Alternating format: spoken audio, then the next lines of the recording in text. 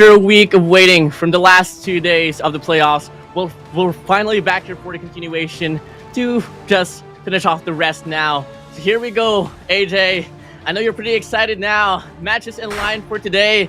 Quite hot, my guy. Hot is an understatement. I'm so excited, man. I mean, we're going to start the day off with a blockbuster matchup. We're going to end the day with a sure as hell blockbuster matchup as well. Assuming Almighty wins their series, regardless of what happens, we're going to see the loser of the very first series kind of drop down in there and challenge them, right? So I'm excited to see exactly what is going to happen there.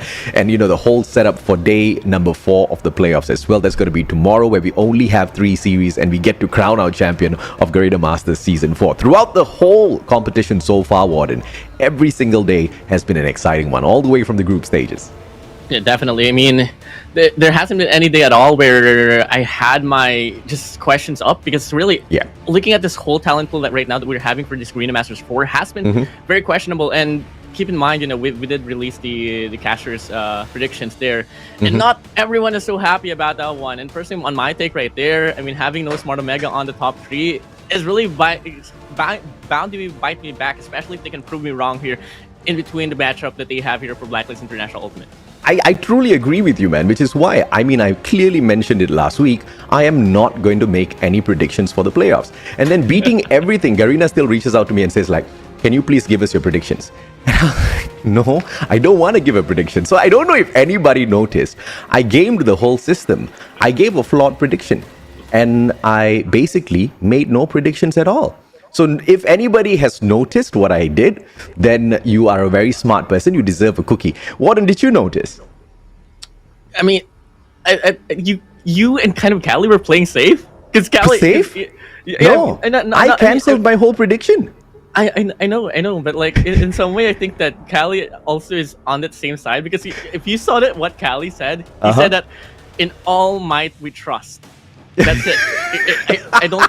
It's against my odds. No. I legitimately think he does believe Almighty is going to win it. I legitimately believe Almighty has got exactly what it takes to go all the way. But Garena Masters Season 4 is just that one season. It's just that one event where I don't think any one of us has got the right to make any sort of predictions whatsoever. Because you have got absolute monsters who are going to be potentially your top 4.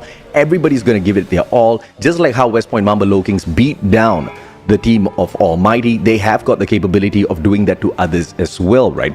And the only way that I was thinking, how do I get out of making a prediction after I said I don't want to make a prediction?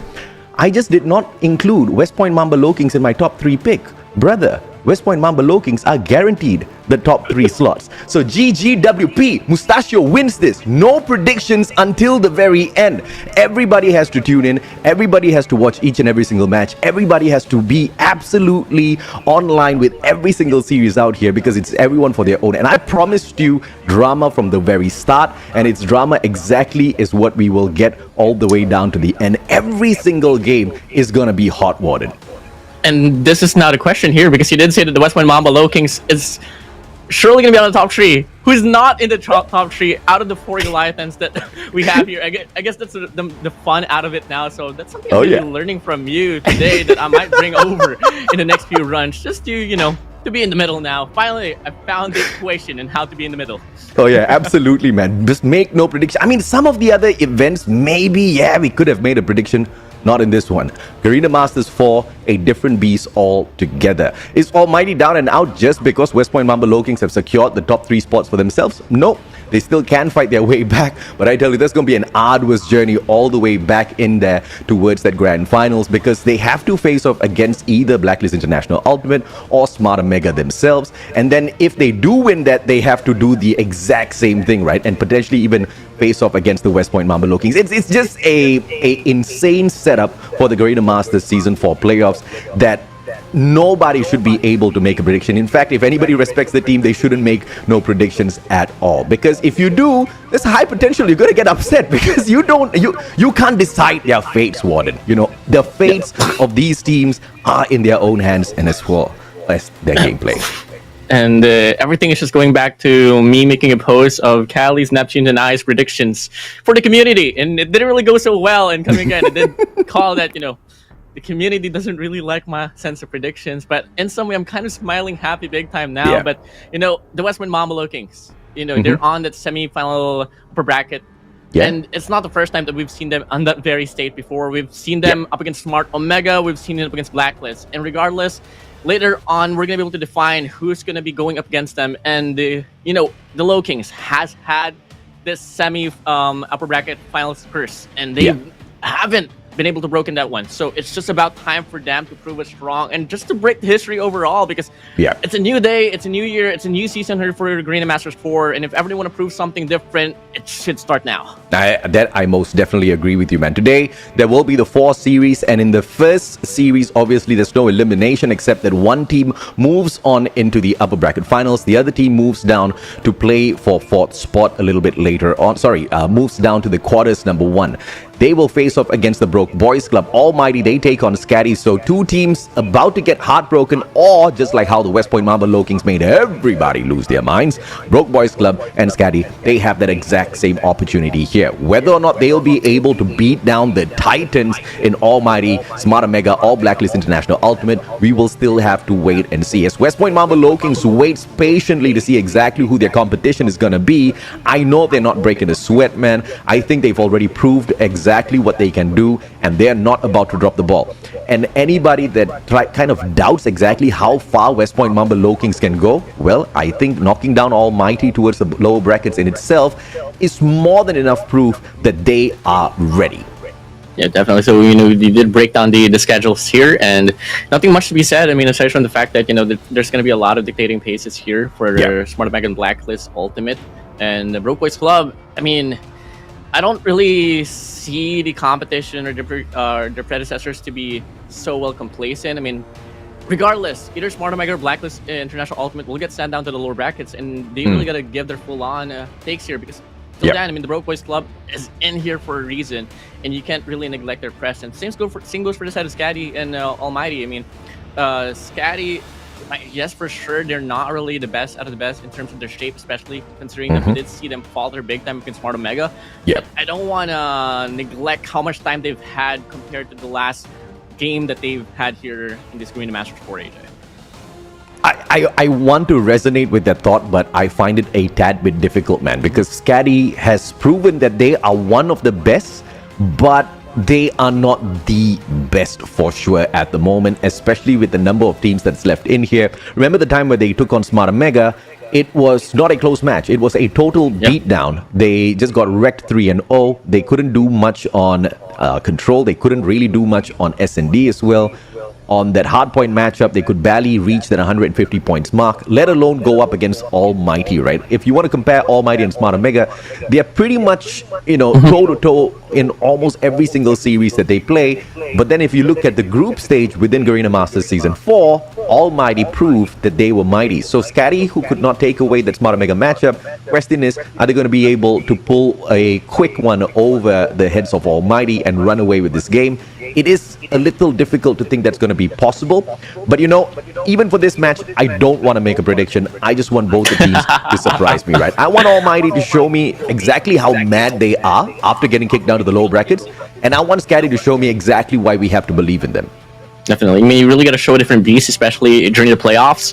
And in terms of showing a different profile, actually, AJ, I really want to talk about Smart Omega here, because clearly Kevs wasn't really showing a lot of presence, a lot of impact during the group stages, but his first presence here, back at it on the playoffs, dropping 40 kills on SKADI, is such a big deal for me, because when I saw that Kevs was really performing over my expectations, that kind of made my predictions a bit scratchy, to be honest. I mean, dude, you predicted West Point Mamba Lowkings going all the way through. I think that's one of the most bravest predictions, and I think the fact that you stood your ground and you said this is exactly how I think it's going to go down is very respectable, right? At the end of the day, I love the fact that people bet on West Point Mamba Lowkings. You're definitely one of those people, and I respect you for that. Because, dude, what is there not to bet on, man? It's West Point freaking Mamba Lowkings. They are as good as it comes, and I just cannot wait to see exactly how much more of gifts, of surprises they have for us here in the competition. Let's talk a little bit about the Broke Boys Club, but before that, of course, ladies and gentlemen, boys and girls, the hefty amount of money on the table, $26,500 US, Warden. Oh yeah. I mean, 26,500 overall with first place getting 10K. Good old 10K. Everyone wants to take a piece out of that. Moving along for second place, 4,500 US dollars will be coming into their pockets as well. For third place, 3,000. Fourth place, 1,500 as well. And I think before the whole event started long, I mean, this price pool right here is pretty generous here for Garena to put up. And keep in mind, I mean, we love to say this every time we see the prize pool is, this is half of the reason why they're fighting for this tournament. Obviously, they want to be titled as grand champions now, but this take right now, I think really this is just the cherry on top, but it's precious money regardless. It's all, I mean, it's precious money, man. I mean, yes, everybody plays for the respect. Everybody plays for a little bit of fame out there. At the end of the day, everybody plays to really put their mark on the competition. But the money never ever hurts. In fact, it also helps you cure a little bit of the wound that other things can't really cure. 10,000 US dollars especially, man. I absolutely love exactly what these teams have got to play for out there. But it is going to be an arduous task to get up to that number one spot within Garena Masters Season 4 because of the quality within the teams that we have out here, Warren. Everybody is capable of reaching that. I mean, if you look at the top four, I love SKADI. I love exactly what the Broke Boys Club have brought into the competition, but I just don't know how far they can go against the top four. That's not just in my heart. Statistically speaking, you are looking at West Point Marble Lowkings, you are looking at Blacklist International Ultimate, Smart Omega, as well as Almighty, grabbing these four spots. So, but if only we can see the awakened form of the Broke Boys Club, just like how they did the dirty on Huntsman, we might be able to see them do that again. I mean, upsets are bound to happen for the playoffs coming in. I want to say what I said before. Different beasts you must offer during the playoffs. But now let's move over to the lineups now for Blacklist International Ultimate. And we all know what they can offer. But to run this one down, it's going to be Jabin, Rage, Skurd, Yato, Yobabs, and AG. And this whole tournament so far has been, in terms of the topic here for Blacklist International Ultimate, is really the addition of Rage. The whole legality, welcome stage of Yato and Yobabs, but I don't really obviously want to disregard the presence of Skurd, Jabin, and AG themselves. These three additions for the set of Blacklist International Ultimate that's bound to be just present for the whole year's run. Yes. So exciting to see, man. I mean, you're excited to see the lineup. I'm excited to see these boys growing up. I mean, the past 3+ years with them, I've seen them get, from a stage of being boys all the way up to men, and men who might just be the champions of the world very, very soon. This is the most ultimate form of Blacklist International Ultimate, and I just cannot wait to see exactly what they go out there and do. But it is, of course, them getting back together after a long time. The addition of Rage has not hurt them a lot, but you gotta also acknowledge the fact that Rage sometimes doesn't do all that too well, and then sometimes just shines, right? That inconsistency might hurt Blacklist International Ultimate. But there's another team here that's a slightly bit inconsistent for my liking as well, and that is the team of Smart Omega, with the addition of Candy, Caps, Risky, Idra, Tin, as well as Whoopi. The newest acquisitions have been doing decently well, and that's mainly, talking about Tin. But the problem here is, as they step on out there onto the battlefield, you never see them totally dominating each and every single series. And how they struggled against Almighty, that just concerns me a tad bit. And when we spoke to Jericho on that interview segment, he said, no, we're not hiding strats. This is just how it is. Almighty is just the better team. We'll have to see exactly how we improve and get into the playoffs. I don't know if I want to believe that. Yeah, I mean, this is Smart Omega overall, and with the minds of Maury, Jericho, and Device themselves, three heads, there has to be something behind this. Yeah, and, Jericho himself is a very mischievous man. He is like that. I don't want to say it. I don't want to troll Jericho. I love Jericho. But he's got the tricks, man. He's not just a coach. He's been a shoutcaster. He's been a pro player. Call of Duty. He knows the scene. He knows the game. He knows the mind games beyond and everything else. And therefore, he knows exactly how to guide these boys to success. I truly believe that he does have exactly what it takes to kind of add that extra bit of layer that makes Smart Omega just the ultimate team. But struggling against Almighty twice, that's the only problem here for me. I want to believe that they are hiding strats, but at the same time, dude, me saying that would be playing against Almighty, who I truly respect as well, and who truly have earned all of their victories. So maybe in the playoffs, we will be able to see if or not that was just Smart Omega kind of hiding a little bit or going all out, but just Almighty the better team. Let's take a quick look at this head-to-head. 20.33 versus 17. Who would have thought that Jabin would lose to Idra after all that slaying he did in that car? But I just can't believe that this is really being seen right now. I mean, considering the fact that Smart Omega has been suffering for a tad bit or so, really interesting statistics here. I mean, we do know for a fact that Blacklist International Ultimate during the group stages didn't really have the hardest out of the groups, and with him lower down here, pretty nice to see. I mean, at the end of the day, I think this is just a calibration on what they could really offer in terms of like their ratio.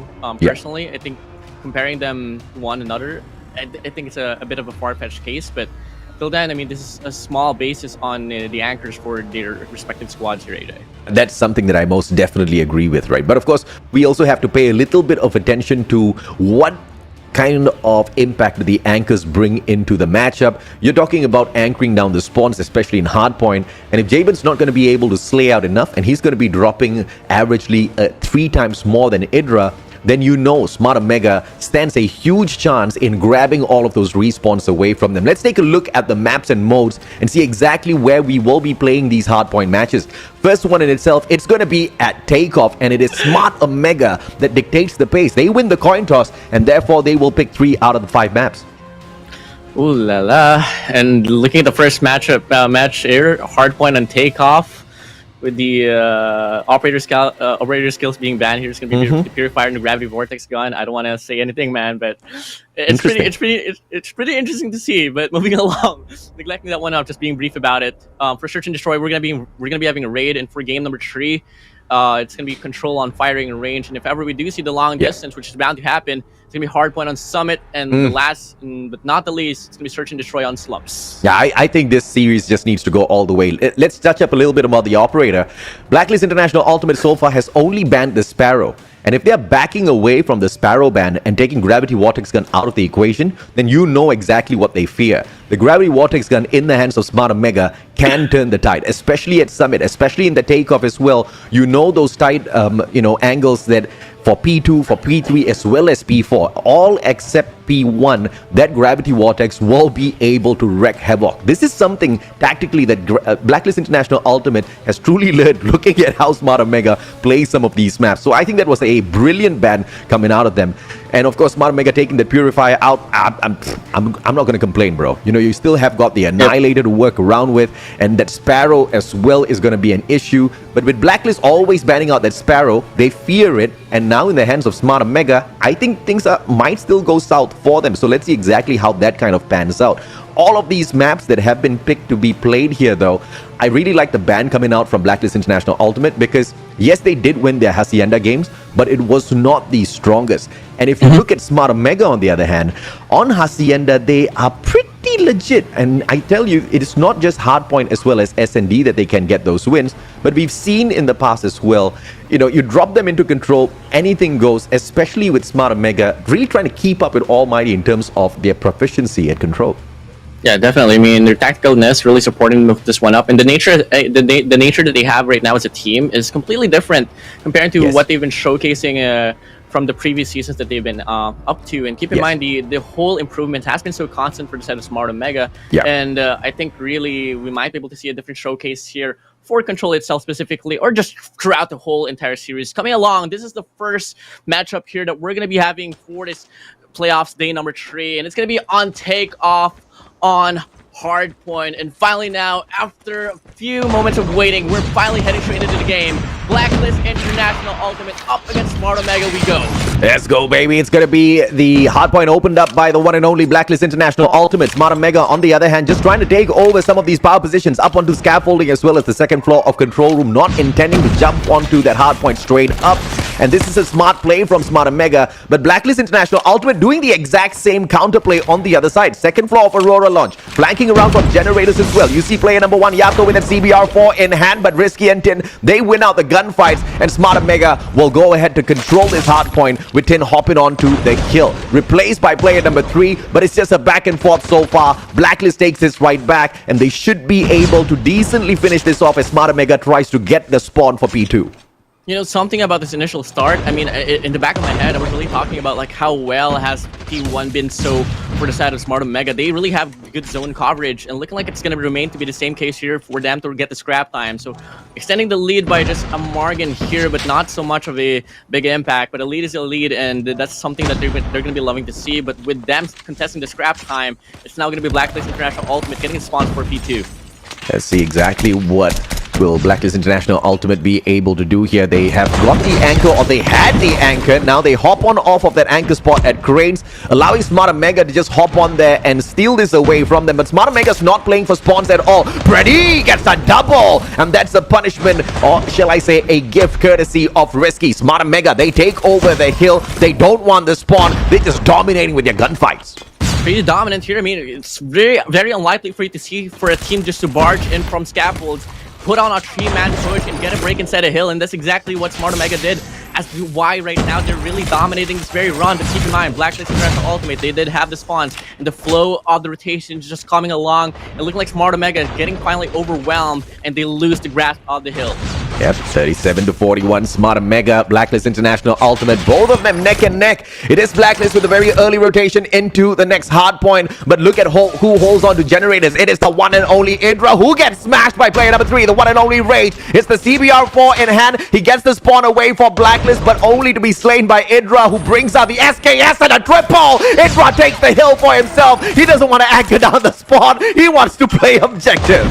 Barging in inside a hill with an SKS, probably one of the most impressive things we've seen so far for this very game. But now the game continues now. Smart Omega here longing to get the break, but Blacklist International Ultimate hanging on onto our C-side, and that's going to be them having very convenient spawn for them. And keep in mind, P3, one of the most strongest hills you can hold on to. And if ever they can just continue to let the flow ongoing here for medical for Smart Omega, this is not looking so bright for them.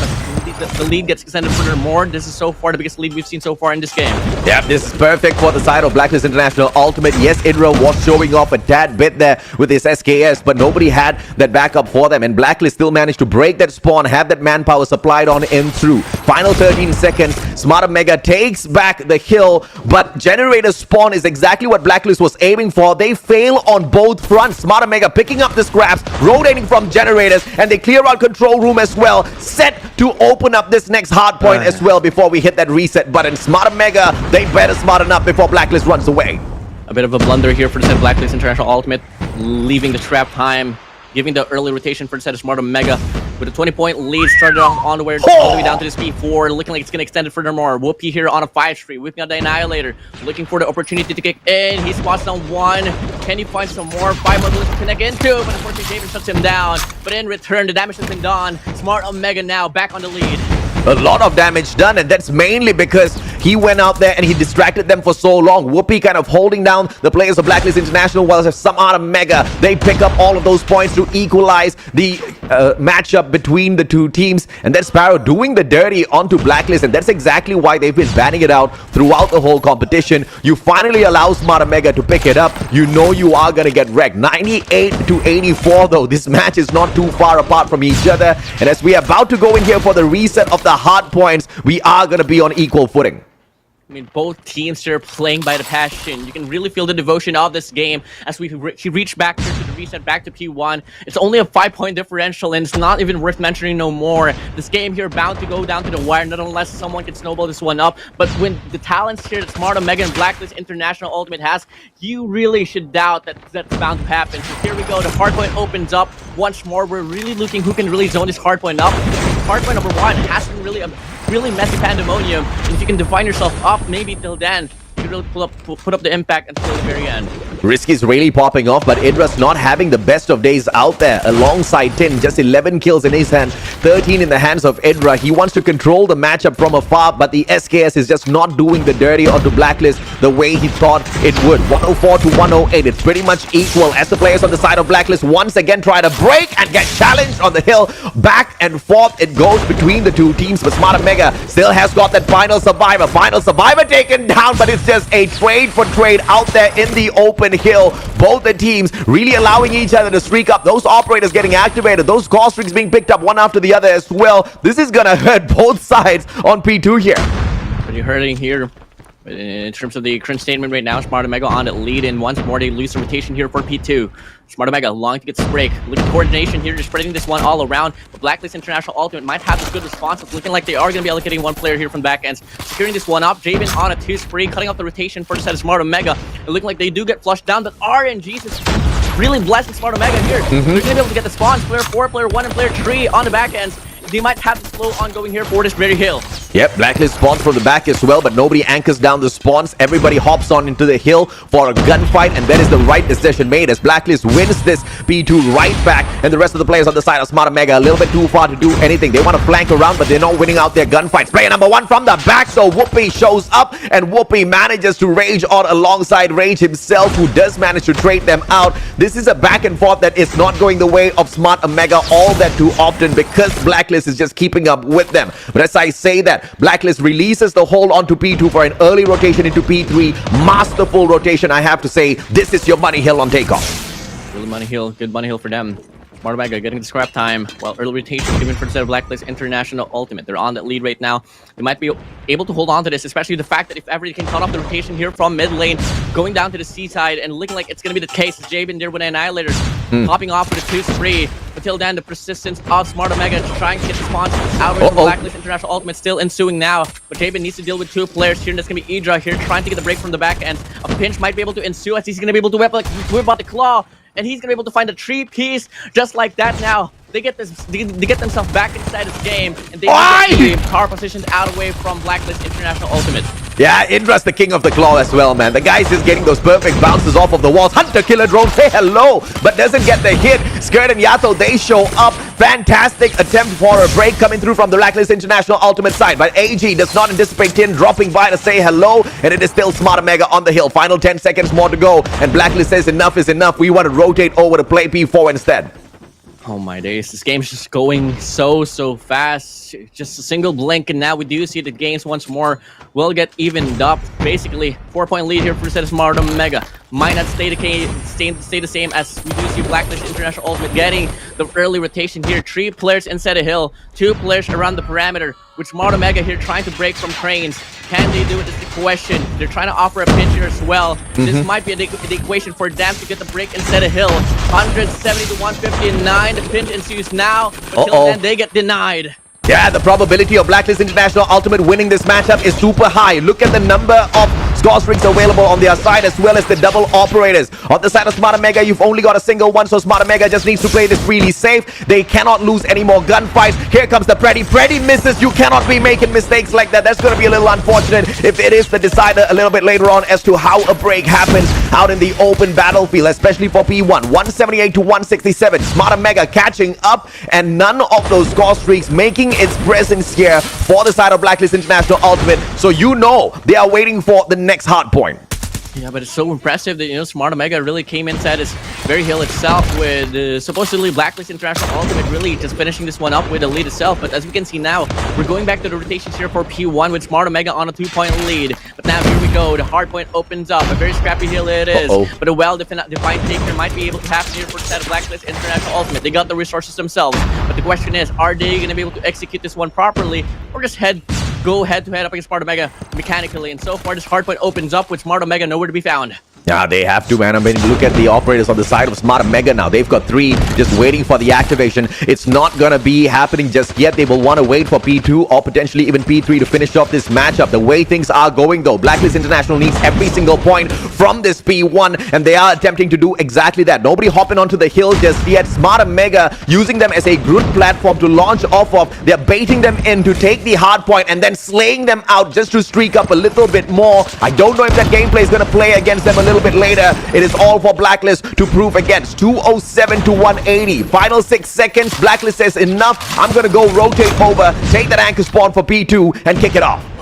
Third time in a row that Blacklist International Ultimate will win this rotation here for P2. Then this might fight Smart Omega down, especially if they can't get this break inside a hill. But as we can see now, this hardpoint opens up with Kev's now inside a hill with a bow and an arrow. He's trying to get off the rotation now. He finds two. Looking like he's gonna go get some more. He's gonna go for the spray down, but Rage shuts him down. Blacklist International Ultimate has on going for them as well. Smart Omega, they gotta play flawless play if they want to hold on towards this hill. Oh yeah, they most definitely do have to, man. It's not gonna end on P2 with the way things are going. Smart Omega, as they hop on back in there. Blacklist International Ultimate, they just pause the bleeding for a single second, but they need to win out their gunfights as well. Here comes the Preddy! And it does not secure any! Smart Omega, that's the second Predator waste, and Blacklist International Ultimate just needs to make sure they do not make any mistakes, and they hop on in there, but they lose out their gunfights. This has to hurt, Warden. Look at this. I mean, that's really a big factor in why Hydra is playing down towards the P4 of really being a nuisance overall, making Blacklist International Ultimate question twice on what kind of offerment they can put up. Despite the fact that Blacklist International Ultimate has the power positions, Smart Omega will win that hill. They're on a 3-point lead right now. And keep in mind, they're on the process as well to get the rotations onto new. This might be a case here. If ever, it might end on this very hill, especially if ever they can define themselves up, especially for the side of Smart Omega. Masterful play by Tin on a 5 combo so far already, just doing the dirty onto all of the other players. Risky finally steps on in there and helps out the rest of the team on the side of Smart Omega as well to hold on to this hill, but the break is coming through. Blacklist has the advantage. Generator spawns for them, and unfortunately for Javen, he's not going in for the fight, but he's trying to prevent that backstab to take that spawn out of generators, and it serves them really well. The rest of Blacklist, they hop on in, they find the break, but Smart Omega refuses to get away. Risky finally taken out of the equation already. The operators all expanded on the side of Blacklist International Ultimate, so they just have to win their gunfights and if potentially drop a couple of Preddys on the heads of Smart Omega as they rotate in as well. But it's not going to end here, not just yet. 231 to 227, but with only 10 points left to accumulate on this very hill. Early rotations must be found over for both ends of the spectrum. Smart Omega finally putting in the influence inside the hill, but it's a bit too late. The game continues now. P4 will be the dictating pace on how this one's going to pan out. 232 to 236. Blacklist International Ultimate inside this hill, but Smart Omega trying to bounce back. Annihilator activated by Yato gets the first one tagged up. Wow. Annihilator still alive and kicking. It is gonna be Blacklist International Ultimate double on coming, and Tin pulls out the Sparrow as well. It is gonna be the operators that manages to give them a little bit more of a leeway in here. 240 to 242. It's all equal. Blacklist needs a break or it's gonna be all over. Smart Omega, the bleeding stops for just a little bit. The smoke helps them step on into the hill and pause the bleeding, but Smart Omega has this in the bag, all because of Hydra holding that door. What a wrap around from Smart Omega. Early rotations, doesn't matter for them. They get the hill right back. The resilience of Smart Omega, the coordination, the composure. You gotta talk about that. Oh yeah, man. I mean, you know, at one point in the matchup, they barely had operators to play, and they needed to win every single gunfight just so that they can reactivate those operators. And at the very same time, they had to avoid all of the operator activations from the side of Blacklist International. Now, we saw the mistakes made by Smart Omega with those spreadies, but what the camera did not catch was the investment of the operators on the side of Blacklist that didn't really go their way in terms of giving them all of those slays. And that was unfortunately what happens when you've got two titans bashing their heads up against each other. Unforced errors are a definite guarantee when everything's in a panic out there, right? And it all depended on who plays it down to the T at those very final moments. And Hydra, the guy who wasn't really doing all that too much at the very start, he redeemed himself towards the very end. That's exactly why he is one of those best anchors. And the SKS in the hands of Hydra, dude, it is too spicy. You know something I love to say? It doesn't matter how you start off the game. What matters is how you end off the game. You can't start off strong and end off sloppy. The ending really just matters the most. Getting the final adjustment really put up a big impact here for Smart Omega. And keep in mind, in terms of rotations, Blacklist International Ultimate had it more, but really the tacticalness and how Smart Omega was able to really retake those hills played a huge factor. Those scrap time right there that they were able to take away from Blacklist International Ultimate really put up a big impact. As we can see, it went down to the wire, and it still could have went both ways. It's Smart Omega getting the foul adjustment, well, rightfully earned, but that's going to be the first matchup. Only the first matchup here, AJ. We still have 2 more to go. Smart Omega is long to get this win, and which we all know in terms of Rage, Search, and Destroy, this might still lean towards being 50-50 here, man. After all, as you did say, these are 2 Goliaths bashing their heads against the wall. I mean, dude, anything could have happened in that matchup, right? I think both the teams played it really well. Both of the teams knew their priorities. The gunfights were hot. The gunfights were spicy. But both teams making mistakes. One team making the mistakes with their score streaks. The other one making mistakes with their operators. So if only they could have individually kind of cleaned up their act just a tad bit, you know, still... It still would have been 50-50. Look at the scoreline, 250 to 240. When have we ever had a match that close within Masters so far from the group stage into the playoffs? I think this could be the closest game. So far, it truly is. It truly is. I mean, after all, that's just the art that Smart Omega and Blacklist International Ultimate can offer to the table. But you know, AJ, that was only a teaser and what's about to come once more. With Smart Omega taking that game, it's just a very slight manner there. I mean, valiant effort for them, rightfully deserved. But we all know how hungry can Blacklist International Ultimate can be. And for sure, they want to bounce back on the way down to Search and Destroy. As it opens up now here towards round number 1.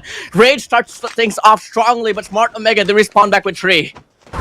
This is just a little too hot, but Yato and Yobabs, the deadly duo, both alive. Yato gets the first one, takes the vehicle out. Candy is found. Yato finds Idra as well. Yobab circles around. One player tagged up in front of him. He needs just the finisher. Risky, just holding on. He's looking at that gallery, waiting for some head to pop out in there. He can flank from the right-hand side as well. Spots it out, and Yato gets punished. Yobab's the final player.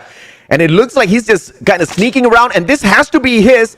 No trigger discipline from Risky. Positioning given away already, but Risky quickly once again attacks. Yobab's getting the kill on towards Kevs, forcing it down to a 1v1. 28 seconds left on the clock as well. Risky wrapping around the perfect. Timing might be so immaculate for him. Yobab's doesn't really have any information, but Risky, the trigger discipline once more is not coming in. But it's not going to matter for him at all. Risky shuts him down as he claims the first round as well for his squad. Smart Omega running this one down. Risky is one hell of a player. And not only did he manage to get the 4 slays within just the first round, he was also the top slayer within our Hardpoint matchup, right? You can tell this guy is fired up for playoffs day number 3. Yobab's response early this time round, shutting down the one and only Whoopi. So that's going to be a good start for the defending team. They just need to repeat that a couple of more times. And I think Yobab's is going to get a present straight into his hands here if only he just had kept his eyes on the doorway. When Idra responds, Yato out of the equation, it's pretty much equal 3v3. Yeah, huge run right now for both ends of the spectrum. But the bomb is planted here. Player 2 AG wrapping around from the long ends. Not going to be able to put up any impact right now. But with Jabin here trying to find an opening, Risky just shuts him down. It's going to be the remaining 2 players here for Blacklist International Ultimate that's going to be remaining, as Yobabs will take down Idra. Fabulous shot for him, but wouldn't really cut the chase. 20 seconds left on the clock, though. They need to move in quick if they want to win this one up. And looking like they're trying to offer a pinch here. AG looking all around, but Kendi shuts him down. Yobabs here needs to deal with a double chow, but Kendi shuts him down as well. And just like that, Smart Omega is up by 2. Smart Omega. They might just want to run away with a 3-0 and gift us the pleasure of seeing Blacklist down in the lower brackets. But of course, it ain't over till it's over. Blacklist International Ultimate, they just need to re-strategize a tad bit. And this is one of the things that I was talking about a little bit earlier on as well, right? Yes, this is the most ultimate form of the team, but they haven't played together in this lineup for such a long time. What could be the chemistry look like, or what could the chemistry look like on their side? Idra and Whoopi just absolutely raging on through them, leaving Rage all alone. You want to talk about chemistry? The whole take of Idra and Whoopi just running it down with the snipers is something just so worth mentioning right there. Fabulous take, but now it's a highlight that's bound to happen for said Rage, but looking like Risky wants to just not have fun at all. He just wants to secure the round, secure the win, as they claim the 3rd round here, AJ. secure the win. The guy wants to secure the MVP again. Risky wants to be the MVP of the series. He already took the MVP in Hardpoint, and I don't put it past him picking up this MVP in SND as well. The guy is hot. The guy is on fire for sure. But Yobab's opportunity, the Call of Duty Mobile timing here for Yobab's just a little bit off as the players on the side of Smart Mega rush through that open alleyway through that swimming pool there. He just misses those shots. No shot. Idra takes a nade to the face. Yato shuts him down. That's an early 4v5. Looking like the bomb's headed towards the Bravo side, but you know, with Whoopie here extending towards this mid lane, a double chow will ensue, and Yato will find it too as well for this very round. Forcing things down to a 5v3. This might be their first probable round here for a set of Blacklist International Ultimate. Let's see what can Smart Mega pull off here. Yobabs deals with Kevs. It's a 2v5. Looks like it is possible, but Risky still alive and kicking. Trigger discipline gets him that one kill. Tags up that second player. AG circles around, but that damage is not enough. Risky now all alone. Risky has been loud in this game and so far throughout the entire of the series. Left alone in a 1v3 situation. If you were to ask anyone to be in this very situation, I'd be betting on Risky at most. Has been so far the most consistent player here, but you know, with 40 seconds left on the clock, the bomb drop as well, and looking at the formation here for Blacklist International Ultimate, ready to offer a crossfire, this is looking to be a very unwinnable round. It is possible, but it is Yobab's snipe that instantaneously ends that round. If that was a CBR versus CBR, I think I would have bet on Risky, man. The guy most definitely on point today, but that's that one round picked up by Blacklist International Ultimate, and they just have to make sure they do that one more time before we do manage to switch sides here. Blacklist International, a full-on investment of defense into that A bomb site. Ooh, lovely run here for this mid lane.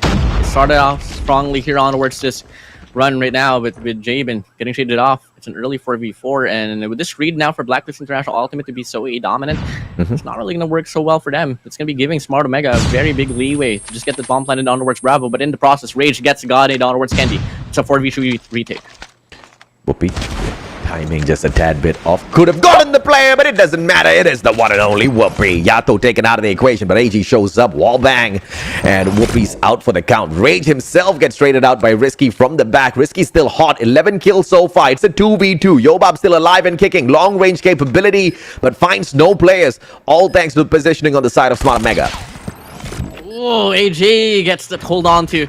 He gets to sprayed out, and Yobabs gets the kill onwards Idra. And that's going to be a quick retake here for Blacklist International Ultimate. As they get 2 rounds, they lower down the lead here. Only down by 1. The momentum is on. Yeah, you got to love this one, man, out of Blacklist International Ultimate. Still on the defense. They just need to claim yet another. And then when they've got the bomb, they dictate the pace. Smart Mega. It's imperative that they do win this. And a couple of players just need to step up on the side of Smart Mega, if you ask me. I mean, Risky's doing all of the heavy lifting, whereas the rest are struggling a tad bit. The refrag just ensues for just a moment or so, but the trade-offs now much more favoring Blacklist International Ultimate. You take down 1, we'll take down 3. That's going to be Whoopie and Idra left alone with the scopes. 2v4 situation. I don't exactly know what to expect here, but you know, veterans along. But with Jabin here, going to be able to wrap around. This might be a huge play for him to come true. And just like that, he takes Whoopie out with no casualties whatsoever. And it's going to be Idra left alone in a 1v3 situation. Yeah, great play from Jabin, positioning supremacy. Anticipates a push from Idra. Idra trying to play it smart as well. Pops out. Jabin says hello and bye-bye. 3-3. Give us the bomb, please, sir. Kind of reminds me of a Philippine legend, the Manananggal, just being on the window, waiting for people to come along. That's just about it. You know, good equation here, good bounce back for the set of Blacklist International Ultimate. And you know, just looking at this whole series here, AJ, I don't want to talk about momentums no more because clearly both teams here can just go back and forth and they can really put on a show. As we do see now, Yobab's kicking things off strongly here for Blacklist International Ultimate. One might be able to say that it's absolutely lucky he got the wall bang, but others might be able to say that's just game sense right there, to always anticipate someone behind that wall, waiting to ambush the players who are running across that swimming pool. Very smart play out of Yobabs. Love that flick. Candy, on the other hand, now, he will go ahead to secure the safe room. Opportunity to kind of go in here for the push. The rest of the Blacklist players, no check coming in from that stun. And that's just a little bit perfect, a little bit too perfect from the side of Blacklist International Ultimate, as the positioning just proves to be the winning factor for that round. Yeah, I mean, valiant take from them, and they're really getting a good grasp on the nature now for the set of Smart Omega, and whatever isolation they put themselves into, they really have this upper edge, and I'm really loving how they're offering this coordination where they put up 2 players at the same time, just offering a double chow. Yeah. And that's going to be, I think, at some point, Smart Omega has to question their takes here, because they can't afford to be in multiple situations like that all over again, because clearly Blacklist International Ultimate is really leeching off that take. WPM on the double, both headshots. The guy is on a roll. Can he get the third one as well? A quick tactical toss, spots the player, backs away. Aye, that's a wrong toss. But thankfully, Risky sorts it all out. It could have turned comedic. Dodge the bullet right there. Dodge could have been real, to be honest. I mean, come on, Whoopi. Come on, Risky. I need some content myself. No, I'm kidding. Risky is on 13 kills already. I mean, talk about a roll. But Kev's with just a single slay on his side. Idra struggling with 3. Everybody needs to step it up on the side of Smart Omega to back Risky up a tad bit. Although it is 4-4, just can't leave the heavy lifting all to one guy, even though he is that good.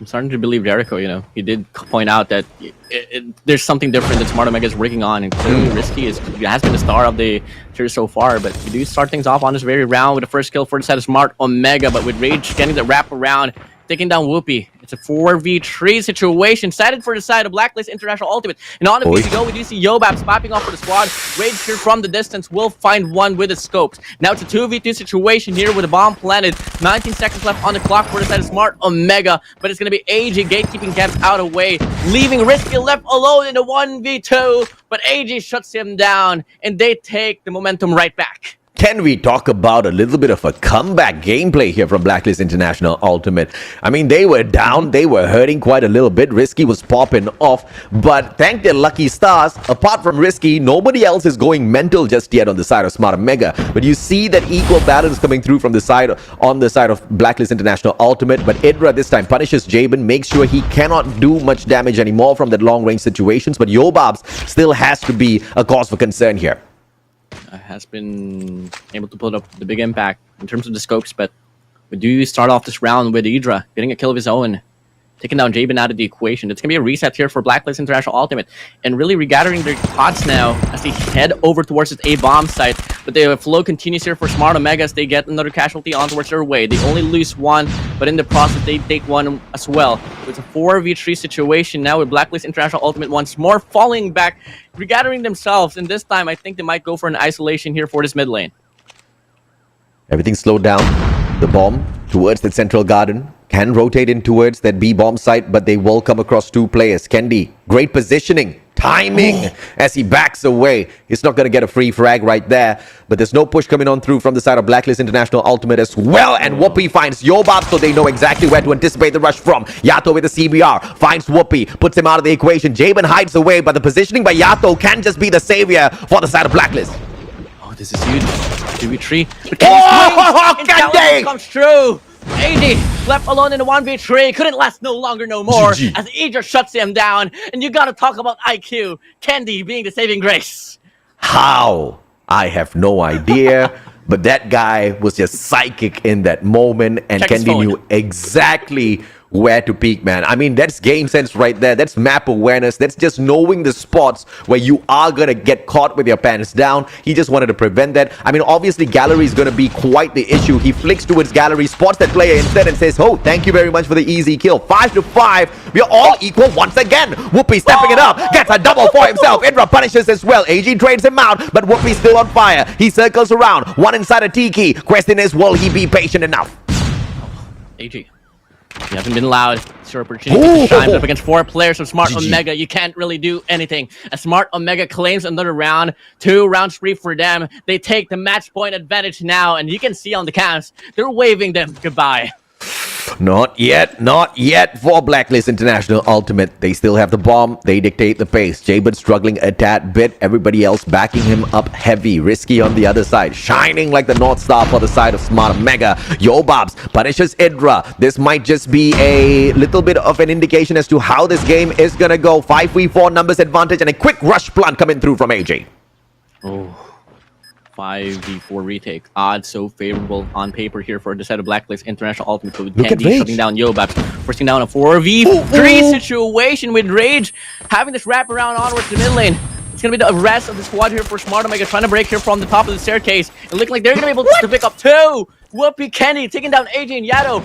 Left alone is going to be Rage and Jabin. El Capitan. Only El Capitan left. What a retake here for Smart Omega. Jabin gets shut down all over the place. It's going to be Smart Omega waving their hands goodbye on the Search and Destroy raid. And this is the kind of Smart Mega you expect at the playoffs. Blacklist International Ultimate, they brought the Ultimate Squad right back. And this is exactly why only one caster thought they're going to be able to go all the way. I love you, Neptune.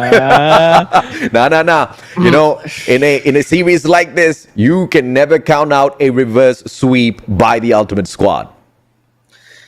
Definitely, man. But, you know, just looking at the whole picture, I mean, I really hate to bring up statistics no more because really most of the times teams has been proving me wrong. But if I was going to be looking at it on paper, tell me, Blacklist International Ultimate hasn't had the most promising control just by looking at how they've been playing along compared to Smart Omega.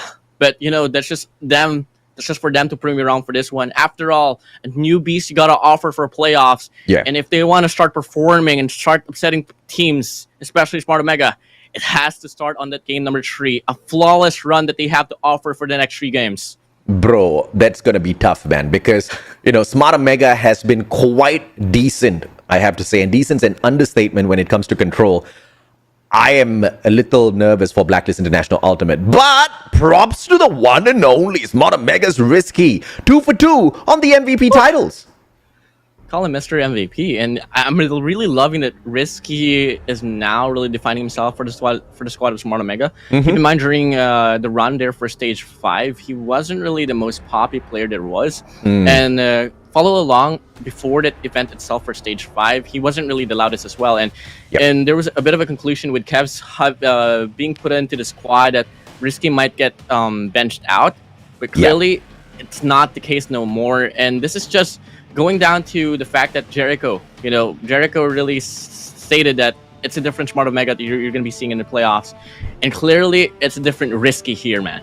And this is exactly why I don't trust Jericho sometimes, right? He tells me they're not hiding strats, and then they whip this out. Yeah, thank you very much, Jericho. I'll depend on my own assumptions in the future, right? This is the true form of Smart Omega. And you see, this kind of gameplay just was not available for us to tune into when they were going up against Almighty. And it's all for understandable reasons, right? There's a lot to play for in Garena Masters.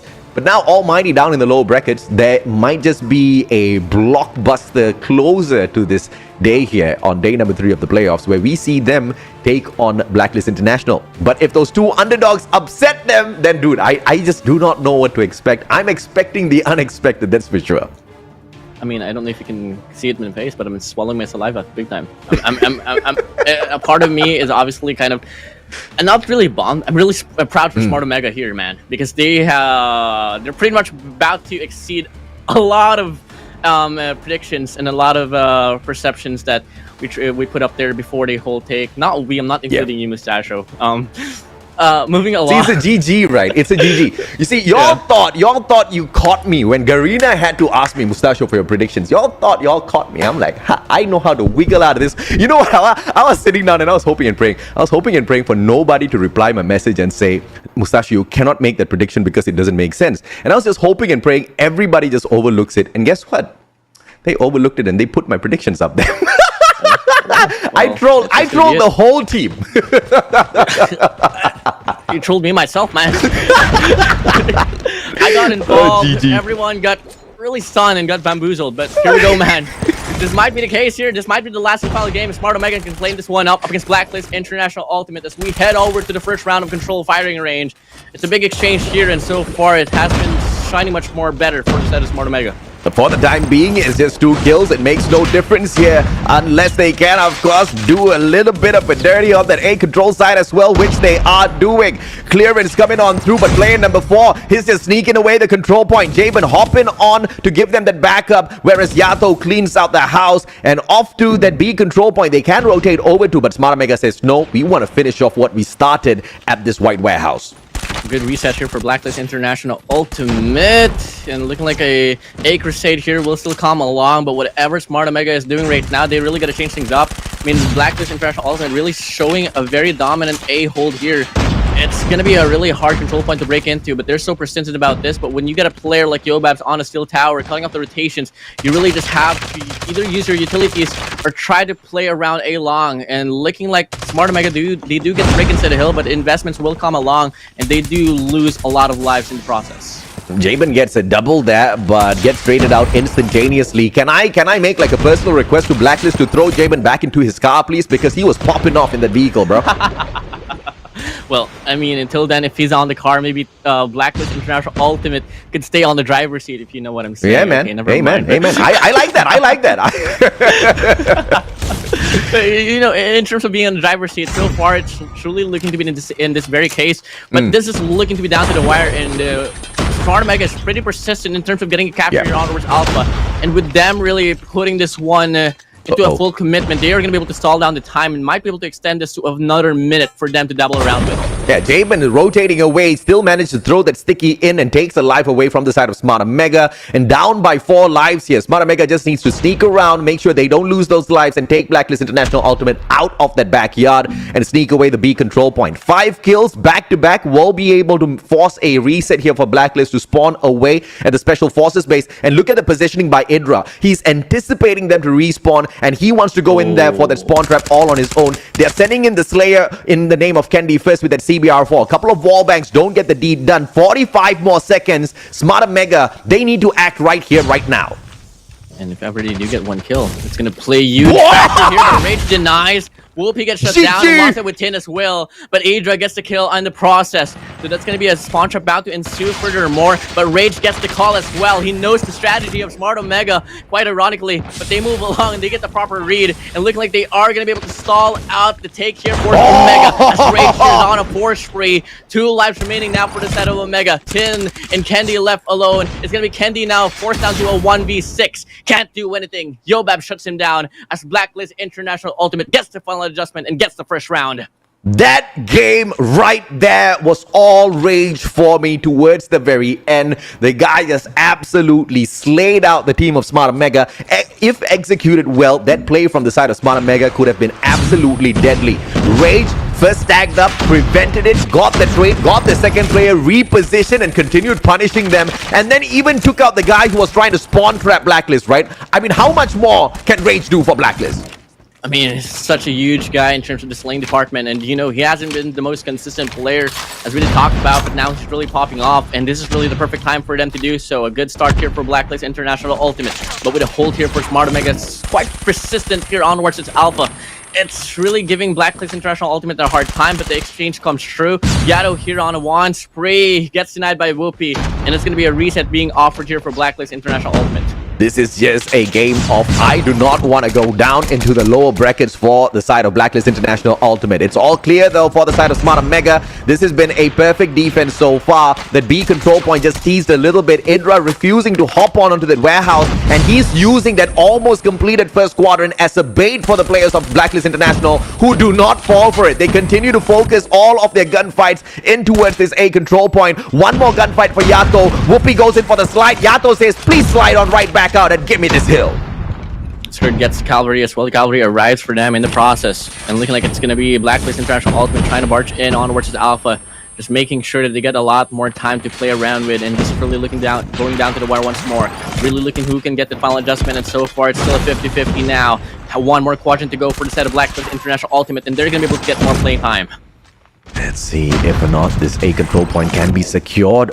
Blacklist International Ultimate Almost completed that A control point already. Big fight for Scud, but he falls. Kendi with a double. Yato rotates around. He's not going to get caught in a spawn trap here. Up onto that second floor of barracks, and he will be able to find yet another 9-9. Yato whips out the Annihilator. This is going to be an all-out gunfight, but they need to pause the clock. Say hello to my Annihilator, says Yato, and they should be able to get that extra minute.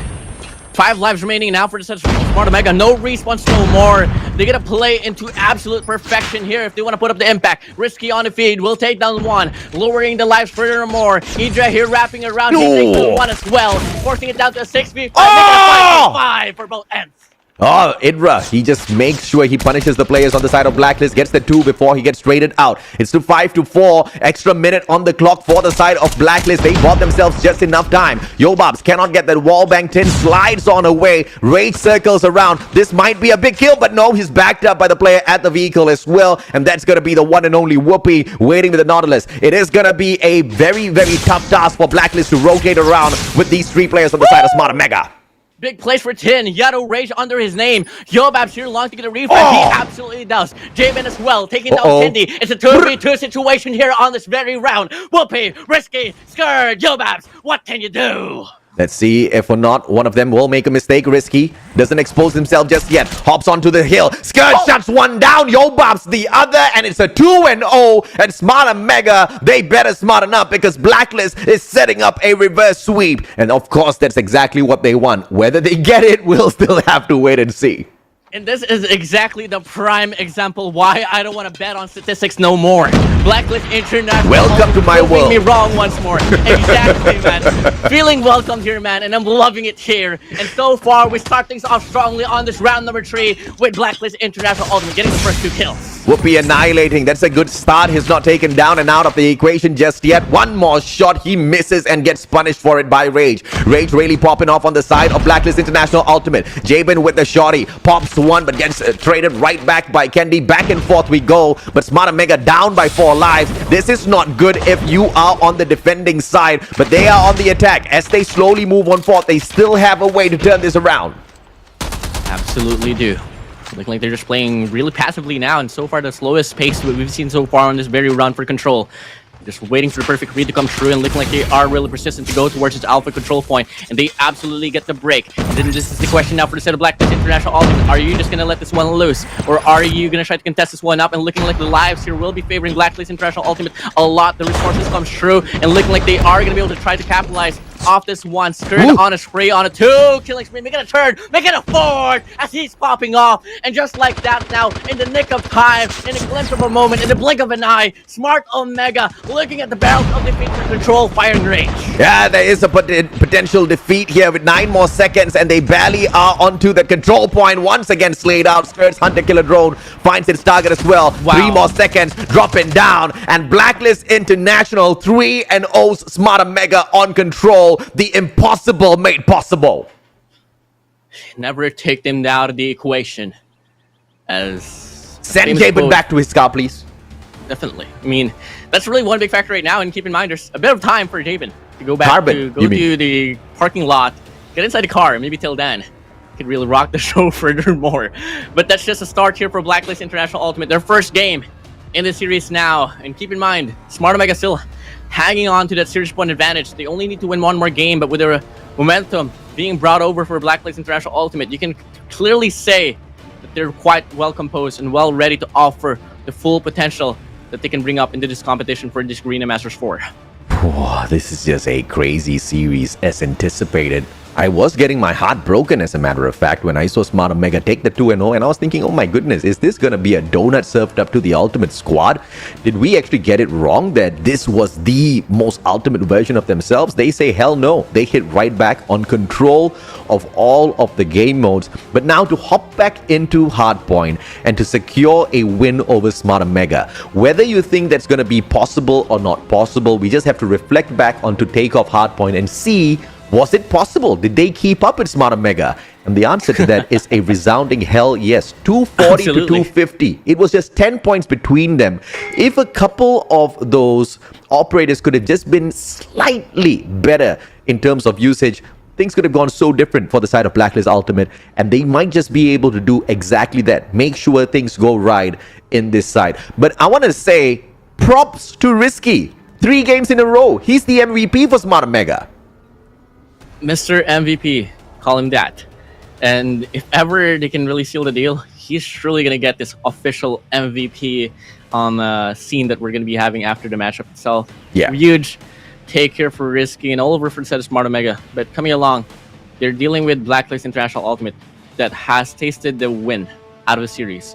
And we all know for a fact how many times Blacklist International Ultimate has been able to devastate their competition quite a lot, especially when they are able to run this one down. And keep in mind, this is the first game that we're going to be able to see that's being won over dominantly.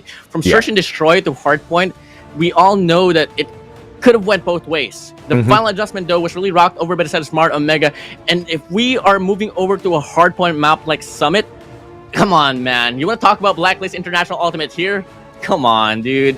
There's a lot of things that they can offer here. And there is one notable team that they've been able to upset, and I don't want to say who, but at the same time I kind of want to. Nah, you see, here's the thing, right? I think you've made your pick as to who's going to win this from your background color here. So if you're going with the Guerrilla Forces, I have to pick the Spec Forces, man. I mean, it's red, blue. We just gotta go that way, man. You just gotta go that way. So that's exactly who I'm betting on for this next matchup. I want a game number 5. I think we all deserve it, Warden. I mean, absolutely. What more? What kind of map are you going to be longing to ask for aside from Slum Search and Destroy? I mean, it's a battle of familiarities now, and a battle of how much learning that they've been doing for Slums, because we all know Slums is part of the latest edition alongside with the Shenda for the competitive map pool. So that's just about that. But before that, we are going to be going back to Hardpoint itself. And it's going to be on Summit, the snowy coast of Call of Duty Mobile. And we are for sure bound to expect a very close game here, AJ. So what else, aside from the fact that the game is about to start? So AJ, take it away. Yep, let's see exactly what the players on the side of Blacklist will be able to do here to push this into a game number 5. Yato opens up clean, and it is going to be the KRM popping off left, right, center. Edra gets eaten up as well, and it looks like Smart Omega just struggling a tad bit to open up this first hill for themselves. First clearance here for set of Blacklist International Ultimate will come along, and Yato with a KRM is really interesting to see, and looking like he was able to put up a big impact here on the first run, but Smart Omega looking to respond back, and they do get the clearance inside the hill. Middle door entrance here for the side of Blacklist International Ultimate, but regardless, they get denied. And look at how Smart Omega is zoning this hill up. They're taking control of that 2F, and looking like it's going to be Whoopi here, really handling this one down with a Fennec. And just like that, good start here for Blacklist International Ultimate for this P1, but a valiant ending here bound to happen here for Smart Omega. 30-11, Smart Omega. They find the break and they keep the hill. You gotta love that. You gotta respect that. Blacklist International Ultimate, a great start, but nothing to show for towards the end of this P1. Early rotations on top of everything else for the side of Smart Omega, giving away the scraps. Just mere 2 points for Blacklist International as they take the green radar station and they rotate it one after the other. AG sorts out just Kev's first off, but not before Kev's shut down Rage. It's just a trade that he played for, but Smart Omega still on the hill, wrecking havoc all over the place. And the P2 starts off quite strongly here for the set of Smart Omega once more. And whatever gunfight the Smart Omega is being put up to, they're really winning this one down. And looking like it's just going to be a big trade-off now onwards Dark, as Whoopi here handling this one down. He takes over P2, he takes over Dark, and he's going to be able to put up the very big impact now for him. And I'm quite surprised that they whipped on the Fennec here for the set of Whoopi. And guess what? It's really paying off big time for them.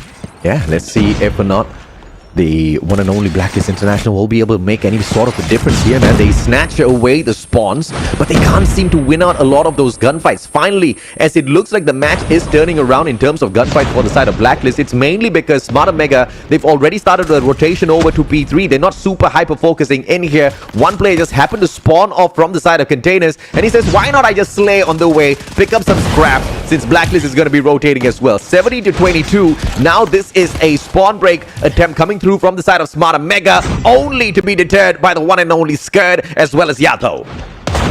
Roaming around with a KRM might be able to put up a pinch here, and looking like he's been cutting off the rotation here for Green Radar, and that's exactly where Smart Omega is located at. 2 players here wrapping around, 1 player from this mid lane as well, and looking like it's gonna be 2 actually, and they're really trying to prioritize the back spawn, but looking like Blacklist International Ultimate will just have this better read, and they're gonna be able to gatekeep Smart Omega to be able to make it happen at all. And just like that, they survived the first wave now, and it's only gonna take 1 money hill for them to even things up with Smart Omega. See, 51 to 70, just one hill to make their way back in here. Good rotation, good early hold by Blacklist International. And this is why that earlier hardpoint matchup was just so close. But P2, them faltering at P2 was something that I just did not expect. A lot of things going badly for the side of Blacklist. But they not only recover, but they also pull forward. Oh, I think I just spoke a little bit too soon. One player holding on. Can he win? Answers no. Whoopi does him dirty. And it is still going to be Smarter Mega in front. But that gives the opportunity to Blacklist to spawn off from the Guerrilla base. Would have been planned, because if that was just a masterful plan from Blacklist. You thought that giving the scrap time for Smarter Mega was a mistake, but looking like it might just be part of the plan. I mean, the let go of that early rotation, they forced the flip to come true. And I think that might be something that we could ask in the interview itself. But going back to the game now, Blacklist International Ultimate gets the early rotation, but 10 wants to deny the factor out, and they take the hill right back, forcing Blacklist International Ultimate to the left side of the minimap. Good play, Tin. Circles around, just needs to peek towards his left-hand side, but it doesn't really matter as the players all force their way in. It's gonna be concuss after concuss, just pausing him in his tracks. But how did they survive that? Kevs backs him up, Yato goes down, and Tin continues to slay. Kevs backs him up inside of the hill, and Blacklist International Ultimate, though, not letting it go. Final 15 seconds, they should be in front as long as they hold on to this hill, but valiant effort from the side of Smarter Mega to make sure they don't run away with this. Good take from them. That's going to be Blacklist International Ultimate really taking the scrap time. Player 1 trying to contest this one up. It's just a battle of pride here who can take the lead before the hardpoint resets. It looks like it's going to be Blacklist International Ultimate on the driver's seat. We did start off the first phase with Smarter Mega on the very convenient lead. And if I was going to be rooting for, if I was going to be leeching off the take here with Blacklist International Ultimate on the lead, I'd be clowning myself, honestly. It's only a 4-point lead so far. And you could really expect that Smarter Mega is bound to take this one back if they get the clearance all the way down to this P1. It's gonna be Smarter Mega once again pulling ahead with the way they're controlling P1 this time round. Earlier on at the very start, they didn't really have much dominance over it, but towards the tail end of that P1, you saw them pretty much put themselves in a very secured lead. But Yato, with those two back-to-back shots, you know the KRM is absolutely hot in this season. It's gonna be Skird as well that circles on around, but Yato, this could be the great big punisher, but Bally needs to do anything as the rest of his teammates clear out the hill. If anyone's concerned about KRM being played out here, they're playing on pre-patch version, so no impact at all for a set of KRM, and clearly Yato here has been balling this one out. Consistent gameplay that we have been able to see from them and from him, and clearly he is really rocking the team in terms of getting the slays out in the board. And just like that, Blacklist International Ultimate, this has been the biggest lead that they've had so far compared to Smart Omega, and it might get continued furthermore, especially if they can get this P2 out away from them. Yato's just continuously just mowing down player after player, but Kev takes himself out of the equation. That Sparrow just did him a little dirty there. A little unfortunate for the side of Smarter Mega as they all circle around now. It is Blacklist on the hill and potentially trying to run away with this, but look at this pincer maneuver coming on through. Forces off player number 3. That CBR in his hands won't do much in the name of Rage, and everybody from the side of Smarter Mega now holding on to this hill as one of them spawns from the side of containers. But early rotation is not going to be forced by Blacklist just yet. They still have time for one more break attempt and they go in for it. Yeah, they absolutely do, but the question is, can they capitalize? And looking like they get denied by Risky himself. 132 to 140, but I spoke too soon. Blacklist International Ultimate, they get the hill right back, but in return, Smart Omega gets the green spawn, and that's going to be them getting the early rotation onto next, which we all know Blacklist International Ultimate was able to capitalize on the first run. 151 to 133, early rotation. Blacklist tries to get there. Smart Omega says, oh, hello. Shall we welcome you with a cup of tea, sir? They win out their gunfights, but Blacklist inside of the hill. Oh, if only those operators that are waiting for activation get invested right now, as I say it. It's the Sparrow investment coming on through from Skird. It's a double pop from him. Finally gets taken out of the equation by Risky, but the damage has already been done. The players on the side of Blacklist, they still have a really good hold onto this hill. Player 5 wrapping around here, playing around Silo. Player 2 left alone here for the side of Omega as well. That's going to be Tin holding down the spawn for the side of Omega. And looking like they might be able to offer a pinch, but the spawns will be favoring Blacklist International Ultimate. The break ensues, they get denied. Blacklist International Ultimate running this one down. They extend the lead furthermore. Smart Omega in a very dire situation to get the break inside a hill. But what can you do when Yato is gatekeeping this one up? Yeah, masterful play, especially with the smokes just blocking the vision position of Smart Omega, making that break absolutely impossible. Smart Omega, they were given for a mere second there, a split push maneuver in towards the cable car platform, but all thanks to the utility played really well by Blacklist International Ultimate. They prevent that and they turn it all on its head. Smart Omega this time, the early spawn in towards the gorilla base, but look at player number 4. Age is going in to sort them out, but Tin very quickly trades him right back out. It is still in the hands of Smart Omega. They have the spawn for this next hill. They might be able to catch up. On paper, Smart Omega bound to take this lead out of way, but we have to talk about how fired up the gunfights has been for the set of Blacklist International Ultimate. How much breaks was able to be offered by Smart Omega on the first hardpoint is exactly the same showcase here for the set of Blacklist International Ultimate. But for now, though, Smart Omega, in terms of the momentum, they're on the driver's seat, and they might as well hold on for dear life. The double chow ensues, and Blacklist International Ultimate gets the hill for a moment or two, but the flow comes through here for Smart Omega as they retain the spawns and they retain the hill itself. Smart Omega trying to finish this game off, but Blacklist International Ultimate literally fighting for their lives. They do not want to go towards that lower bracket. They do not want to allow Smart Omega or West Point Mamba Lowkings, well, West Point Mamba Lowkings, to have that one match advantage or that one game advantage inside of the grand finals. There is a potential that Smart Omega, if given that advantage, can just run away with the championship. Blacklist knows what's up. Yato with the double. Rage is on as well. Smart Omega in front, but Blacklist making a clean plan to pull this game away from them. They need to win out all of their gunfights though, but inside of a hill that's so open in P1, that's going to be a little tough one. And inside a hill that, Smart Omega has been able to dominate, Blacklist International Ultimate has to prove a lot here. They need to take control of that second floor at the same time all the way down to the dark. And so far, Yato here popping off for the squad here for Blacklist International Ultimate has been able to run this one down. The first wave has been endured by the side of Blacklist International Ultimate, but the rotation comes through and the break comes through as well. Smart Omega waving Blacklist International Ultimate goodbye here for this very hill for now. 198 to 202. The lead is on for the side of Blacklist International Ultimate. Wait, oh wait, no more. And that's going to be now Smart Omega back in the driver's seat. Ultimate form of the Blacklist International Ultimate team just can't seem to hang with Smart Omega, but it's way too early to call exactly how this match is going to go. We saw exactly how close that hardpoint matchup was. Scud, Rage, AG, Jabin, everybody doing their work for the side of Blacklist. Yato, can you get that shot? The KRM getting a little cheeky, a little too far off, goes in for the slide only to be punished, and that's just a little bit too much of an extension in towards the spawn of Smart Omega and Blacklist International Ultimate. They are the ones who rotate in first for that green radar station. Can they win out this matchup just with their gunfights here? It's all going to depend on that. Will history repeat itself as Smart Omega here heads straight over to P2? We've seen these two teams battle it out in this very hill itself, and so far Smart Omega has had the better accolades. As the hardpoint continues to open up now, we do see Blacklist International Ultimate sweeping Smart Omega down. First wave endured, but another chance has to be lived upon by the side of Smart Omega. 233 to 215, the swing comes through and they get denied. 233 to 215, the game continues, and Smart Omega still having a hard time. Sparrow says hello, but Yato takes Din out of the equation. A double for him. Blacklist International Ultimate still get removed from the hill. Smart Omega, they win out a couple of gunfights only to be crushed at the very end. 244 to 218. This game is not over just yet. Player on the name of Caps just trying to stop the bleeding. All of the players on the side of Smart Omega just trying to play for that time. Try to push this in towards the next hill. And look at that Anchor Idra making quick work, circling on around. But if the rest of the Smart Omega players do not smarten up and hop on in here and win out all of the gunfights, this match is over. One more second and Blacklist International Ultimate pushes us to Slums S&D. The game continues. The game continues. Game number 5, the decider of it all. Slums, search and destroy. Never take Blacklist International Ultimate out of the equation.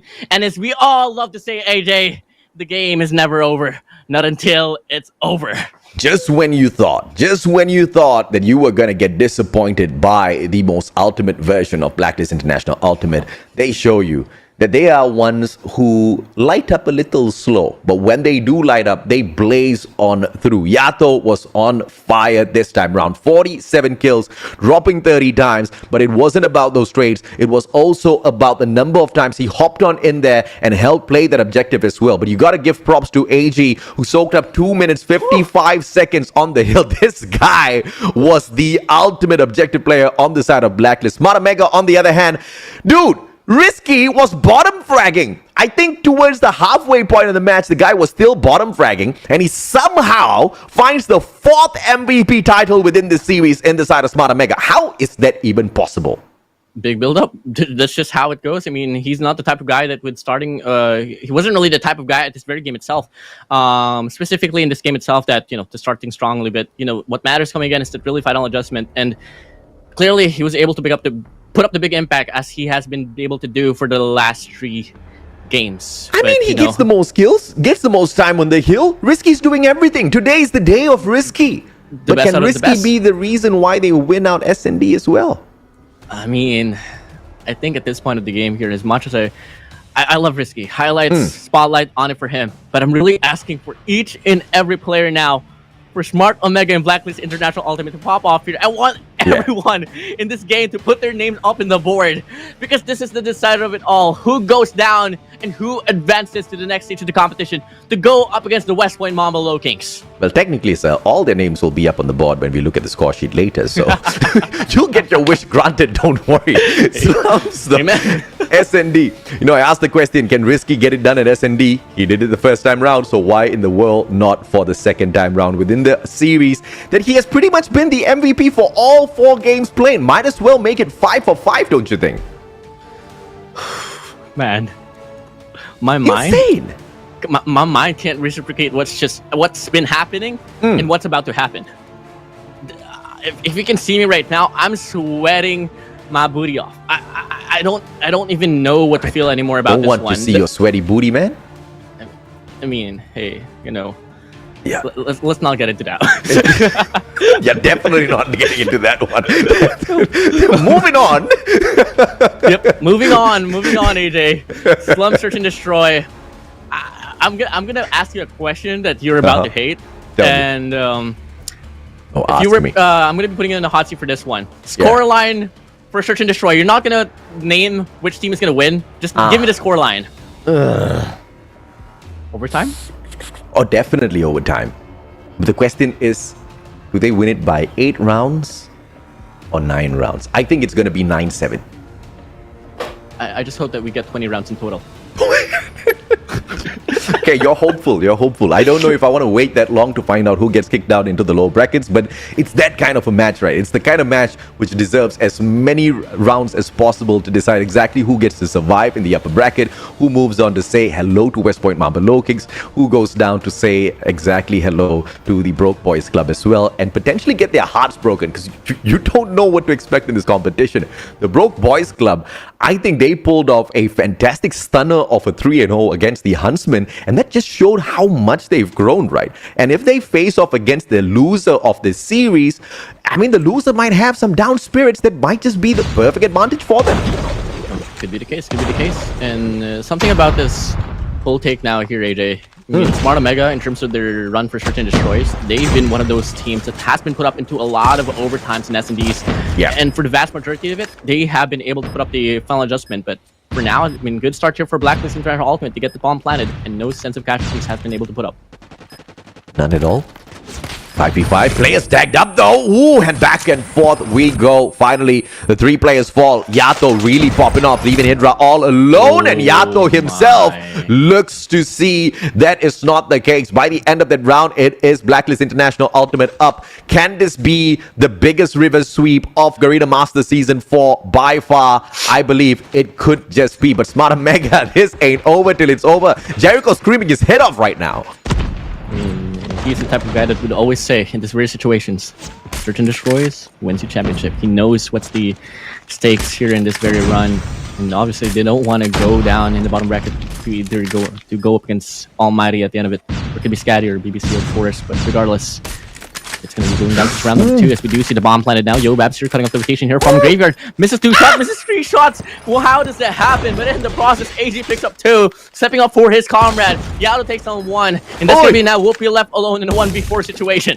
Yeah, that's a GG right there, man. I mean, missing out all of the shots just when you think, okay, it's done. It's done. The rest of the team members on the side of Blacklist says, it's not over. And they continue to slay on out, leaving Whoopi all alone. I mean, could be clutchable if it was Whoopi in his prime. For some weird reason, Whoopi's just not hitting his mark as many times as he used to. You know, and as Scotty would say, you know, you really want Whoopi to get the first bloods, and looking like the first blood here will be set for the set of Rage. Risky Candy under his name. Jamin puts himself up in the board, but he does get traded up by El Capitan Idra himself. 4-3v2 situation here, and looking like Idra wants to play with fire himself. And looking like he is still trying to trail down the players of Smart Omega. He's reaping them all away, forcing Idra left alone in a 1v3 situation. What can you do? Neptune sitting down in a corner somewhere saying, "Yeah, Blacklist!" You know, he had them winning this whole competition, and it looks like Blacklist is on its way to do exactly that. One needs to wonder what has happened to Smart Omega. They are on the defense. They can barely seem to get any of those engagements out there. And Blacklist, on the other hand, they're just running circles around them with Rage really putting on the hurt. And in fact, Rage has been one of the best players, not the best player against Smart Omega. And that's pretty ironic, kind of hurtful to say, man. I mean, I mean, the history, man, it's getting into me. But if we're gonna be talking at the present now, the impact has been pretty huge. I mean, he was able to start off that round number 2 quite strongly, and round number 3 at least. And let's see if we can put up the same impact here for this round number 4 as we kick things off. It's gonna be David Garrett getting the first blood. Risky shuts down 2 players. Overall has been taken away for the set of Blacklist International Ultimate, and the push ensues here. They're trying to pull off a pincer maneuver, but it's not going to work out right now. And in the process, AG does get taken down. It's going to be Yobab here left alone in the 1v2 with a scope. 1v1. And Candy, Idra, they know exactly what they're going up against. It's a 2v1, very winnable round for the side of Smart Omega. Yobabs smartly picks that Fennec up as well. Needs to deal with them at close range. But he needs to, at the very least, take one player out of the equation first. It could just be Candy as he starts things off here. But no, they want to set this up to play for trades. Very smart play coming out of Smart Omega, and Candy sorts that round to pull it back. I mean, could this be the same case? I mean, the first time that we saw Search and Destroy and Raid, Smart Omega was able to win 3 rounds straight. This time it's going to be Blacklist International Ultimate winning the first 3. Smart Omega responding back with a 4th. I don't know. I'm getting deja vu here, man. And if ever history repeats itself, obviously it's going to be Blacklist International Ultimate, but obviously it's not going to be not. I'm saying so much things at the same words at the same time here, man. I'm losing my mind. It's that kind of series, Warren. It's that kind of series. I totally get it. And Smart Omega, they do exactly as you say. They hit right back. One more slay. AG alive. He gets tagged up, but Whoopi says, "This is my time to rise up." 2-3. 2 rounds in a row now for Smart Omega. And looking by your theory, it might just end up in that way, right? If the next round goes to Smart Omega as well, you, sir, can start losing your mind. I've already lost my mind, man. But I got myself just like how both of these teams are playing this one along. And who would have expected Whoopi would be able to just change things up with a Fennec in hand? But looking like it's gonna be Rage changing things up now for him. Whoopi gets a refrag here, but AJ Jabin wants to put himself up in the board as well. And once more, it's gonna be Idra here left alone in 1v3. History repeats itself now, not overall, but for the round number 2 with him left alone in the clutch situation. Lonely. Idra so lonely. He wants to find a frag. Nobody's available. Timing. Spots Yobab misses that shot. I would say he had good trigger discipline, but Yobab's just a little too slippery. And look at the quick reposition, man. Yobab's just gone. And sets it up for himself on top of everything else. What a play, Yobabs. Blacklist International 4-2. So no, predictions don't come true, sir. It's not going to be a super easy or equal comeback for the side of Smart Omega. At least not yet. No, Idra woke up in the middle of the night and noticed his teammates wasn't on his side. And in the middle of the night. Okay, let's see. If or not, he will stay awake. Because can't just wake up and then go back right to sleep, because that was just the first kill. I mean, y'all gotta stay awake. This is the last invalid match overall. And players overall, same goes for the side of the viewers. You just gotta watch this one very closely. And this, so far, has been the slowest round that we've seen in the Search and Destroy. And Blacklist International Ultimate taking their time, really, and it's really paying off quite well as they get the first 2 kills. Ooh, out of nowhere, man. God. Smart Omega. Oh my. Okay. Hold up. If there's a time to wake up, right now's the time to wake up, Smart Omega. Right here, right now. Because Blacklist is setting a perfect precedent as to how this competition is going to go, because this is not just a victory. This is one of the biggest reverse sweeps in the history of Garena Masters, especially in Season 4. Oh my days. But I don't know. I mean, it truly is bound to be the case. But if Smart Omega can live out to their names, it's the Combat Kings. Maybe till then, it's surely going to be an upset over the upset. But that's just... move along on this very round. First 2 kills will be given to the side of Smart Omega. AG trying to put up the impact, but he gets denied. Rage still living and kicking here. He's going to be dancing all around the Pandemonium, but it's not going to work out so well. And now this time around, once was Idra in this situation, it's going to be Yobab's left alone in 1v3, but Whoopi shuts him down. Fantastic. 3-5.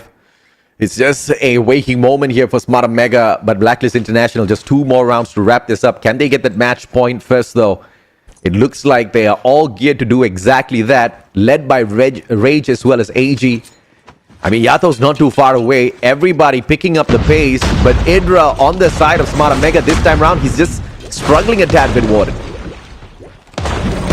All the way down. The only 1 kill up on the board. Really has to get those Braxton going. But moving along on versus very round, Jabin gets the first kill for the side of Blacklist. AG trying to put himself up into a board, but he gets denied by Risky himself. And this is exactly the time where Risky would shine it most. And looking like Idris well in the process will pick up his kill for the first time in such a while. Will be up in the board. Same goes for the side of Kendi. And Smart Omega, they take another round. Yeah, man. You know, my mama and my papa, they both died of heart attacks. And I think these two teams are going to give me the exact same thing here, bro. No, don't leave. Don't leave and stay there. Not yet. I'll finish the event after first. The game. No, I'm kidding. After the game, maybe. 5-4. And Blacklist now starting to shake. Maybe break a sweat. Smart Omega on the way to catch it right back up. Bomb in hand. It's all stacked up 3-2 here on the defense for the side of Blacklist International Ultimate. Risky wanting to open this up, and look at the positioning by Rage. He's just waiting to shut them down. Very finicky situation for the side of Blacklist overall. And in this type of situation, I can truly relate to you in terms of getting a heart attack. May I come with you, AJ, if ever this clashes comes true as well. It's a stagnant, it's a big old stalemate now. The silence is so loud here, man. And it's just going to be Blacklist International Ultimate waiting for the initiation to come true here for Smart Omega. This is just spot him. Rage. Dude, the positioning held by Rage is just so good. Everybody, in fact, on the side of Blacklist, everybody's hidden away. There's just no amount of peeking that Smart Omega's doing that's paying off here. Everybody, it's like they're wearing the cloak of invisibility. It looks like they visited Harry Potter before they came here. Ravenfall? No, you can't miss that, Whoopi! 2 more kills away, and there you go, the first match 1 advantage. Rescue left alone, Mr. MVP. What can you do? I mean, come on. That was so hot, even the spectator had to exit. Risky, final player. On the side of Smart Omega, finds one, sorts him out, information given away. Everybody else trying to get that wall bang. Risky does not rotate around. That's exactly what you would expect Risky to do, though. And Jabin might get caught out, but out in the open, Risky stood no chance. Match point for Blacklist. 1 more round for the reverse sweep. 1 more round that separates us from the biggest reverse sweep out of the Garena Masters series overall. I don't care what anyone says. This game is hot. This game still continues. But it's about to end soon, and Blacklist International Ultimate can get the final adjustment.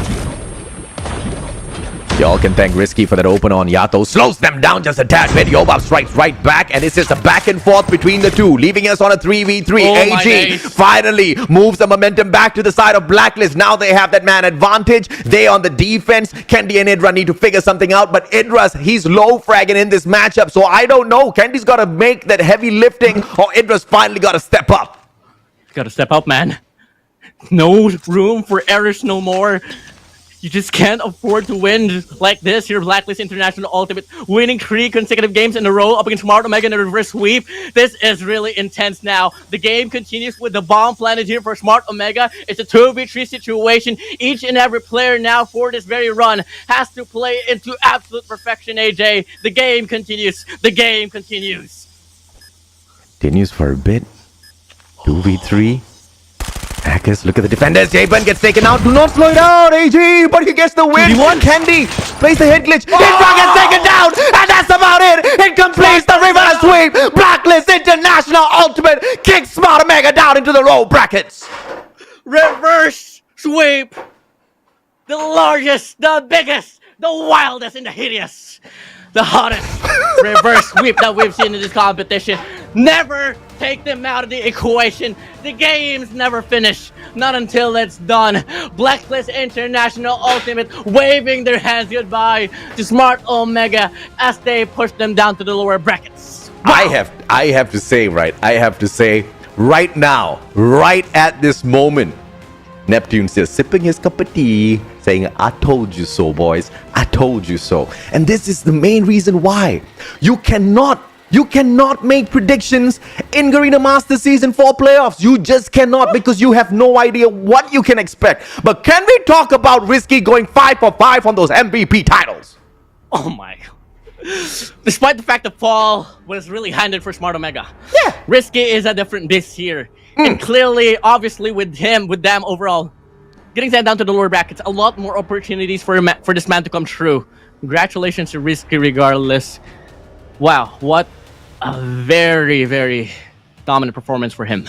Oh, that was a superb dominant performance, man. And I think it was a great opportunity for the players on the side of Smart Omega to make their return in this matchup. But the usual suspect that does perform just wasn't performing. Idra, just those 2 kills. Kevs with the 5. They were hurting. And I tell you, the main one that was hurting them was not only AG, right? It was also Rage. I think in all of the matches up against Smart Omega, Rage has been that kryptonite. He was such a super slayer, always knowing exactly where to find Omega players. Oh, wow. I mean, good reads from them. Good adjustments overall. This is how Blacklist International Ultimate will put up. And the Scotty would say, what the hell is this match? What a revenge. Last time Smart Omega reversed sweeps Blacklist International Ultimate. The history repeats itself in some way, but this time it's the other way around. And man, oh man, as we all thought that the game would end on towards control, we got blessed with what we asked for. A game number 5 for this very match itself. And what a way to end it all off with a reverse sweep offered by Blacklist International Ultimate. Assuming the 2 Titans wins their matches in the lower brackets, we're actually going to have, or we might have, a rematch between Almighty as well as Smart Omega. And that's actually going to be quite devastating if Smart Omega goes up against Almighty and by some rare chance Almighty wins. You know, basically just turning everything on its head, because Smart Omega is the one that kicked them down into the low brackets. And, you know, things can possibly turn for the worse in here, man. Let's see exactly how things are gonna kind of pan out. Sorry, West Point Mamba Lowkings kicked them down, but it is gonna be an opportunity for a redemption. But one would think that it might be an easy case here for Almighty after the 2 victories they've already taken on them. Definitely. I mean, but in some way, you know, at this very season of last year's Garena Masters, the Lowkings and the Blacklist International Ultimate was found over at the upper bracket finals. Yeah. With the West Point Mamba Lowkings just 30 points away from getting the victory out away from Blacklist International Ultimate. They were able to upset them, just like how they were able to do it with Smart Omega. It's going to be a hard call here for the West Point Mamba Lowkings. They've been heated up. They've been able to exceed a lot of people's expectations, and they've been able to earn their names rightfully in this very event. But what awaits them is their predecessors that has been able to dominate them with whichever timeline they go into. The record of running through every single game unbeaten for the side of Blacklist International Ultimate might have been broken by Smart Omega as they took those first 2 victories. But the full series victory, Blacklist International Ultimate still is a team that is unbeaten, and they hold that record alongside West Point Mamba Lowkings. That is just absolutely insane. It would be fun to see those 2 teams in the grand finals later on. Rage picks up the MVP title, so well deserved. This guy, once again, was the kryptonite for Smart Omega. No doubt whatsoever in this matchup.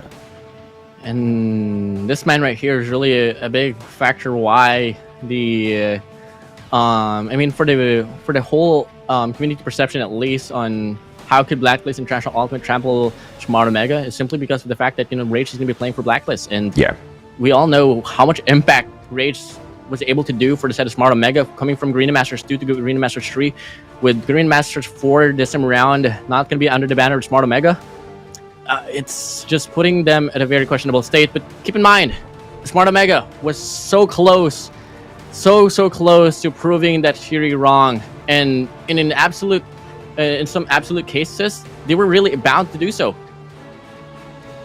So does that mean you're still waiting to see exactly what sort of comeback Jericho has, Warden? Definitely. I mean, that's really the excitement here, man. I think we will be able to see that if both Smart Omega as well as Almighty can overcome the underdog challenge down here at the Chorus 1, right? Because now that's exactly the two series that we are about to watch unfold. Smart Omega will take on the Broke Boys Club, but not before Almighty meets up against SKADI in a best of 5. If Almighty makes it on through, then they'll just need to wait for Smart Omega and go in for a repeat. Or will we see the rise of Smart Omega once again from a lower bracket run? It's all in the balance, and there's just no way to say exactly what's going to happen. Definitely. I mean, this whole storyline here for Garena Masters 4 so far has been just a storyline of,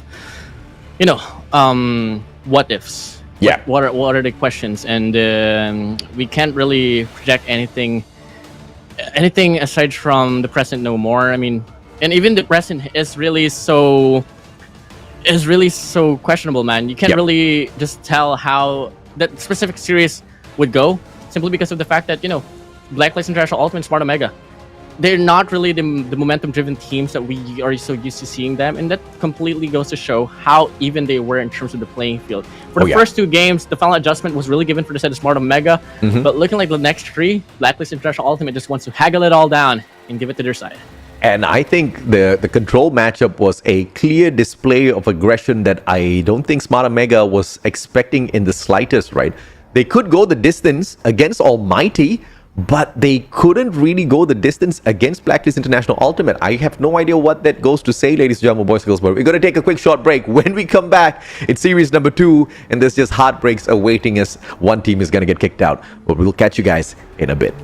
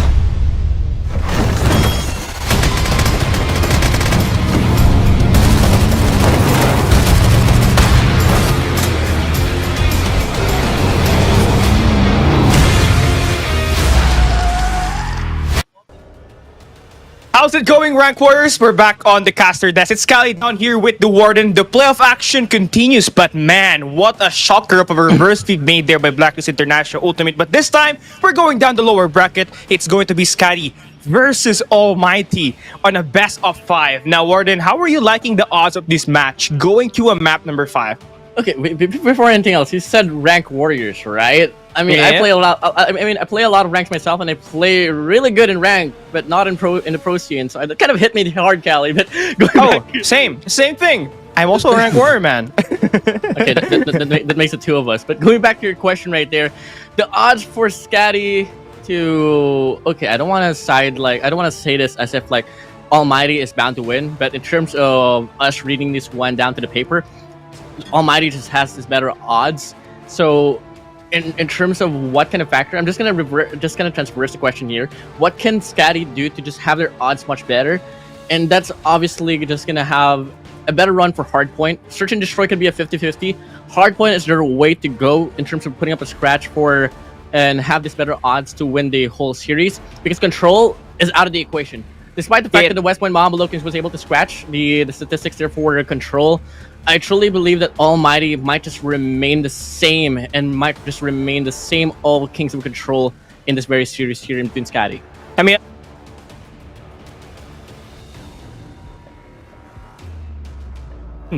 the match versus Lowkings on that game mode itself. But you know, today is going to be a day where you find adjustments. Same thing for SKADI in here as well. But taking a look at our schedule, just to take a refresher, we had a Smart Omega and Blacklist opening match, and it turned out to be a reverse sweep. And right when you think Smart Omega was about to win that game, nope. Blacklist put on the ultimate reverse card just to win that series, and it was nice and delicious. Now, coming up next is going to be SKADI and ALMGHTY. Right after that, it's going to be Smart Omega and Broke Boys Club. So, this next 2 matches that we're gonna have is actually going to be the underdogs versus the proven and tested Goliaths that's playing in the MSP scene. Yep, definitely. And moving over to this take right now, I mean, later on after this matchup, we're gonna be having Smart Omega and Broke Boys Club, right? And I just want to bring up the fact that Young Jay for the set of Broke Boys Club did once play for the set of Smart Omega for a different tournament. So that's just something I love to mention here, Callie. But moving over to this whole run here, man. I mean, in terms of you, I'm gonna throw back the question to you actually, because I'm really curious in what's your take here. What do you think the odds are? How do you think this whole series in between SKADI and ALMGHTY's run will pan out? I mean, honestly, looking at the statistics here, it's going to be a 3-0. It's more than likely, but I am I'm open for upsets. I'm open for things changing, knowing that SKADI actually has a very dependable hardpoint game mode. It's just that they need to find the perfect map for you to take down, of course, a team like ALMGHTY, and you need to win the coin flip as well. But they have speed, Weeds, Chirac, Cisco, Mark, and Snurpy, and we know the last time this team met, they were able to face Forest Kings, and Snurpy was the MVP, and we need to see more from him coming to this table, as well as Cisco, who's been underperforming in that GM4 day 1. And despite him underperforming, he actually saw a little bit of an altercation towards Twitter, which Cisco basically pointed out that he's going to destroy heaven in this very series. So that's going to be pretty interesting. And I did ask him twice, by the way, earlier in the morning, how do you feel about the matchup later on? And he said that just remind everyone that I am gonna destroy heaven. That's what he quoted. So let's see if he can live up to that name. I mean, that's hard. It's hard if you want to play in that response, but maybe on that S&D, we'll be able to see Cisco's performance up against ALMGHTY, Heaven, and the crew. Jeff Fro, Shut Up, Irfan J, and Incendio. This team, out of nowhere, got upset by WPM Lowkings up there in the upper bracket, but it was a very close match. It's just that the problem here with this team right away, you can clearly tell, is the team chemistry and, of course, the lack of coordination as they play in the map. But, of course, that can be compensated. We know that this team has the oldest lineup here. They at least have a year of experience in team chemistry. And a slight addition in, adjustments playing that hardpoint is going to be important here for them to advance and play on the next stage later on. And in terms of the next stage here, if ever they do advance, they either have to go against Broke Boys Club or Smart Omega. And that's going to be a very blockbuster match as well that we're bound to see later on, if I'm not mistaken. And can't wait to see how this one's going to pan out. But before that, obviously, we have to find the dictating forces here on this very matchup itself? Is it going to be Almighty or is it going to be SKADI? We've made our guesses. I think the comment section down below as well could make theirs as well. I mean, in terms of paper, in terms of the statistics on paper, obviously Almighty has this one up in the board. And in terms of statistics now, Callie, here's the head-to-head rundown. Yeah, I mean, IrfanJay will be dominating this Snurpy guy. I mean, just by looking at his statistics on the group stage, he was killing it as a Slayer for the squad. And of course, not only that, he dominates the Hardpoint objective as well. But that we did not see up versus WPM Lowkings. So we might see IrfanJay back into that Hardpoint objective as we play this lower bracket matchup against SKADI. And well, honestly, for Snurpy, this guy's a rookie, but he's holding himself out there against the veteran teams. And I'd love to see more from here today. He is going to be important playing that S&D and, of course, that hardpoint objective. And he's been able to really put up the greater impacts as well, alongside with Speed himself now. I mean, Speed playing respawns is such a huge factor here for the side of SKADI. And if ever he can pop off alongside with Snurpy instead of Hill, maybe till then that Almighty might have a bit of a hard time, but that's only gonna go. It's only gonna be dictated once the game starts itself. And if I was to draw back, one thing that Cisco also talked about is that they're kind of glad that they started off the game with, you know, not going against Almighty at first hand, because they really just hate to play against this team. And finally, it's truly happening here. And they really have to face their fear, man. And there's really nothing that they can do aside from just to move over and try to prove themselves worthy up against this team of Almighty. I mean, you don't want to go up against Almighty. I mean, every team hates to go up against Almighty, especially in that control game mode that they're going to have on slumps as we look into the maps and modes. But we're looking at the first map. It's going to be Hardpoint at Summit, and it's SKADI that will win the coin flip. So they'll pick that map over any map that was available. So very interesting take here for them to bring AMT to a close range match, which we all know Heaven can slay with that CBR4, and of course with IrfanJay. And moving back to the map bans and of course the operator skill ban, we have Hacienda and Takeoff ban as well. Purifier and Gravity Vortex gun banned as well. So we're gonna be having that Annihilator and of course that Claw gonna be highly available for use, especially in those corner picks that this team would look to defend. In addition to the Sparrow as well, which could be really so detrimental for a map like Standoff and Summit to just zone out the hard points. So let's just see and how that's one that factor right there can get executed into. And so far, I mean, just looking at these maps and modes, I'm really half-hearted about this. And clearly, when you put Almighty in the game mode of slums control, I think you really are bound to just give the game to them. I mean, the mastery has been so phenomenal, especially for the very map itself. So I think that one right there is chalked out. But then again, you know, I really hate to make a lot of predictions now, especially after what happened in between Smart Omega and Blacklist International Ultimate. So with SKADI faltering big time on the first round, you can just kind of hope that in some way that they change their profile. This is their final chance. They are in the bottom bracket, and there's really no leeway after this. So they really have to show a different type of SKADI, because if not, they might just falter just exactly how they did on the round number 1. Yeah, this is actually going to be their best bet, of course, in winning up against Almighty. This Hardpoint as well. Of course, Summit last played by Almighty versus WPM Lowkings, where they got absolutely destroyed in map number 4 on the upper bracket. So, best chances for them, but the question is, are they going to show up? Is the gunfight's going to kicked in right away for them to not give any momentum for Almighty right off the start? Because we all know, once you give Almighty that hot start, they will not let it go. And they're really one of those momentum-driven teams as well, and that's just how it's going to go. So I can completely agree with you with that one right there. And let's just see what is the respondent there for the set of SKADI. But keep in mind, if ever SKADI is going to be able to put up a close game here for Summit Hardpoint, maybe I can kind of eradicate my whole predictions here for this whole series. Because after all, you know, we know the prides within them, and we all know what kind of adjustments that they want to offer, especially because they don't want to lose a chance to qualify to the next stage of the competition. But whoever advances here coming along, I just want to talk about the bracket once more. Is they either have to go against Broke Boys Club or Smart Omega. But before that, we are going to be defining how the series will pan out as we move along to the game itself. Finally, we do see the game starting off. It's going to be Almighty and SKADI once more, going into a map of Summit and Hardpoint. You know, we've had versus Smart Omega and Blacklist in that first game that we've had, the opener.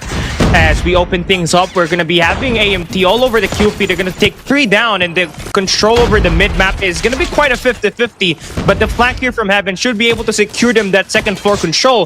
But as he goes down, JevPro needs to win this gunfight, but he misses all that. But now you're starting to see the KRMs back in action. I mean, we saw that from Yopi the last time that he played on this map, and it's slowly starting to be the crazier for the squads when they play in Summit.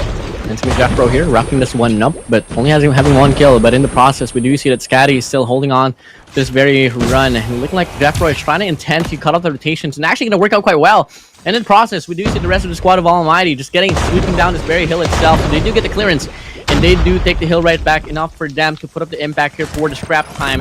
It's going to be 22-15, and it's going to be a back and forth now. Next topic, and we go. It's going to be hardpoint number 2. Yeah, I mean, a 50-50 map control in this first half, but now we're going to go into a one-sided hardpoint here. Number 4 in IrfanJ, not really extending to get that green spawns, but his team is going to spawn through that, so they're going to have the favorable spawns coming into this. And a potential pinch play made by number 5 in Incendio, as they are coming in here to actually put off some attacks. But now, SKADI, they're going to be able to flip that spawn, so nice adjustments made there, by the way. But they are claiming time as well, so this means AMT, they're not really winning their gunfights for now. Not really winning their gunfights, and it's gonna be SKADI on the driver's seat. This is kind of low-key exceeding my expectations right now. I mean, with SKADI here being able to put up a fight, that's really quite huge. But it's only the start of the game now, no sense of definition whatsoever, not just yet. But as we move along, the gunfight's still a 50-50, but much more sided now for the side of SKADI. 42-28. ALMGHTY here trying to get a break here on way down to this dark end, but the crossfire ensues, and with whatever gunfights that ALMGHTY's put up, they do falter. Yeah, I mean, this is a back and forth here, just from those first 2 hardpoints, but SKADI did a lot of hardpoint objective here. But the Slay's definitely working a lot better for AMT on that first 2 hills. And yes, we did see ALMGHTY have this early rotation coming into this hardpoint number 3 as it opens up, and they're going to continue holding on to that. But if JevPro wins that, and which is not going to be the case, as we see Chirac route around the back, so map control is what these 2 teams are fighting for, and it's whoever wins that left side of the minimap is going to win this entire P2. And for now, it's looking like it's SKADI, but IrfanJ is looking to cut this place down, but he gets shot down, and AMT now still in the point, but they don't have the spawns. Yeah, they don't have the spawns, and that's going to be coming in quite huge for the set of SKADI. All they got to do is get the break inside the hill. Deal with shut up now, which is the only player remaining here for the set of ALMGHTY. Holding down the angle, gets him tossed down, but IrfanJ in the process will cut off the rotation and will break the heat. And in the process, they absolutely flip the spawns. 1 more player to take care of, and that's going to be Snurpy now out of the equation. And ALMGHTY about to claim the remaining time on his very hill. I mean, lovely take there for ALMGHTY. I know that they've been continuing that pressure on that hard point, but as soon as SKADI just focused their attention on that one side, they stole away that spawn and that anchor away from SKADI. So that's going to be very beneficial for them. Not only they do claim the final 30 seconds of that third hard point, but they're moving in for the next hill as well. They got number 4 set up off the back, and they got their operator skills brought with them, and they're going to win this initial gunfights. So that should score them some time inside this hill and spawn SKADI so far away, and that's going to be very beneficial as AMT now looking to have that momentum in them. JevPro inside the hill has this frag out into play, whipping out the KRM as well. And he's going to be able to not going to be able to put up the impact, because it's going to be the players all around the perimeter getting the job well done. 88-55. SKADI here nowhere to be found, and they tried to long for a break here, but whatever they do, the players inside the hill from instead of ALMGHTY has been able to deny. Let's go inside the hill. 11 kills for him, wouldn't be able to make it a 12. He gets further down, and in the process, it's still going to be ALMGHTY winning most of it. When at this point, this is where you start to worry if you're SKADI, because right now the gunfights, the map control isn't really there on this last 2 hills, so you better find some good ways for you to at least break this P1 setup by AMT, where they currently have a great setup towards the corners, and that should be able to counter the attacks that will be pushed in, will be made by SKADI as they just come in here guns blazing. A 25-point lead for AMT as it opens up here at this first hill. 25-point lead is not really much of a margin here that ALMGHTY should be comfortable with, and looking like it's going to get lower down as SKADI here gets the break inside the hill. 77-100, and looking like SKADI here is longing to be part of the 100-point mark club. Only 15 more points to claim, and they're absolutely going to be in it for a run.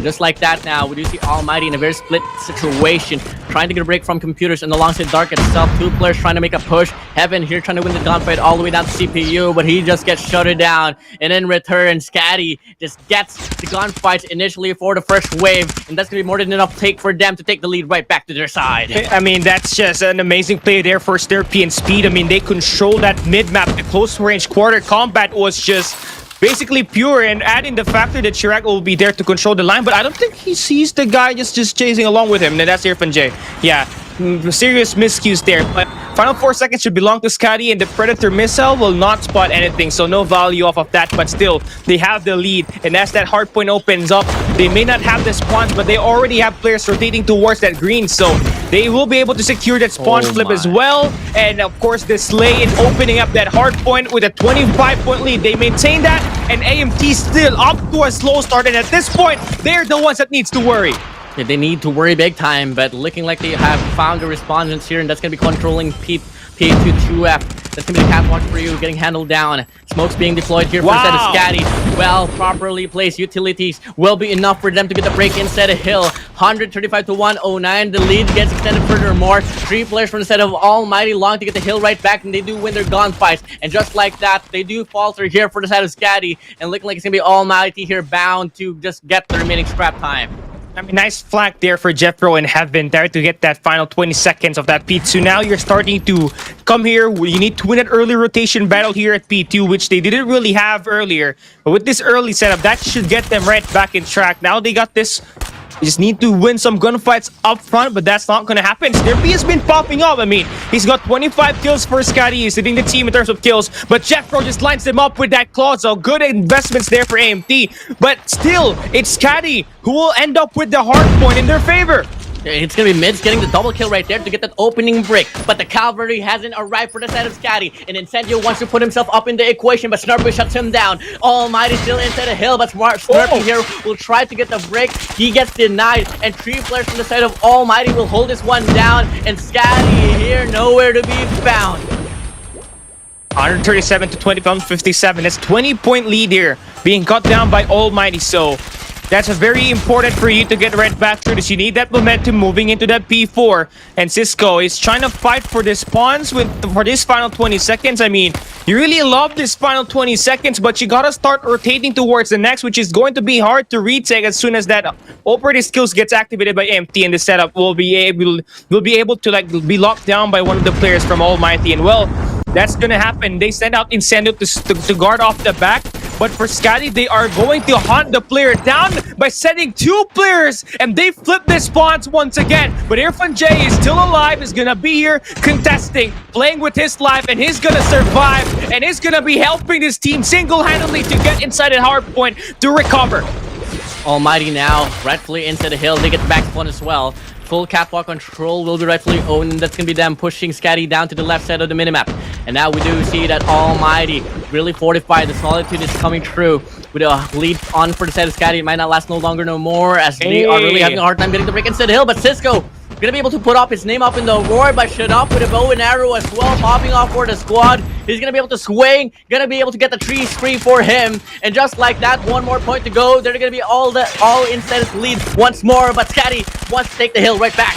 I mean, Cisco's just playing well today. Look at that. He shuts down Heaven, so he definitely is out there to kill him and hunt him down. So they're going to add the second hard point with the lead.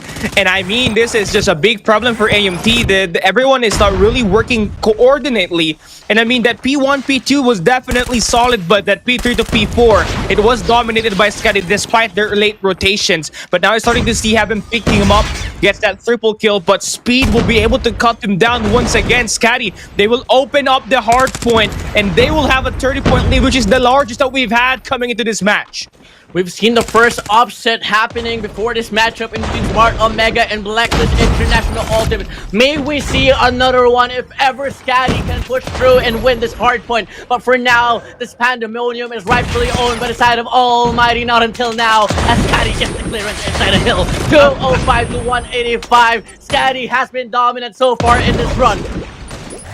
Oh well, Heaven, you're not allowed to miss that. You need every kill you get for you to advance and push up in this P1, where Scotty has claimed the most time in the 3 rotations of hard points that we've had. ALMGHTY, he's been slaying, but you need to see more from Incendio, who currently has 23 kills inside the game, for you to be able to get right back into it. Snurpy has been popping off.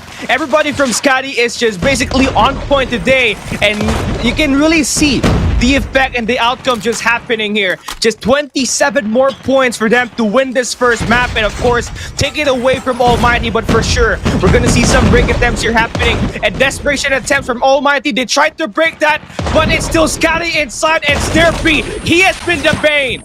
Yeah, he has been the pain, and if played into absolute perfection, Almighty can still live for another run. The push will try to ensue here for the side of SKADI, but they get denied. 232 to 197, but Almighty bound to go back inside this game, but SKADI wants to deny. 14 more points to claim, and SKADI here might just be able to upset Almighty in this run, and looking like it's bound to end off in this run here, Cali. Looking like SKADI bound to upset the community as Almighty, they fall and falter and this Hardpoint summit.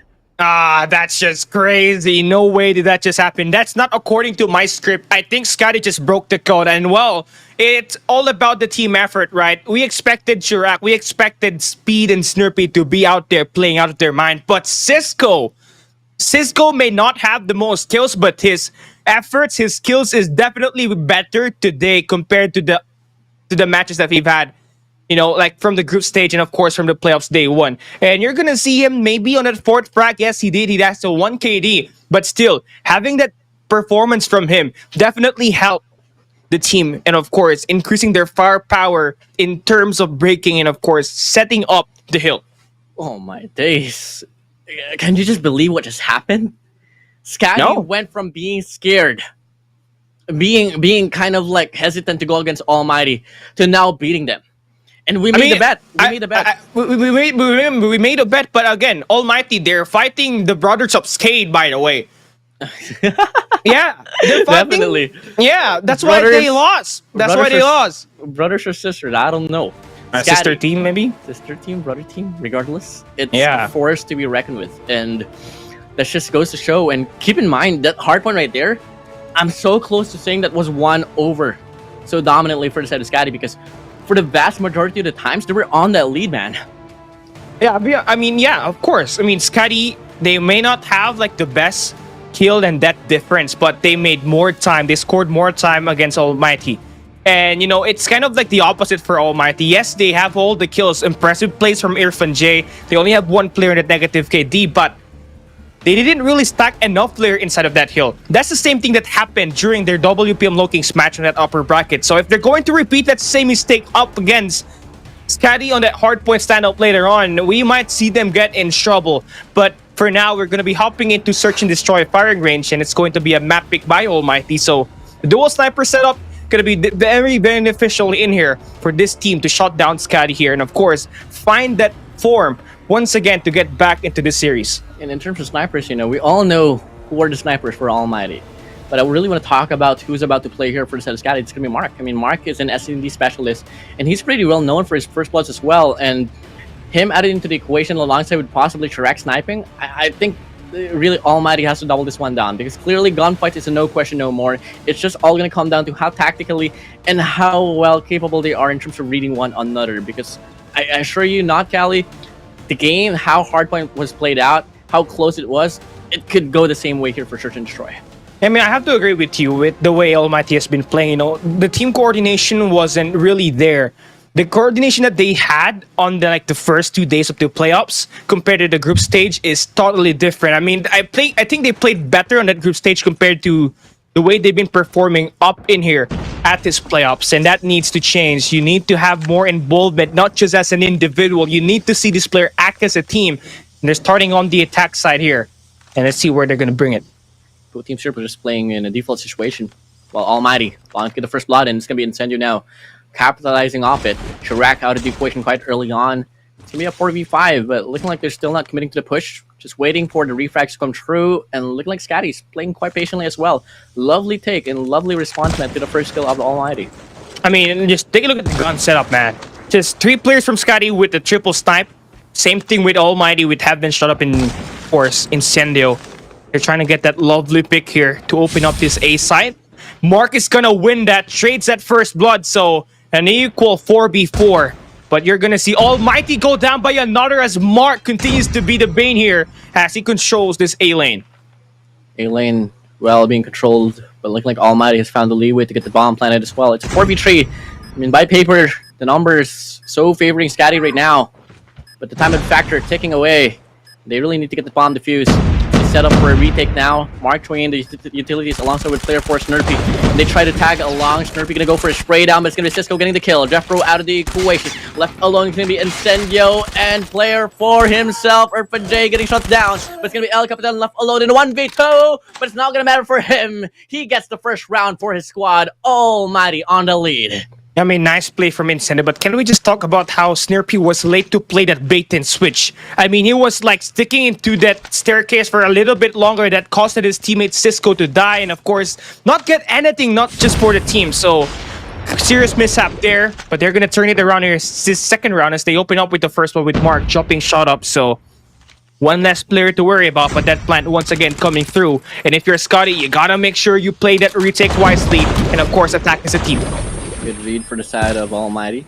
And Jay gonna be able to get one kill with no casualties. Heaven as well. It's gonna be a 3v3 situation there actually.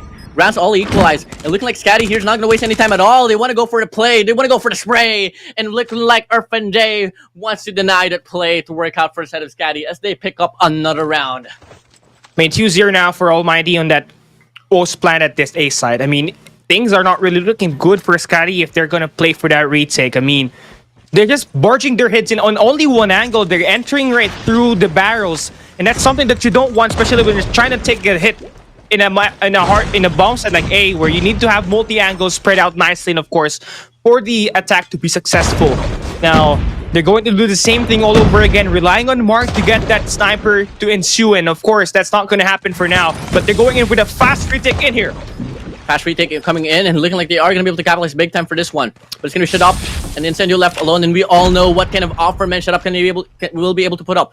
2 scopes in hand for both ends of the spectrum, and they're holding this one up for dear life. Shut up here, going to go for the jump threat. He takes down one. He has done this before. He might be able to for sure do it again, but this time he's not going to be able to find any connection. Not until now. He's forced down to a 1v1 situation with Snurpy sliding in. The question is, does he have enough time? He absolutely does. I mean, that was a very risky take there for SKADI. I mean, they almost got whiffed down there by just 2 players from Almighty standing. And I don't like the play from mids, by the way. He brought out the melee at the end. Something that you don't want. You can't risk any rounds in here, especially when you're up by 1-0 and you want to stop Almighty from getting any sort of momentum. But they win that round anyway by forcing themselves through with a very aggressive post-plan attack. Another alien pusher bound to happen for a set of Almighty. Looks like it's going to be a 5v5 retake here, no casualties whatsoever. But we've seen the retake come true for set SKADI, and they didn't really have no problem at all for the round number 3. Snurpy here will be swinging for dear life. He takes down one. Jay gets refrag as well. It's a 4v4 situation here, but with the bomb planted and with the kill still coming through all the way down to this white warehouse, it's now a 3v4. I mean, Jay needs to win this spot. Mids, Mark just coming through, but number 5 in Incendio is on the back. Gonna have a pistol with him, not gonna be good in the long range, but he is able to escape with his life and almost one-shots Mark, and there it goes, a 1v2. Just needs to wait for mids to attack. Not gonna stick that plant. Pros don't fake mids. Pros don't fake. And Incendio is keeping up with the pressure. 5 seconds left is gonna pop out with a pistol, and that's a 1v3. He stops SKADI. Call him Cardo Dalisai. My man. And something about Incendio rocking the 50 GS. It's John Wick. It's John Wick. He's got the 50 GS. Yeah, and that's just how he's going to be able to roll. I mean, Incendio is one of those players that can rock the 50 GS like it's a primary weapon. I mean, that just goes to show. Yeah. Absolutely do. SKADI, you can't let that happen. I mean, if I'm SKADI right now, I'm going to be devastated to be a 1v3 by Incendio with the 50 Gs. Cisco now opening up the retake. That's against Incendio. So no more clutch player in the game, and Mark shutting down Jeffro as well. 3v4 situation, and the slide comes through here all the way down to this white warehouse, and Snurpy will get the kill all the way down to Jay. It's gonna be Heaven, and Shut Up left alone. Make it only Shut Up. And he's gonna be in the same situation, in the same case. Can he clutch it up? It's a question though. He misses a shot, and Snurpy shuts him down. And in return, SKADI, they take a round back, lowering down the lead to just 1.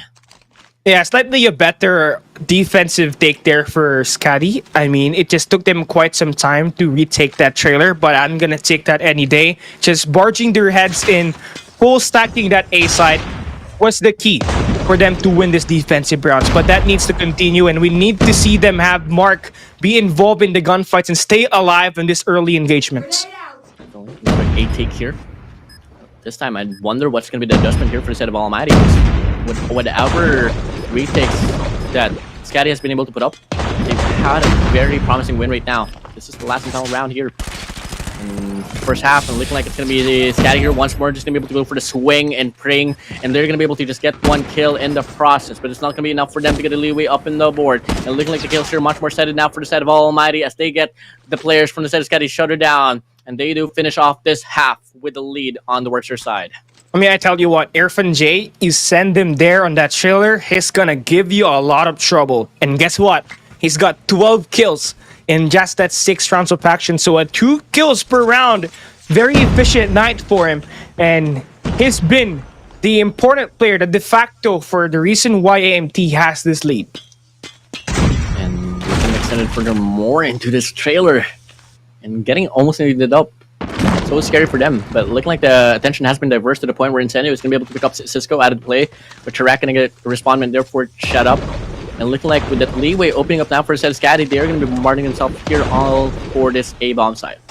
I mean, you can settle the plan, but if I were SKADI, you gotta push that trailer. You gotta take away IrfanJay first. He's that clutch player that you don't want to have in that late game. Chirac stops 7 down, and you're gonna see some players from ALMGHTY coming through the barrels, and it's gonna be equal, 3v3, 36 seconds. Plenty of time for SKADI to hold this.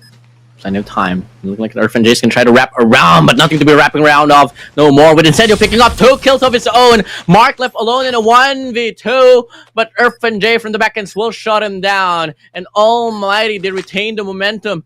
1 more round to go for the match point advantage. And this is what we see. This is what we need to see from ALMGHTY. Just be steady, play as a team, and just work through it with IrfanJay, because this is the guy you obviously would want to create the plays for you right now. 14 kills, I tell you what. It's been such a key here. And that needs to continue for them to secure their first win on this series. It's so probable. I mean, they really got this one down. They're reading SKADI like a book, and despite the fact that they did most of the same execution for the first half, they were able to just run them down, and looking like aggression will be the answer for this very round itself, as IrfanJay will be able to take down Mark. And Incendio here wrapping around towards the jungle alongside with Jeffro himself, and this might be a huge play coming through soon enough. Oh! Incendio, that was close, but that should be information sent out now for SKADI. The rotation, their heads are going to be focused on hunting the players down on the back, but Incendio tried to attack on the front, but he's not going to get that kill. But his teammate Jeffro does. He finally gets his first kill on the game. Took him 8 rounds, but that's very needed for them to secure the 6th round win and, of course, enable that match point. They might just be able to do so, but Chirac's still alive and kicking, and he's going to be able to take down 2. Forcing it down to a 1v1, Incendio El Capitan, can you deny Chirac himself? Which also has been the caller for SKADI. Biggest 1v1 so far here in this match. Like, they are not going to meet, not just yet, but if ever Chirac decides to plant this bomb, he has to worry about Red Room. That Red Room, I tell you, it's nasty. That's where the devil lives. And he's not going to spot him any moment. As Incendio continues to play very disciplined, just hiding around, waiting for Chirac. And while Chirac is not contented to plant that bomb, he wants this guy to die. He wants this team to actually win this round because it's very needed for them to get that momentum. But look at this. They're just finding each other, but they don't seem to find themselves here for now. The 1v1 continues now. It's going to be an open plant here for Chirac. Incendio out in the mid lane. Might be able to find him up. The VDS comes through. He gets the 1-tap. How does that happen? Incendio! Call him Incendio! Ah, John Wick 4. Definitely. No. He's gonna get it through. Oh my days. Oh my days. That's 4 clutches. That's 2 clutch rounds for him with the pistol. How does that happen, man? 50 GS too nasty now. Either nerf the gun or check Incendio's phone. Regardless, someone has to stop. No. You know why he's good today? Oh, Because no, he's got the Warden buff, and you all know Incendio plays well when Warden is casting. And well, take a look at that, 11 kills for him. But look at this, the plant coming through now for Scotty. First post-plant attack, they gotta stand their ground. You can't give AMT one more round here to secure the game. Everybody's forgetting about that legend. No, it doesn't. It lives forever. And it's still gonna be Almighty here living for a run for them to end off this game. It's gonna be Tarak left alone in a 1v3 situation with Heaven shutting Tarak down. And just like that, Almighty, they take Search and Destroy right back. I mean, after Incendio haunts Scotty, he's after you, Warden. So if I were you, I better find a way for me to escape, because it's better early than never. Oh my days. Well, I'm never gonna be prepared for this whole taker and shut up. What just happened to your camera? Oh, he's got flashbang, bro. Don't mind him. Okay, so moving along, man. Oh my.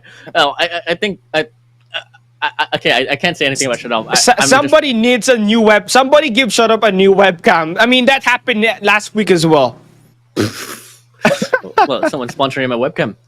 We missed the good old face to shut up, but yeah, you know what? I think you should offer AMT a peace offering. So to not get Incendio through you, you have to give shut up that webcam, man. You know what? Just for the sake of my predictions coming into the right place, I don't want to do that. I want to see them dominate this whole run and just go back to the upper bracket to go up against the WPM Lowkings. But check from that. Just looking at this whole breakdown here, you're gonna talk about Earth and Jay leading the squad, and Jeff Pro on the second take here, being able to plant the bomb quite a lot of times will separate Incendio from being the second placer for the rundown. And now we know why Jeff Pro has 0 kills approaching the second half of the game, because he's been staging all the plants and the setups for Almighty, which is really nice for him. I mean, since what, almost like 6 plants and 2 diffuses? I mean, we only had 9 rounds, so objective guy, you want Jeff Pro on the team. And of course, AMT will secure their first victory of the day. Now here comes the challenge for SKADI. We're hopping into a control slums, which we all know Almighty is very savvy at, and they are definitely the best control team in the Garena MSP server at the moment. They are. I mean, only until the matchup in between the WPM Lowkings that they had a scratch on their statistics for control for the Masters itself.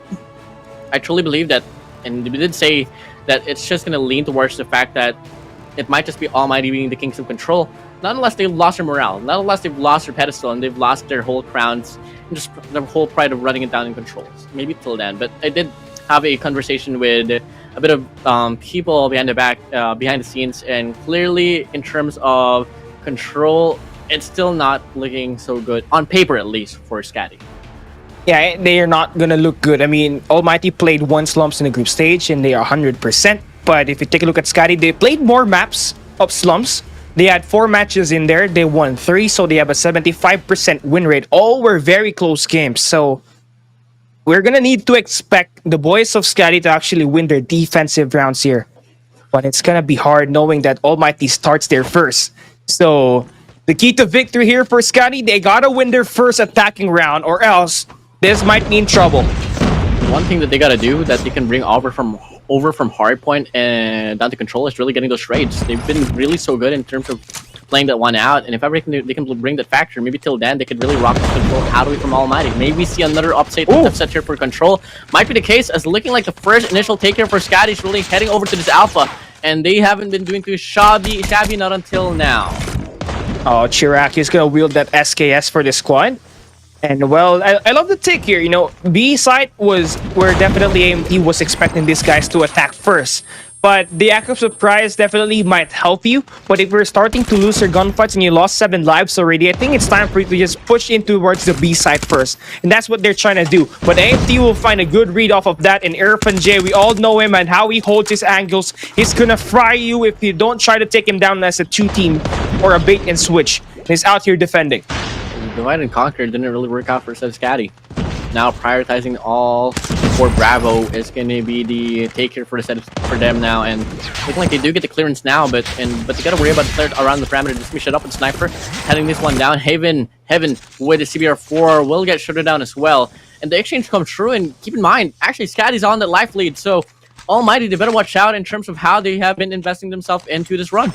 Yeah, I don't really like how well they played that mid map, because they were kind of giving themselves away. That's just 3 points for SKADI, and when they were playing that that rotation, and that will give SKADI the chance to actually extend the time to another minute. So with that B side capture done, the challenge here is this time taking away the A control point from Almighty in the nearest of spawn. So it's kind of very important that Incendio does not bring that pistol. He needs to ride a AMR, but he's not gonna be finding gold value off of that. And SKADI just winning their gunfights, but Heaven responds back, but Mids gets the opener at the A side, and now they're claiming time.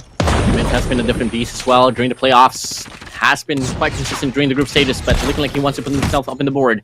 But the exchange comes through here overall. I mean, life count here will be on the lead for the set of SKADI. Almighty still alive and kicking here. 5 composition, still well on.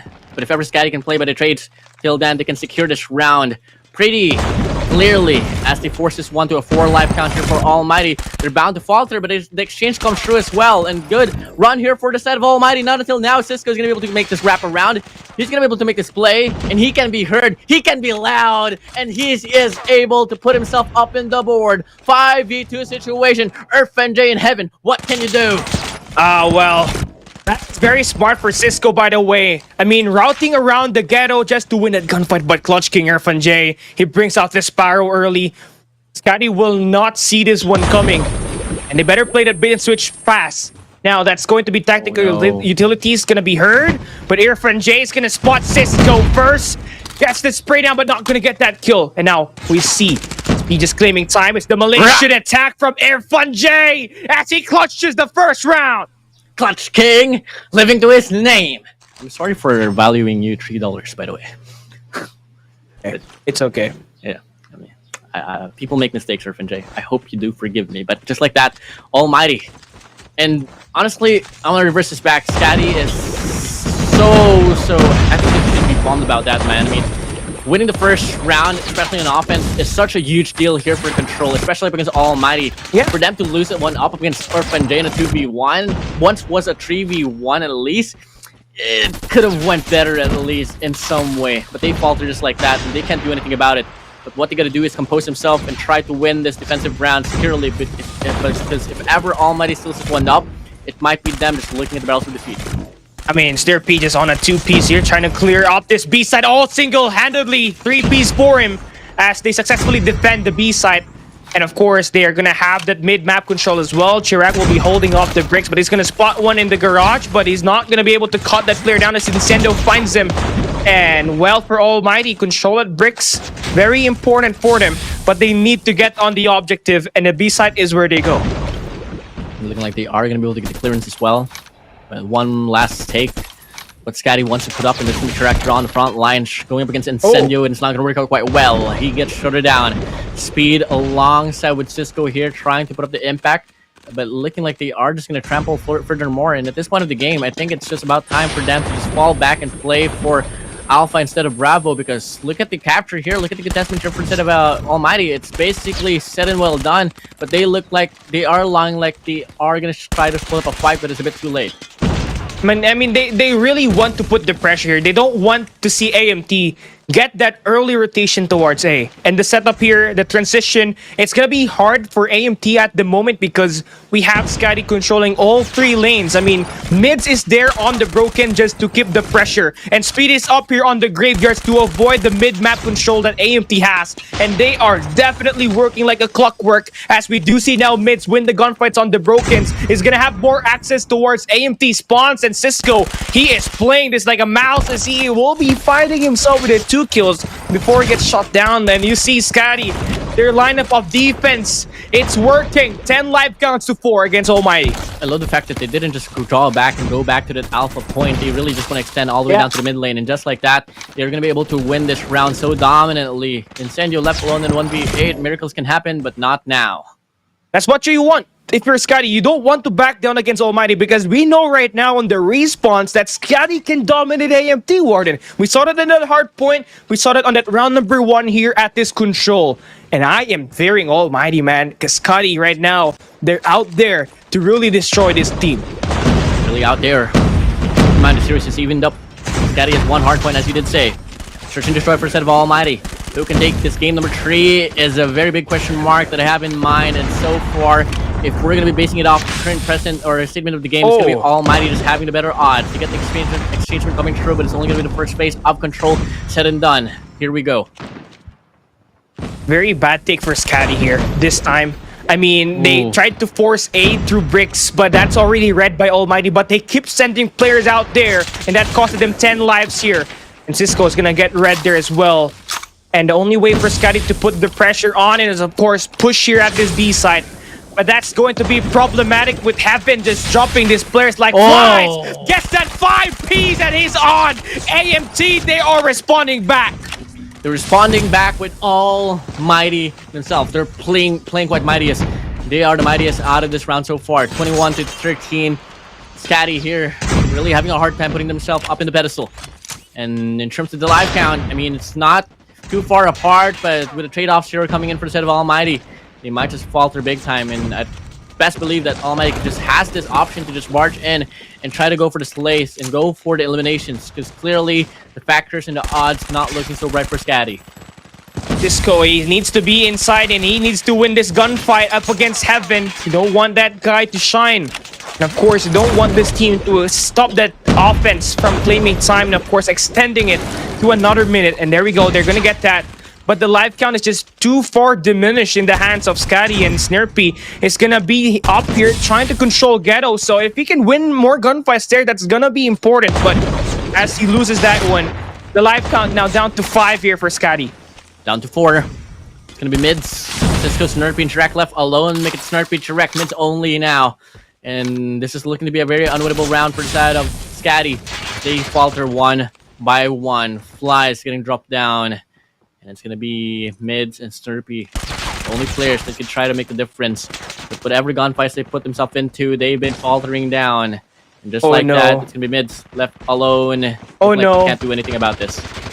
Where's the fist? Oh no, there it goes. There's the melee. I was expecting at least Irfan J to pull up the gloves, but Heaven, he's there to clean it up. And yeah, that's the Almighty way. If there is 9 players in your side, if there's only 1 player on the opponent, you kill him with your fist, and that's what happened. AMT now on match point, Warden. That's the fun thing about Almighty. Even in dire situations like this, where we all know that SKADI has been able to take one game out away from them, they know exactly when to have fun, and that's how you can control the morale of the team. That's going to be confidence popping off for them. But the game is not over, not until it's over. We move over to the next round with SKADI here popping off for the first 3 casualties. A lot of exchange will come true, but look like SKADI will be on top of it. I mean, defensive side-wise, SKADI, better start here compared to the last one that they had on that round number 2. Mid-map control, definitely there. No one really holding that B side on their own, so they're looking to attack in multi-angles once that attack happens. So far, the game is pretty slow and Almighty as well. Looking like they are trying to find the perfect timing, and looking like the perfect timing has now been initiated now on versus B control point. Push it up now, putting himself up in the hill. Will get a shot off, will not find a connection. Shrek will shut him down, but Haven gonna get that refrag coming along. And it's still gonna be an exchange here coming true, but the double chow come in and the bait and switch at least. And that's gonna be SKADI now, still on top of the gunfights. 19 and 21, still pretty close here. But that 30 seconds, it's clocking down, so AMT needs to find a move here. But Speed cuts them out just 1 by 1, and Cisco there for the follow-up. Is gonna be the guy holding off the mid lane for now for SKADI. Right now, he needs some reinforcements down there, but his teammate's gonna drop as well. But Snurpy gonna be quick to rotate here to try to anticipate some players on the spawns, and he's gonna be successful with that. Finds a triple for his own, and SKADI, I tell you what, they're holding their own up against AMT on the defense. A second left, and it's over. Do you think SKADI's defense right now better than AMT? Pretty much better. I mean, they've been winning this one so conveniently. But the question is, what is the offense that can SKADI offer for this one. They've lost their first 2 offensive sides, and if they want to put off a comeback, and if they want to put off a different run of history for offense, it has to start now as we move along to this round number 5. No more rounds, no more. This has to end here, and looking like Almighty wants to run this one down. I mean, SKADI starts off with just 4 down, but they respond back with 3 of their own. But IrfanJay on that mid-map, you need to put some trophies when he's out there with the Sparrow, and Chirac will not be able to find any kills whatsoever as AMT continues to run them down towards the middle, and instead now time to begin the big daddy of guns, Annihilator popping out for him as he finds 2. Finds 2. Incendio still has 3 bullets for the Annihilator, but it gets whipped out. Bad timing for him. Incendio longing to put himself in the impact, but he just gets concussed, and Snurpy swings, and he puts him down to the ground. 21 to 23, the life count now not so convincing for the side of Almighty, and they better watch out. They better watch out. And look at this, Callie. The contestant follows along here for this B control point, and looking like they are going to be able to get the first 2 quadrants. Might be the whole point itself. Well, I mean, I tell you what, I love the way that SKADI took the crack at this. They have a safety net, and of course, dropping 4 players down early, I think you would love to like lose your morale, but not for SKADI as they take that objective B. 18 to 16 live count, now the transition towards A. If you're the attack side, you gotta attack that graveyard as well as that bricks. And that's not gonna happen for now as they slow it down and of course have someone attack Ghetto. And that's not gonna happen, but Cisco, he needs to win his gunfight, but that's not gonna happen. But Speed will be there to try to open it up, and there it goes. That's successful, but they still haven't made any grounds yet here. Find map control. They need to stop the flow here for the side of Almighty if they want to stand a chance to winning this one out. Look at this, the fully fortified fortress that Almighty is able to bring up here for defense. Scopes follows along. Heaven gets the connection. 26 kills for him. And looking like all over the place, it's going to be a storyline well written by the side of Almighty, as we do see, look at this, SKADI wrapping around from the back end. Can they get what they want, or are they going to falter once more? They got this on a lockdown. They're just 4 players. They have nowhere to return now, and Heaven just quick scoping. Making light work this time with the claw. Gets that triple, but Cisco there to shut him out. 10-7, still pretty close. This is SKADI's final attack, and this is AMT's final defense. They can't attack this here. Gotta watch out. Gonna play this one into absolute perfection, and Speed will put himself up on the board, but IrfanJay from the back is lurking from the end. Will take down 1. Jeff Rose still putting himself up in the board. 5 life count here for the side of SKADI. 7 for the side of Almighty. Going down to the wire now. Exchanges must come true. Almighty has his trades well available to be put up. But keep in mind, SKADI is not so far apart. Speed takes down 1. He takes down 2. He takes down 3. And just like that now, Almighty looking at the barrel to the feet. But the game is not over. Not until it's over. It's still going down to the wire. Heaven wants to put himself back in the board. But Speed is popping off. And just like that, in the nick of time, Almighty, they bounce back and they deny SKADI. Wow, what a defense by AMT. And what a way to turn it around in the game. 2-1 now on the overall series. But we need to talk about that final stand. Man, SKADI put up a great fight on that. Gunfight-wise, it was amazing. But the operator skill investment, I felt like it kind of went in too late for Snurpy, who had that claw. If only if that was invested early, they could have broken up that control site a little bit faster and a little bit more lives lost. Really unfortunate, but it's just going to be a big call here that was really settled down for the side of Almighty, and they take the control system right back for them. Very important stuff there. And now we're going to be taking a look at the post-game breakdown. And we all know IrfanJay. He's laid out there on the map, and it is just something that is very, very, solid here for Almighty. 30 kills, 24 deaths, and following it up with Heaven with 31 and 26. Oof. Really close game here, and we're just gonna talk about Speed here, really saucing it up here for respawns, and that's just gonna be it. But keep in mind the games really went down to the wire, and SKADI really exceeded expectations here quite a lot. I mean, Almighty almost was so close to losing that one up, especially if ever that SKADI could have won that round, which they were forced into a 2v1 up against IrfanJay. Maybe till then it's a different storyline. but it's not going to happen no more. I mean, that's just going to be it. 2 games now being won over for the set of Almighty as we head straight over to Hardpoint itself. And it's going to be a map pick here by Almighty. So for me, honestly, this is the best time that Almighty defeats SKADI on this best of 5 action. On the map at like standoff where they can perform great on the close range.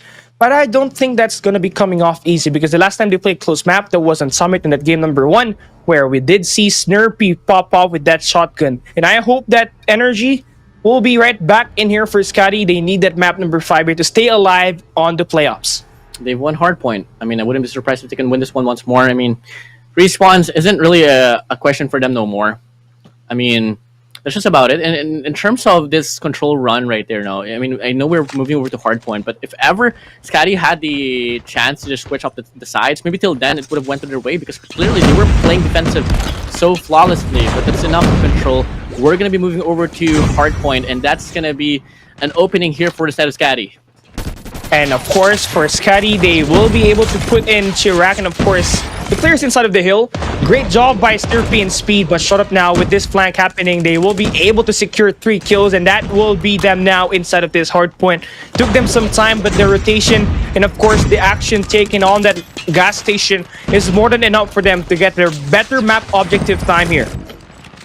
Really good run here for the side of SKADI, and look at that. Oh, look at the feed here. It's painted in yellow.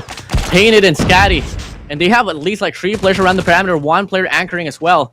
And that's going to be them just juicing it up now all for this T number 1. 19 seconds left on this Hardpoint. Almighty wants to take the taste out of it. And looking like they are bound to get the scrap time, not until SKADI swoops in and they want to deny. But it's a back and forth here overall. But what I'm loving here for this take right now, Callie, it's going to be SKADI getting the early rotation to P2. Yeah, just a 5-point lead here. But number 5 in blue, that's going to be Cisco. This is going to be the anchor here. Keep away AMT from spawning off the favorable spawn. And Mids winning that gunfight up against Irfan J. That's going to be likely very impressive stuff because right now they're claiming the first 10 seconds. So that automatically means they won the rotation battle. But split spawns coming through for AMT and SKADI. They need to watch out. They need to have that information relayed. And I think number 3 in Speed, it doesn't even matter for him if the information gets relayed because he can shut them down all on his own. Really, this Garena Masters 4 has been the rise of a lot of these teams, and so far SKADI is part of the equation right now. It doesn't matter if they win the series or not, they are really giving Almighty a hard time at this present moment. And as we can see, this Hardpoint number 2, they are not just giving them a hard time, they're really dominating this very run. As we get to see now, SKADI getting almost a full 50 on this very run, and they are absolutely going to be able to just take each and every point out away from Almighty, and that's going to be forcing them to head on to new. I mean, that's a full 60 just coming in through from Scotty on that Hardpoint number 2, and it's all about the early setup for this team. And Cisco manipulating that spawns every time, over and over and again. So now that's gonna happen, the transition towards the next Hardpoint is gonna be very chaotic for now. I mean, they have won their gunfights, but they don't really have any grounds taken in the Hardpoint for now. And they're gonna lose their players that's kind of playing their life just to keep this AMT from taking the Hardpoint. So that's gonna be a big loss for them as SKADI now fighting for a spawn, but AMT claiming time inside the hill. Claiming time inside the hill. And it's a very well-defined take for them. I mean, Anchor is really well-renowned. Taking control of Barn alongside with the hill itself. Player Trito wrapping around from the backends will take down 1. That might be the factor on how they can be able to break this hill now. Hopping along, but Irfan J gets the read, and he's still soaking this Hardpoint till it's dry. As we move along for this, the scrap time will get initiated, but Irfan J just doesn't want to give anything back to SKADI. Irfan J just on a 5 spree here. Chirac and play out there, Irfan J can do as well as he is playing the objective, which is something I was looking forward to earlier on that Hardpoint number 1, which is something that he didn't do honestly on that one. But now he's making up for it here by playing that objective for the squad. And he needs to do that more and consistently. I mean, you just put out the heavens and trust them that they can win their gunfights, and you're gonna get right back through it. And guess what? They really are. Now a tie game approaching this P4. SKADI can't be spotted nowhere. Can't be spotted nowhere. They're long to get this break though from the back ends. Chirac now trying to make that entry, but player 5 wrapping around to get the backstep. Incendio shuts him down. And in return, they force a spawn here for SKADI down to the gasolines. And that's exactly where you don't exactly want to see yourself into. 104 to 84. SKADI here, long to get this break. Snurpy up front will get the kill, and looking like the pinch will ensue, and they're going to be able to flip the spawns for a moment or two. And if ever they are going to be able to claim the remaining 20 points, they are going to be able to take the lead right back. I mean, you can use this claw right here just to try to break off the attacks from AMT, but it seems like it doesn't need to because they have 3 stacked players inside a point, so every time a player push, there will always be a trade, and they're gonna get that final 20 seconds, so they're gonna be right back in track. Although AMT will have an early start on that P1, the game is tied here, so good signs for SKADI. Their hope is still alive, and they just need to find that rotations once again towards P2 and do a lot better in this P3 as we open up the third set of Hardpoint here at Standoff. The last time we saw Hardpoint number 1, it was really set for the side of SKADI at most. Right? I mean, not so dominantly, but they were able to take the lead, and the lead is a lead here, and it really matters now, especially considering the fact that, you know, Almighty's on that series point advantage, and they can't really afford to let anything slide for them. As we move along here to the latter stage of this Hardpoint, we're still seeing it painted in yellow, and looking like it's just going to be handled quite well here by Snurpy and Speed himself, but they do get shut down, and in the process, we do see the break coming along here for the side of Almighty, and looking like the sides will be decided for them as well in terms of the early rotations for P2. So SKADI here has to double it down because Almighty is building up the heat. Yeah, they are building up, and it's something that you need to be alarmed with. Good thing Snurpy there to clean up this final 10 seconds. That should be time under their belt, but comes to worst, it finally happened. SKADI will be late on the rotation towards a very one-sided map. And the last time we saw that was on P3 on its second set of rotations, and they had it rough. But this time, they made it look so easy, so great job there, breaking off in multi-angles. They take away the gas station and, of course, the hay bales, and they're gonna win the early rotation. Once was a full 60 accumulated here by the side of SKADI. Might be able to happen once more. The odds and the whole take here was so sided for the side of Almighty, but they changed things up in the triple take that they did all the way down to break this hill. 171 to 120. Almighty once more nowhere to be found. And look at the players here accumulated on versus hill. The trade-off comes true. The gunfight's just so persistent, and it's gonna be 3 players here soaking this Hardpoint till it's the end. 120 to 185 Cali. SKADI, are you seeing this, Cali? I mean, this is just curse for AMT. This is the second or third time that they lost the P2 spawns. And of course, they lost the Hardpoint objective as well. And at this hill is where things get a little bit tighter now. AMT can afford to give any more objective time for SKADI as we open up the next succeeding hills that we've had. Another early rotation made here. And for SKADI, they don't have operators to help them break this. So they gotta trust their gunfights, and they gotta play as a team, and guess what? That's what they're gonna do. They smoke up to force get the spawn battle initiated, but they're gonna drop their gunfights. So great stand by Almighty on the defense. They win the early rotation, and they're gonna get inside this hill. Keep in mind, if they can get the full Hardpoint here, they might just be able to even things up, and that's exactly what we want to see. And so far, it's just bound to happen here because so far, SKADI is just going in one by one. Not until now. Chirac, he gets the break inside the hill, throws down the concussion all the way down to the hallway to get the tag in. Senyo falling back. The pinch tries to ensue, but they get denied. But in the process, it's going to be SKADI now entering the 200-point mark so convincingly. And in return as well, they get the power position back to their side. Once was his hill so sided for oh my god, SKADI, they deny. This is just something out of the ordinary for SKADI. I mean, you were right, you know.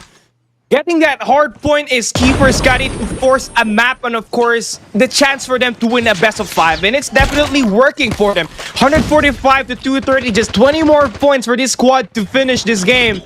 And well, they are there, but can they end it? You know, it's hard. It's really great.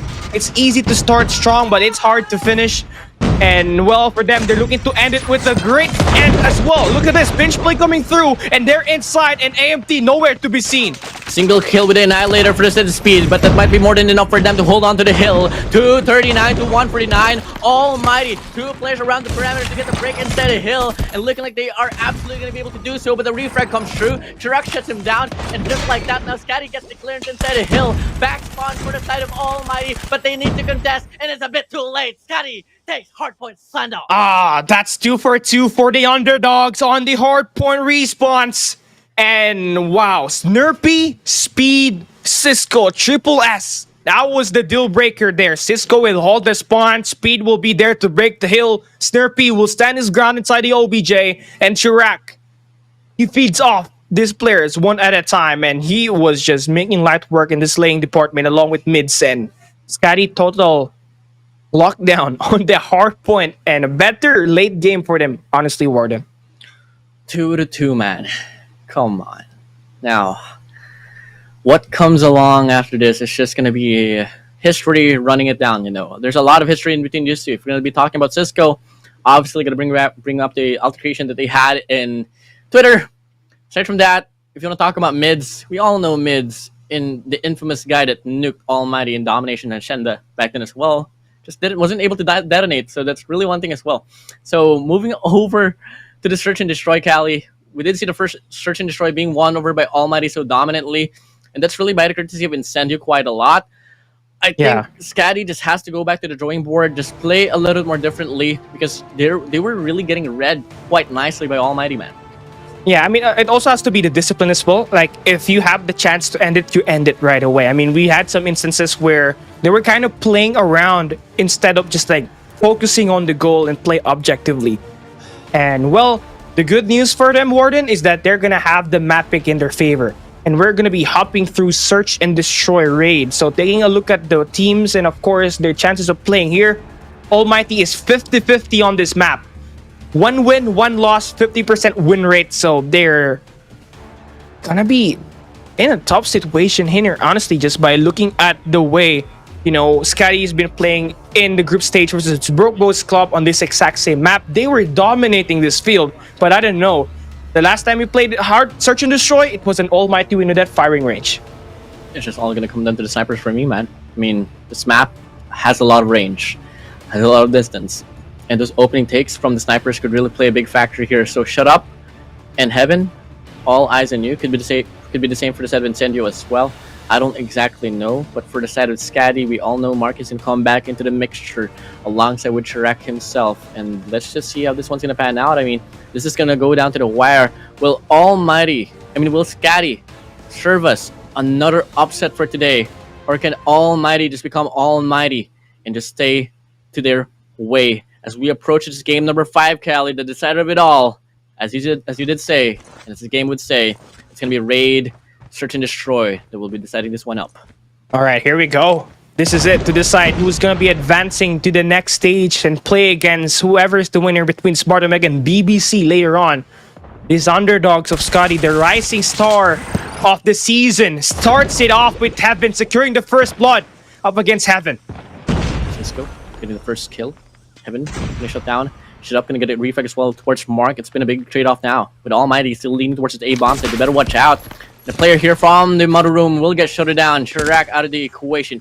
Getting forced down to a 3v4. Might be just a 2v3 as a trade-off will ensue once more here towards the bomb side. And it's just gonna be left alone player for Snurpy to clutch it up against Shut Up and J. Okay. Kind of a tricky situation for him, but we know this guy is unpredictable at times. And we need that to happen here at this round number 1. But coming into this matchup, AMT only has a 50% win rate on the attack side compared to SKADI's 45 on the defense. And an open plant now coming through for Almighty. They're going to be playing through Shut Up Sniper here. No smokes in the hands of Snurpy, so he's going to have to take the challenge on the close range here, Warden. Gonna take the challenge. He's running out of time. No resources, no more, and he does get challenged down. Snurpy gonna go for the slide, and looking like Almighty's just delaying the time now. He's for sure gonna be able to isolate one player, but player 4, J, is gonna be taking this one up, and Almighty, they take the first round in a very disrespectful way. I mean, this is like kind of place where you get really thrown. I mean, you're in a very serious game, and then you see J coming through you with a melee kill. Disrespectful, maybe not. It's psychology. Yeah, it's psychology. Play with the morale. I mean, after all, they are projected to be the team that would be able to just dominate this whole run right now, and SKADI still the underdogs. Looking like they want to put their names quite known, as Mark will get the first initial take and send you out of the equation. Good start for the side of SKADI. Evan not missed that shot, so that should be information now. But no players really from SKADI holding off that mid-map, so a rotation can be forced here by Almighty coming through that mid-square garden. But that's not going to happen. They're looking to take a crack off of this ace site for the second time. But this time, it's a more fortified defense that's been set up there. So AMT's kind of relying more on their snipers to get that kill. But that's not going to happen for now. It's a minute pass. Minutes pass. No trade-offs at all for the set of Almighty. No research come true. And looking like they are still well committed here for this A bomb set. If ever they gather themselves and resources to the Bravo, till then it's just going to be an easier take. Only player there is going to be Snurpy. But commitment is what we're seeing here for the set of Almighty. And looking like before they initiate, they are longing to get this mid control. Oh, Heaven. He's going to be vital here for this push to work. Right now, they are hesitating to push this bomb because they know that there's 2 players there inside. And SKADI is going to go and back away. And Heaven is going to connect. So that should open it up. That should be confidence now for AMT to push this. Ooh, Mids gets the kill, shutting him down, finds 2. Could you find the triple? He absolutely can. Make it a 4th as well. Yes, sir! Mids caught in the middle of an altercation, and the entanglements was loosed up. It was tied back up again, and SKADI takes that round number 2. 4 Ps. He held his ground on his own, Warden. He held his ground, and he has been popping off from respawns down to search and destroy. That's exactly what you love to see. Moving over to this round number 3. Can't believe we're only down to round number 3. I mean, this game's pretty long and pretty loud. And an exchange of scopes here will be found along, and that's going to be Shit Up and Mark going head-to-head, but looking like both of them will fall back. Yeah, free just the open mid here, by the way, for both squads. Almighty, and of course, AMT are definitely looking to center a very passive route here this time. But AMT is leaning towards an opening at the B side here with number 2 and Shut Up now making his way towards the middle. So a good opening pick on Cisco that should turn some heads. But they still have to make sure that the attack that they're going to line up is going to be coordinated because SKADI, they can pick up and they can smell trouble. They for sure can. Look at how passively SKADI is playing here. Despite the fact that the kill was really set for the side of Almighty at first glance. They held on to their grounds and they're going to be able to capitalize. This Shut Up will get traded off. It's now going to be a 4v4. The bomb drop though. I mean, the bomb is still leaning towards, I think, rotating back to Bravo. With player 4 here just lurking, this is going to be EarthNJ. Could come into detrimental later on if ever Almighty can get this break all the way down to this B-bomb side. Oh no, Mids is going to move on to the basketball court. AMT Heaven, they're caught in between, and EarthNJ needs to find the timing to get Mids, and that is just impeccable. They've turned things around. They open up the A site, and look at the information being sent out. They open up the A site. Let's plant this bomb here. No one really dared to help us, of course, get fend off, and of course, Shirak is going to be there now. But the rotation came in too late, and the bomb plant is going to happen. And here we have it, a 3v2 retake. Pretty long round here, but this time it's going to be much more sided for the side of Almighty. Good opening for the side of SKADI, but they get switched up. Snurpy here lurking from the back end. Needs to check for dear life, but the Tiki player from the side of Almighty will shut him down. It's going to be Tarak El Capitan left alone with the scopes up against 3 players of Almighty, and that's going to be EarthNJ, Jeff Pro Heaven. What can you do? Misses the first shot. How does it happen? Could have been the kill, but the double trap comes in. He gets 1. Can he find the double? Looking like Jeff Pro will play passively, and a pinch will ensue here. With a short D in hand, what can you do? Too close, but yet so far. And it's Almighty, you know, they are prepared for moments like this. They can slow it down, they can play it fast as well. And it's the experience that they built up over the last few years they've been playing as a squad. And SKADI, they always came so close. You know, every round that we've had, it was always a 1v2 at least, and either a 1v1. And SKADI, they're holding their ground up here. But AMT is just a different beast in terms of playing this S&D, especially with their timing and their coordination. You just gotta play better. But Heaven there, cutting them one off as Nirpi gets picked here at this circle. A good read for Heaven. Will punish down SKADI, and look at how they're playing this one up. Despite the kill that they found an opening here all the way down to Bravo, they're not committing at all. And in the process, Jeff Pro with a God Nade will take down Mids. It's gonna be a 3v5 situation. Gathering the resources now for Alpha, and they just have the odds so sided for them as they get the opening for the bomb side. I mean, Mark, there's nothing he can do there with the sniper when you have EarthNJ rushing in.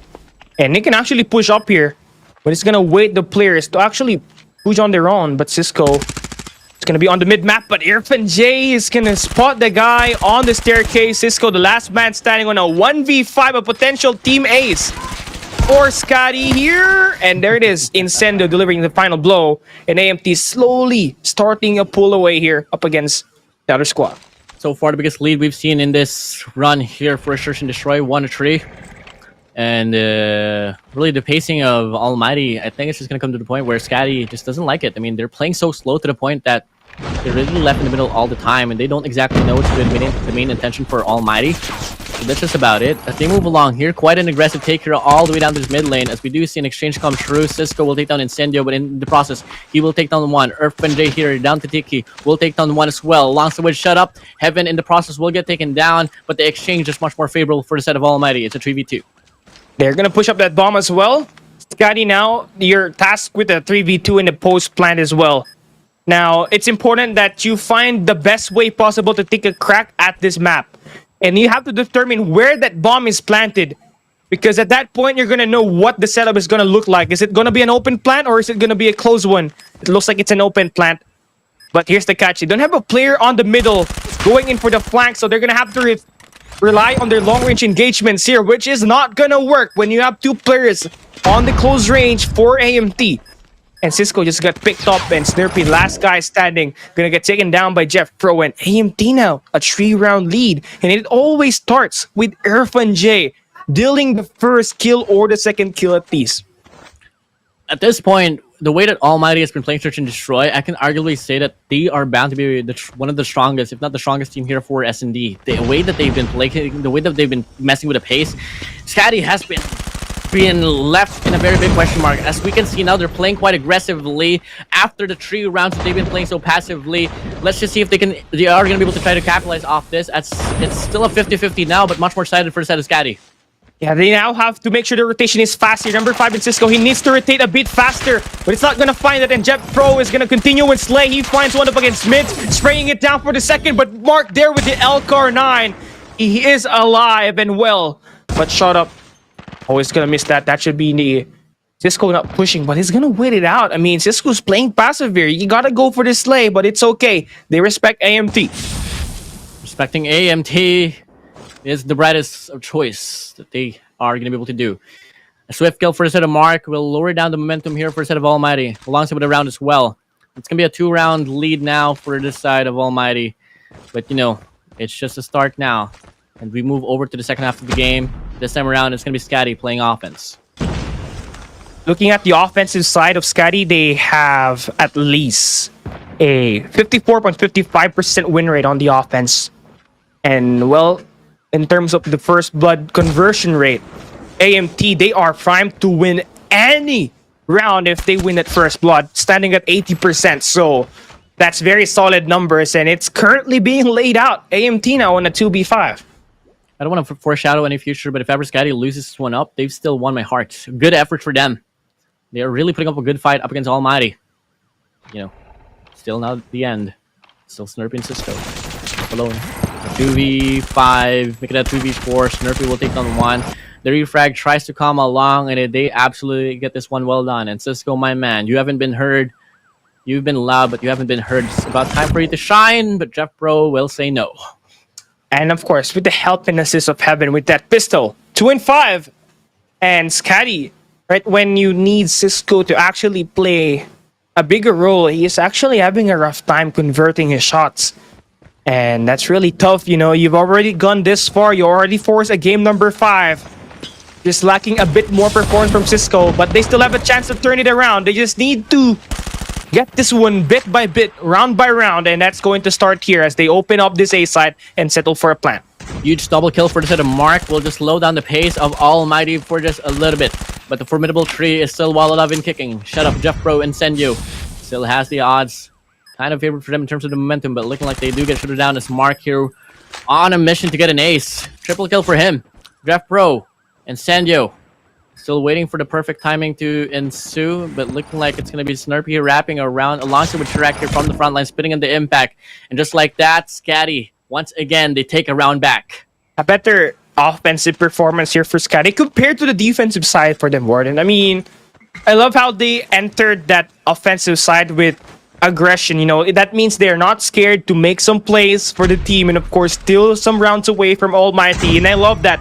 And that needs to continue here. But they need to see Mark be consistent with that sniper. Get those first blood, stop Incendio or Shut Up from getting that.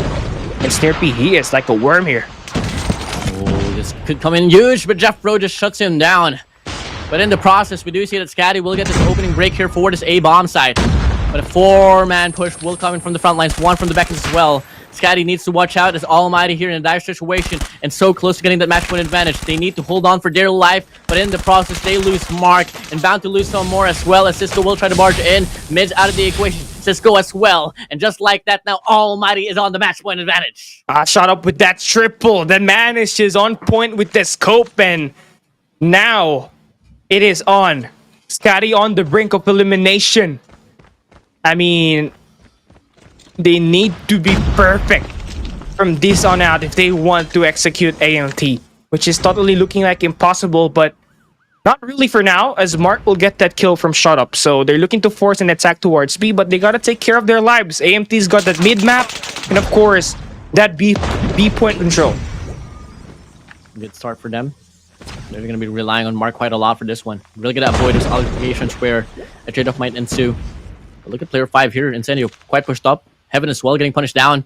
Incendio could really make this play as he just walks over here to Rack. Gets the kill regardless. Now it's a 2v5 situation here. The game might just still continue. Nonetheless, Irfan can clutch this one up as he picks up 2. The rotation is on as well. It's still a 2v3. Might be a 2v2 now as Irfan will take down 2. Mr. Clutch King himself popping off for the squad. Might be the last and final round. Nonetheless, Mark and Cisco can prove us wrong.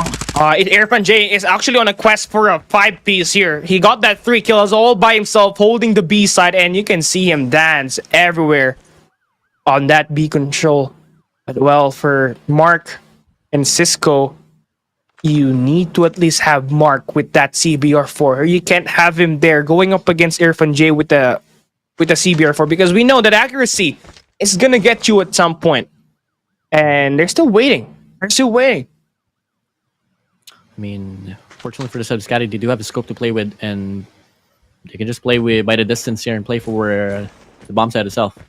With 20 seconds left on the clock, Almighty settled for Alpha, while SKADI here about to prepare a retake here on Bravo. 2v2 situation, Cali. The game continues now. Might be the last and final round. Nonetheless, SKADI, Mark and Cisco can clutch this one up. SKADI, this is their last life. A chance to stay alive on the playoffs is hanging here at this final round. And Jeffro Irfan trying to take that one away from them. 30 seconds of defense. Still plenty of time. Still plenty of time. Mark coming around from the bomb site. You better watch out, boy. You're gonna get shut down just like that. That might be the pinch coming true as well now. Mark left alone. Can you clutch it up? Absolutely not. Irfan denies. And Almighty will send SKADI out of Garena Masters IV Resurgence. And we only have 5 teams left on the competition in AMT. That's one less team to worry about. And just a few more matches to get back on that grand finals. And I'm happy for them. It may be a rocky hardpoint match, but at least they get it through. Now they just have to worry on the next match later on. Gotta worry about either the Broke Boys Club or Smart Omega. The day is not yet finished for the side of Almighty. A lot more to go.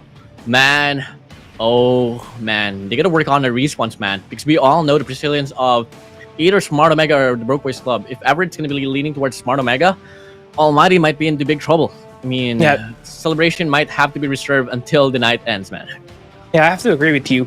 It is not over until the fat lady sings. Is that what AJ is trying to? Definitely. Yeah, of course. Yeah, of course. That's it for Almighty. And we really got to talk about Irfan. I mean, back to back MVPs despite the losing efforts in some of the game modes. He is out there slaying for the squad. 12 kills in 10 rounds, so 1.2 kill per round ratio there. So very important kills for him. And AMT, they're gonna advance, but SKADI, this is the end of the line. They will try their best on the next event, but man, what a way so for close. Them to surprise us. You know, Almighty going to a game 5 against SKADI. They have proven their case. They just need to bounce back on the next event, Warden. So close, man, so close. And keep in mind, I mean, SKADI against Almighty, in which we all know Almighty hasn't had any problems in terms of chemistry, was able to run this one down to a game number 5. So valiant effort from them. They went on from being a bit of a bit scared in terms of playing against Almighty to now forcing game number 5 against them.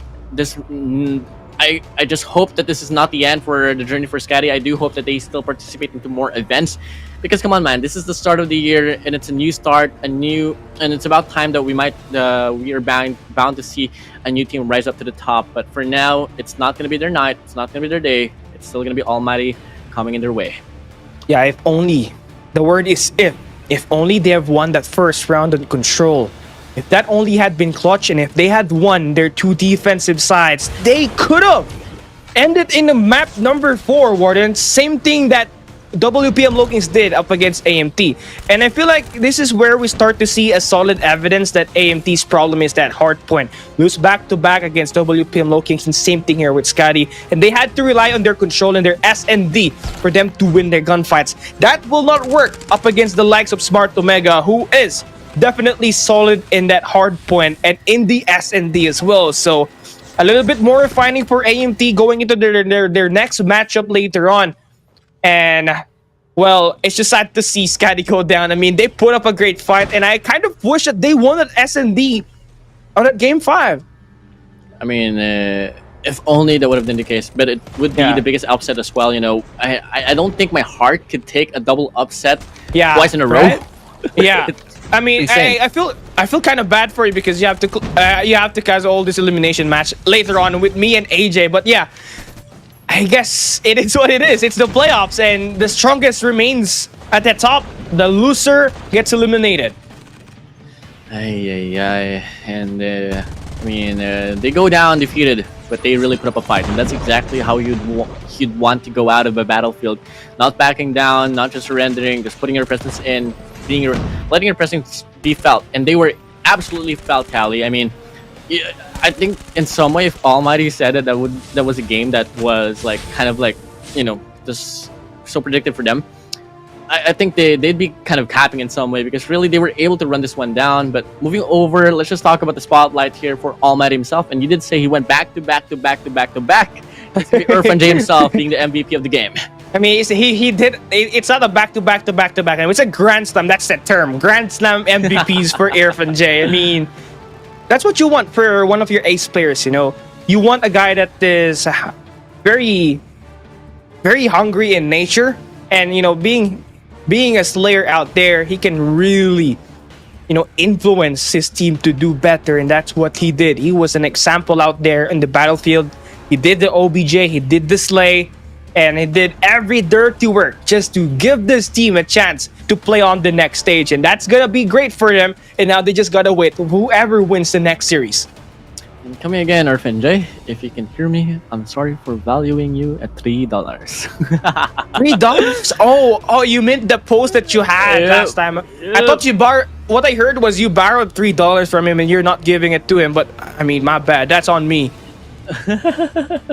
Yeah, I mean, that's just me biting my own words here, Callie. But you know, Irfan J, rightfully sure. If ever I was to make another run, maybe I might just put him in the upper ends. But looking at the playoffs bracket now here, Callie, Almighty SKADI said and done, as we did see. Next matchup in the line, Team Smart Omega up against the Broke Boys Club. Whoever advances will be going against Almighty.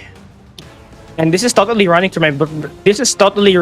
as the way I intended it to be. The script is continuing, and I love what I am seeing from this playoff brackets. I got Smart Omega winning up against Broke Boys Club, but I'm open for upsets as well.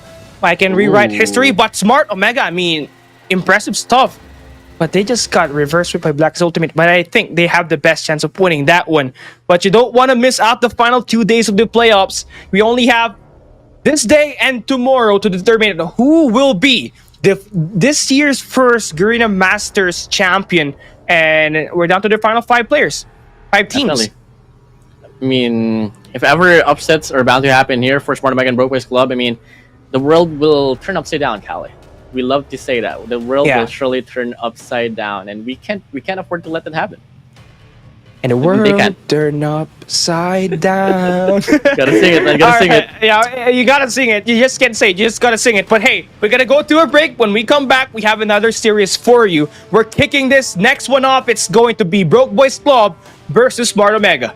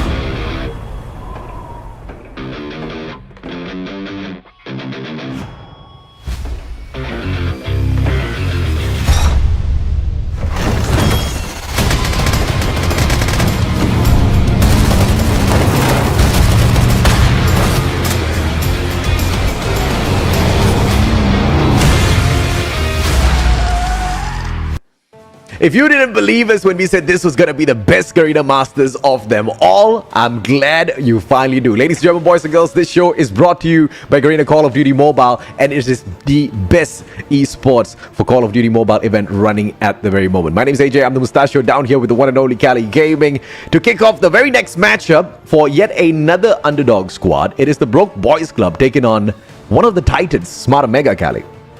Yeah, and you know, Smart Omega is coming off of a loss versus Blacklist International Ultimate on the upper bracket, so they might have a chance to actually debunk and of course decode and destroy Smart Omega, but it's going to depend on how well are they gonna be coming into this matchup. Are they oiled up? Are their engines well? Or are they gonna start cold? And it's going to matter a lot here since you're fighting for your life. I think the Broke Boys Club have already more than proven themselves in the competition so far. By far, one of the most improved teams if you compare their statistics as well as performance at the group stage versus the playoffs, right? They were the ones to kick out the Huntsmen, and they did that 3-0 without dropping a single game. I tell you that was one of the most phenomenal performances that I've seen so far out of an underdog team. And now they take on one of the biggest squads that we've got within the Garena Masters in itself, Smart Omega. If they could do that to the Huntsmen, if they could improve that much that quickly, we had 1 week of rest for them. I wonder exactly what they have prepped in here for us, because obviously they knew their fate. Their fate was going to be either Smart Omega or Blacklist International Ultimate, and to face off against either one of these two teams, you need to be fully prepared. So I'm quite curious actually as to what sort of training regime they went through, whether or not they managed to run through a couple of extra cheese strats and perfected them in order to take on the match today. I mean, we did heard from, you know, Josh from BBC on an interview last time on the group stage that they practice at least, what, like 6 to 8 hours a day? So maybe that is going to be coming in handy here up against Smart Omega as they take them on the third match of this day. That's going to be the second half just starting through. And the winner of this will be taking on Almighty later on. But, you know, we did see SKADI put up a great fight from Almighty, and I'm starting to consider, and I'm really considering that Broke Boys Club will put off a very solid fight here up against Smart Omega on this best of 5 as well. Knowing that, you know, you did talk about it. They have continuously been resilient and they were adaptable to the situations that they're in. And what's important is that they studied their opponents, AJ. And they did that up against Huntsmen. They played through the enemy's weakness, and it just was a light work for them. Not just that, right? Because individually we do acknowledge the fact that the Broke Boys Club is made up of amazing players, skilled players most definitely, but within the group stage, the biggest weakness on the side of the Broke Boys Club was there was just a lack of chemistry, a severe lack of chemistry, which they fixed before the playoffs started.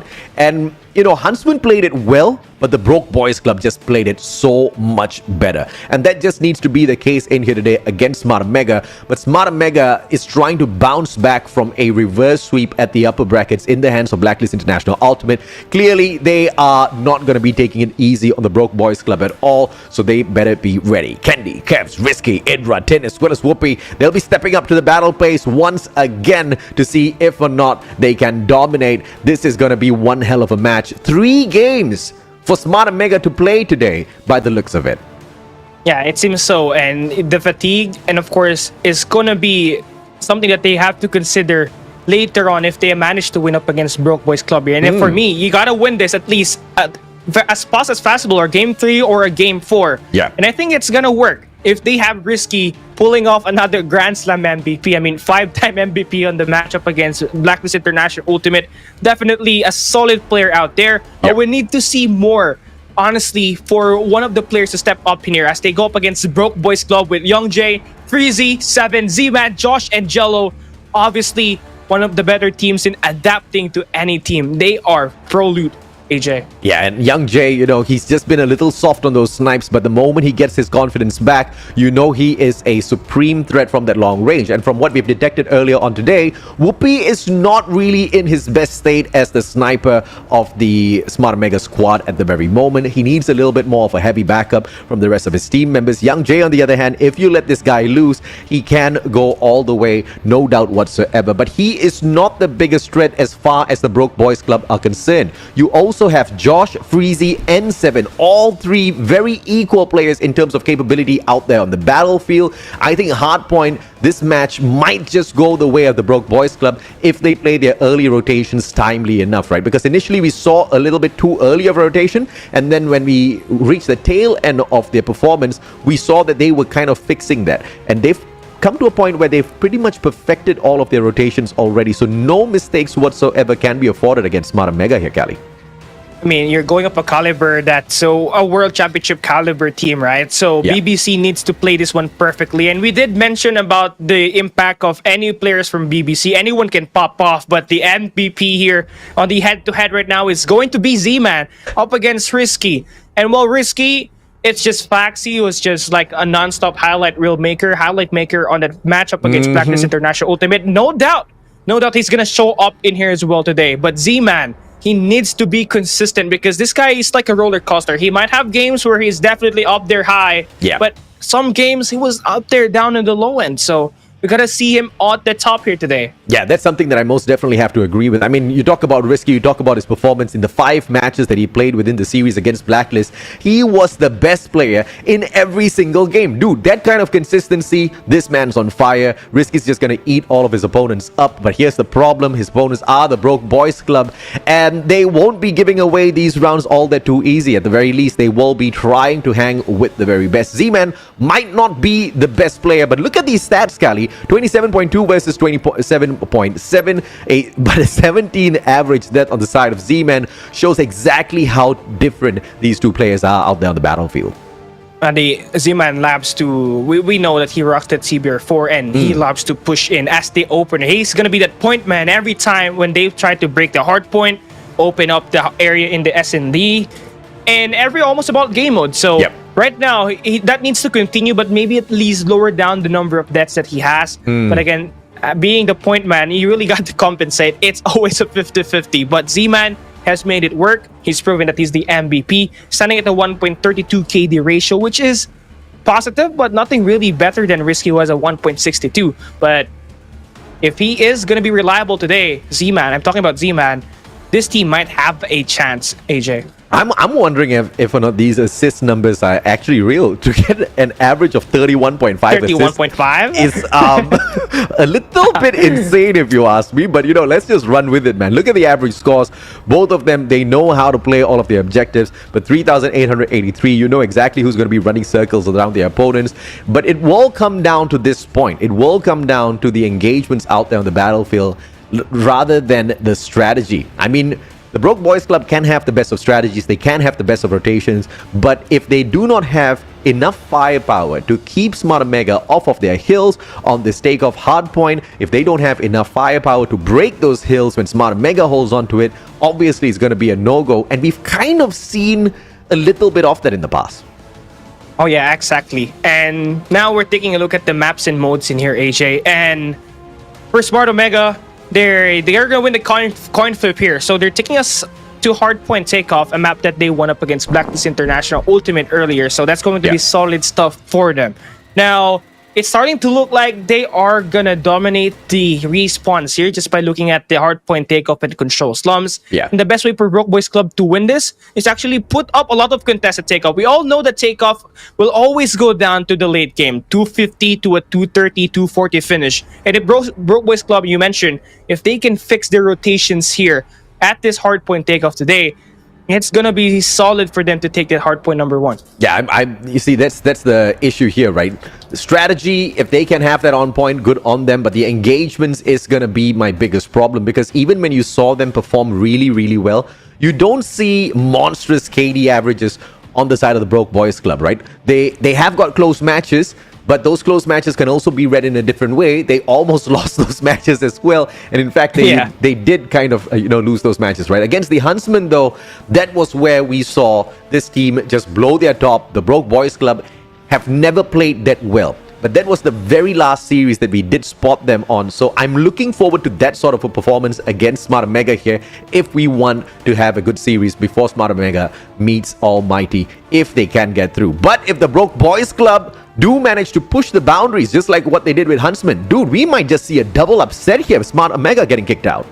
I mean, I don't want that to happen. I at least want to see Omega coming through, fighting Almighty on the next stage. But what I would know so far, anything is possible in here. I mean, we saw SKADI put off such the long distance versus AMT earlier, but now we're gonna start it all off here. Broke Boys Club, they're gonna start on the blue side, so they're not gonna have the favorable spawns right away, and they're trying to take that away by sending out 7 towards the next side of the anchor spot, which is not gonna work. So for now, it's just no one on the hill, just battling for positions here for both ends. And as you say that, it is the Broke Boys Club that take away the spawn, because all 3 players on the side of Smart and Mega, they hop into the control room. They wanted to play the advantage from that power position. It seems like everything's going the way of Smart and Mega. Broke Boys Club running in to control the spawns, but Smart and Mega sneaking away those points and just dominating the gunfights down in the middle. Now, with these gunfights, just the past few ones won on the side of the Broke Boys Club, they've got the objective with a single player there. Everybody hits that reset button though. They get slayed out. They're spawning all over the place from Aurora launch as well as the Gorilla base. It will take them a little while to catch right back up, and Smart and Mega hops onto the kill. Final 5 seconds. Broke Boys Club need to rotate all around, but those rotations are just snuffed out by Smart and Mega. And if they are holding off the mid-map as well here, AJ, so they're cutting off their rotation. And the only way for Broke Boys Club to enter right now is either go to the top side of the map or lower on the map and, of course, enter towards Aurora launch. And it's gonna happen. They're gonna try to break inside a hill, but that's not gonna work. So you see Omega having the spawns. They're gonna spawn Broke Boys Club all the way to the top side of the minimap. So that was a long walk. And look at the lead. 13 to 42 as we open up feed to a large lead here built up by Omega at the start. It's a great play by 7 as well. Now the players on the side of the Broke Boys Club, they're still trying to force the issue by rotating around, taking away the spawn from the side of Smart and Mega.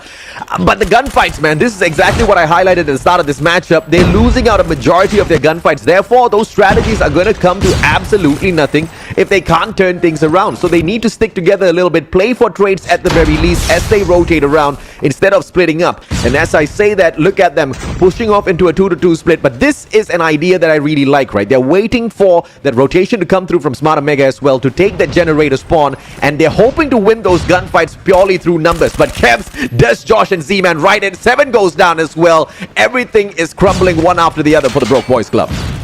And this is gonna be a great start for them. I mean, you lost 2 hardpoints already, so making up for 1 good hill is more than enough for you to get right back into the game. After all, the lead is not 100 points. It's just a few seconds here that Omega has built up and pulled up with the lead. But now you're starting to see the investments coming true and Omega finding good value off of that. They broke the hill, but they don't really have the anchor spawn as for now. But Whoopi will be there to spawn on the generator, so they take that right away. So they bully out Broke Boys Club and they win the break attempt. Great sticky by Jello, takes Kevs out of the equation, and the bigger effect there was that Sparrow gets taken out of the equation as well. An easier possibility for Broke Boys Club to go in for the break, but they're rotating all around. I mean, I understand the approach from the side of the Broke Boys Club, because we've mentioned it once, we've mentioned it twice, in fact, we've mentioned it a million times. You want to win Hardpoint, you got to control the spawns. But after winning the spawns, what do you do then, though? Broke Boys Clubs can't seem to get any points off of the hill. You can just see the problem. I mean, you have the 2 rotations happening and they can't win their gunfights. That's the problem. They only have 7 and Z-Man on a double-digit kill. The rest, single-digit. 8 kills for Freezy, 10 for Josh. 2 for 2 for Josh, and Kev's just lining them up like a cockroach, and it's just praying and praying. And Omega now reaching 100 points, but Broke Boys Club starting to get some traction. But they need to stand their ground here better compared to the last 3 hills. I swear to God, I never knew you could get cockroaches to line up, man. I'm gonna try the next time they invade my toilet. 40 to 102. Broke Boys Club, they've got the hill. 35 seconds to go. Smart Omega says, no boys, not here, not right now. We just got kicked down into the low brackets, so it's not your day. It's gonna be our day. They move on through. Jello, he fails with his gunfight, but 7 with a God Nade out of nowhere. Nobody's on the hill. They can jump on, but player 5, Josh, he waits. He has to be patient because he got tagged up. But the moment he steps on in, he's just annihilated right out of there. The players on the side of Smart and Mega, they've got a great hold on this matchup, mainly because of those engagements, Callie.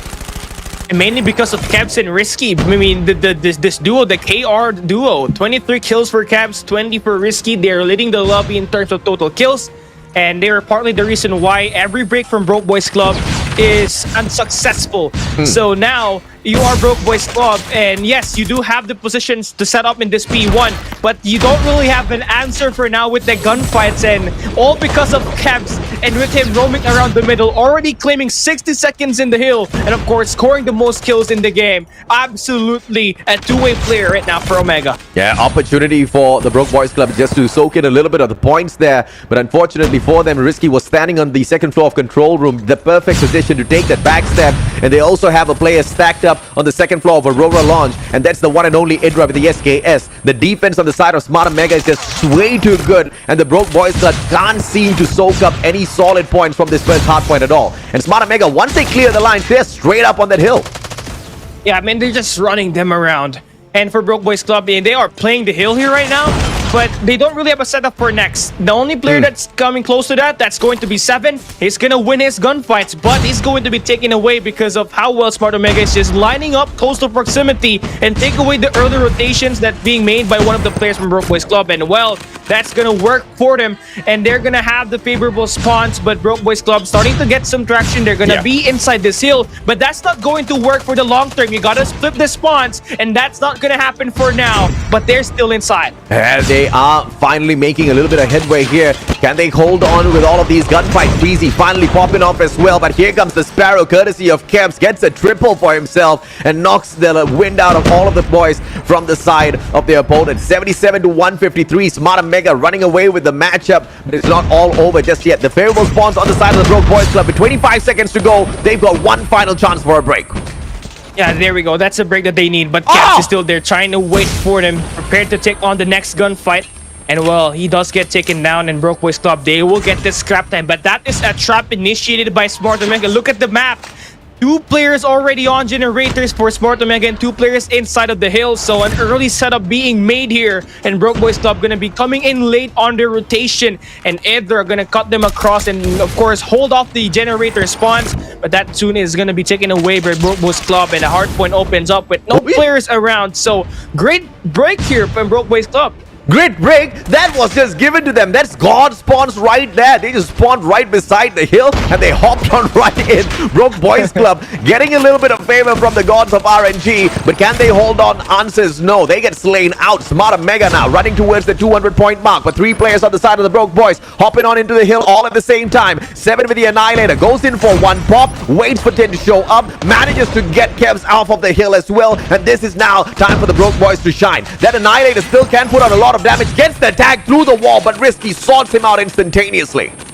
And they still have Breezy with that claw, and he is just hell of a player there, dropping 4 players. Take a look at that. That's going to send out Smart Omega all the way to the right side of the minimap, so that should buy them some time to stay inside this hill, and they're winning their gunfight. Talk about signs of life. Slow start, but take a look at them now. Definitely fighting. They also have the next hard point. And of course, they got the spawns not in their favor. Take a look at Whoopi spawning on the left side of the map. So a potential pinch play can be initiated by Smart Omega. And this could be the downfall for Broke Boys Club. But they still stand their ground. The most improved team, no doubt whatsoever. The Broke Boys Club have a good chance in here right now. The Hunter-Killer drone goes out for the fly. Finds absolutely no one. But they continue blazing on through. 7 does not spot Risky and is back. But he will continue holding on. Risky and Idra. The timing of break is just sublime by the side of Smart Omega. They hop on into the hill. They take it away with force.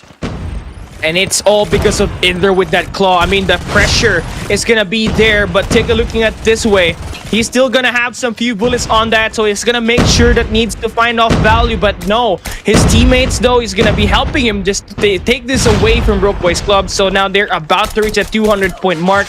But despite the Broke Boys Club, you know, fighting, it's always Omega finding their rotations very well here. But definitely a better second half of rotations for Broke Boys Club. 150 to 195 as we open up the third hardpoint going to new.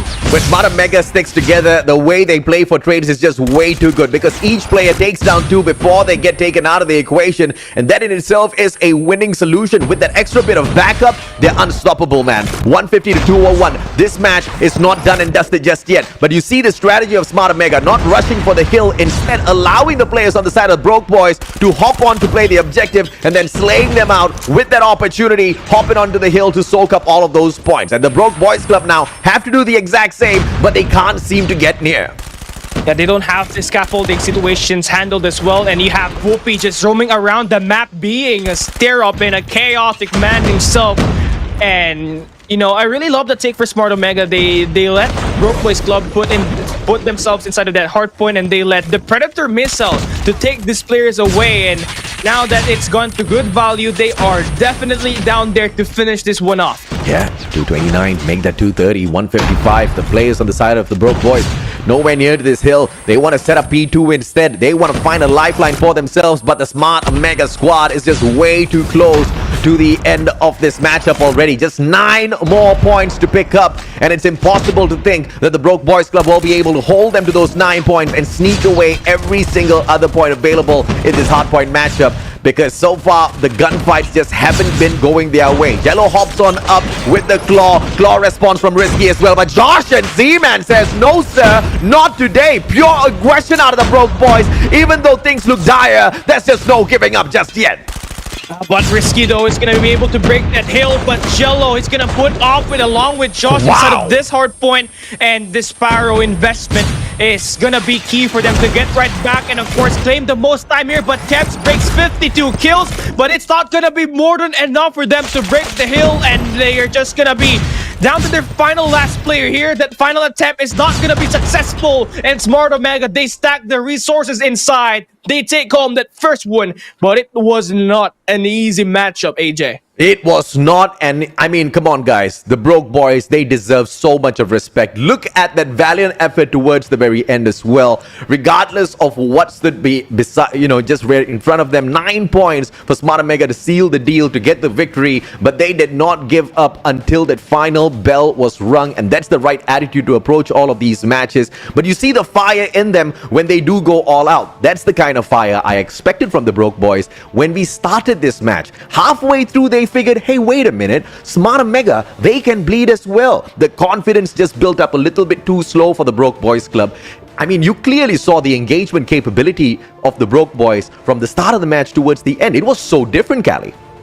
Yeah, I mean, they went from the first setup rotations from 0 to 99 or 100 even on that second setup rotations. And if not for the late start, it could have been quite closer here, AJ. I mean, Seven and Jello were just popping off up there for Broke Boys Club. Yeah. But, I mean, Freezy and Josh, they really had a rough start on the first set of hills. And that's where, you know, you see Kebs, a player like Kebs, emphasize and, of course, capitalize on that. 53 kills for him with 33. That's very solid numbers with him with 1 minute and 25 seconds on the hill. He was the de facto. And finally, we have a new MVP here for the game for Smart Omega. Kebs taking it away from Risky. It's about time, man. Risky was just hogging the MVP title a little bit too much. But this match still pretty much kind of ended the way we thought it would, 250 to 176 in the favor of Smart Omega. But we did expect a strong fight from the Broke Boys Club as well, and we did most definitely get that. Now, as we move on into S&D, here's another match type that is very, very winnable for the side of the Broke Boys. And clearly, they have already fixed up their chemistry issues. They just now need to focus on their gunfights once again and make sure they don't give away lives a little bit too early. Yeah, I have to agree with you on that take. And this is where YongJ actually stopped in for Broke Boys Club. And after all, this is their map pick, and this is their best map out of all the S&D maps available. This is where they can really pop off. We all know what YongJ can do with that sniper. He gave Smart Omega a rough time during the GM3 playoffs, and well enough for him. He's gonna need his team to continue the pressure. We need to see Josh be able to back him up with that scope as well, because we all know Smart Omega, they have a dual snipe setup at this moment. They have Whoopi and Idra with that Locus and that DLQ respectively. So if you can shut down those two snipers right away and take the first bloods, we might see the odds of Broke Boys Club winning here increase. No doubt that we might be able to see exactly that. Whether or not fatigue is going to be an issue, though, when Smart Omega, you know, battles them and manages to walk away with a victory potentially, whether or not it's going to affect them playing 2 series back-to-back, because yes, Almighty did get dragged out 5 matches, but it seems like they were in high spirits by the end of that. Yeah, I mean, they took the win. And it was a solid one, a solid victory versus SKADI 7-3, if I am not mistaken. It's just that hard point that they need to fix later on, because that's where Smart Omega could just feed off of you and destroy you on a Game 5 on an S&D, which you don't want but I am assuming that SMO will advance, although it hasn't been official just yet. Broke Boys Club, they are still definitely up in here to put up a great fight, and if they want to win, it's their time. This next map coming up ahead is going to be their best chances of taking a map away from Smart Omega and force that momentum to shift over their side. Yeah, I mean, if you look at the numbers on paper, obviously everything points towards Smart Omega making it through to the next round. But if you kind of pay attention just to the percentage of wins, Smart Omega has a 66% win rate on SND as opposed to the 75% win rate from the side of the Broke Boys Club. That being said, though, they haven't really gone up against each other. So I'm looking forward to this SND and seeing exactly what the Broke Boys have got to offer us. I mean, it's all about Freezy. I mean, this guy was a monster during their last gameplay. I mean, I think he scored 17 kills on the group stage, the last of the group stage, and he followed up with 20 in one of those games as well. But Z-Man gets that double there, AJ. A 1v2 surprisingly in the hands of BBC. And this is exactly what I'm talking about. Very winnable match type for the side of Broke Boys. SND, it's just their thing. Young J can shine. It's going up against Whoopi. Whoopi waiting for those footsteps. Here's nothing but the beep from the bomb. He knows it's getting planted. Goes in for the access. Quick scope. Z-Man taken out. Young J doesn't show up. Well, he's gonna play the long route here. He's got the CBR4 and Whoopi. He heard that information. That bomb is gonna be dropped, and he's not gonna shoot that guy out of the next round. Guy will remain alive. So Young J, that's information. What?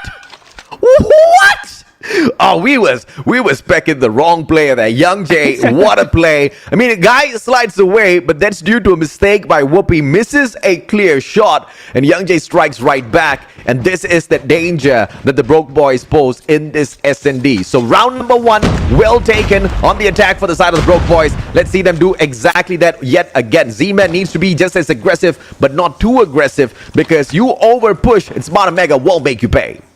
You just gotta find the right balance here. Play with the right tempo. You don't force yourself. Let the game come through you if you're Z-Man. With that first round, you gotta feel good. But you gotta make sure that you gotta be balanced with the way you take a crack at this matchup. Looking at the defense right now, we know Smart Omega, they have Candy Sort out in a very aggressive position. And he's gonna pull the first blood, dropping Young J. 1-0. And I have a feeling I might need to break my fast, bro. I'm not supposed to eat or drink, but I've been screaming a little too much. My throat is as dry as the desert right now. Let's see if or not I can find some water. In the meantime, Broke Boys Club, they circle around. One player down already. Bomb still in their hands, though.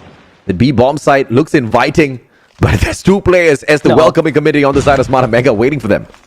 Yeah, you're invited, but it's not going to be friendly, so you gotta at least find the first blood, and there you go. They exchange it. Josh drops swooping. But how are you supposed to miss that? You're not allowed to miss that. But it's Z-Man. Oh, okay. That's an exception. Okay, I'll take that. Risky 7 almost got that win there, but the bomb now down on the ground. Unfortunate play by the Broke Boys Club, letting the bomber just slide on his own. Now this needs to be timed really well. Freezy needs to circle around and pull some distraction towards himself before they engage, but that does not happen. Josh gets taken out of the equation. It's all equal between them. And they pick the side here. And of course, number 3 in Freezy, he's already got the flank, but that's a 2-man that he's going up against. So a double shell coming through. The bomb is going to be planted, and this is so risky for Z-Man. I did not expect that, bro. Z-Man goes in for the plant, waits behind the console, and Risky eats him up. What an unfortunate round of bad plays from the side of the Broke Boys. It's just inexperience just lining up there for Broke Boys Club. I mean, they have a 2v3. If they only had waited for Freezy to rotate around the back of the firing range, they could have had that round, but the game just happened so fast for them that they couldn't really control the pace. And that happens more often than not. I mean, that was an absolute waste of a round, man. From an advantage to giving the round away, and now Smart Omega, they've ramped up already. Camps and Whoopi hitting those early ones. It's a 5v3. And the Broke Boys, even though the bomb's still on them, it looks like they can't rotate out. Camps gets aggressive. 7 drops the bomb. And this is exactly what Smart Omega wants for themselves. Yeah, we know that they love to play aggressive. As soon as they get this wood control, they're gonna push up and they're gonna choke you down. And Idro on the flank, and Omega responds back with 2 wins on their own consecutively. I mean, this is just Smart Omega being Smart Omega. Broke Boys just needs to smarten up a little bit. Just, you know that you can't take them on straight up in a gunfight. I think we kind of learned that already earlier on in Hardpoint. So just slow that pace down a tad bit and allow your best fragger, your long-range engagement specialist to do the job for you. In fact, you've got two in Young Jay as well as Josh.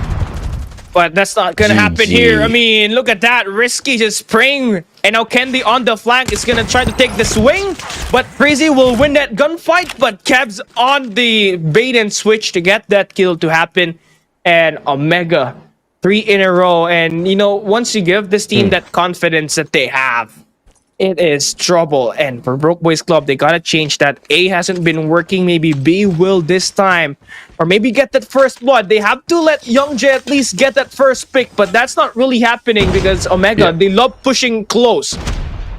I mean, it was unfortunate that they were pushing up all of their CQC specialists up that firing range first instead of allowing their snipers to get a little bit of engagement. Like you say, man, in these SNDs, it's so important to get that first blood for yourself. It's just not something that the Broke Boys are focusing on. Absolutely, and it's always been the case where the last 3 rounds they've lost the first blood, but this nade, Young Jay is gonna throw it. Oh, come on, still one back. information. You almost got was that, close. Yeah, almost got that. Well, that is still information for the squad, so I'll take that any day.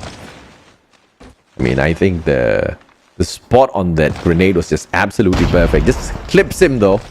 Could have taken him out with yet another shot, but he backed away. It's unscoped at the wrong time. But Young Jay, this is exactly what I'm talking about. Slow the pace down. Allow the snipers to do their work. And I know the Broke Boys can deliver. And there we go. They're slowly pushing up. They're sending out Young Jay as the point man with that scope. He's going to go up against Idra on this stick. He's going to find the player, but Idra ends up with the kill on that first blood. So now they follow up with another kill from Risky. And Broke Boys Club, they're looking to be in trouble here. Uh-oh. Play your trophy, son.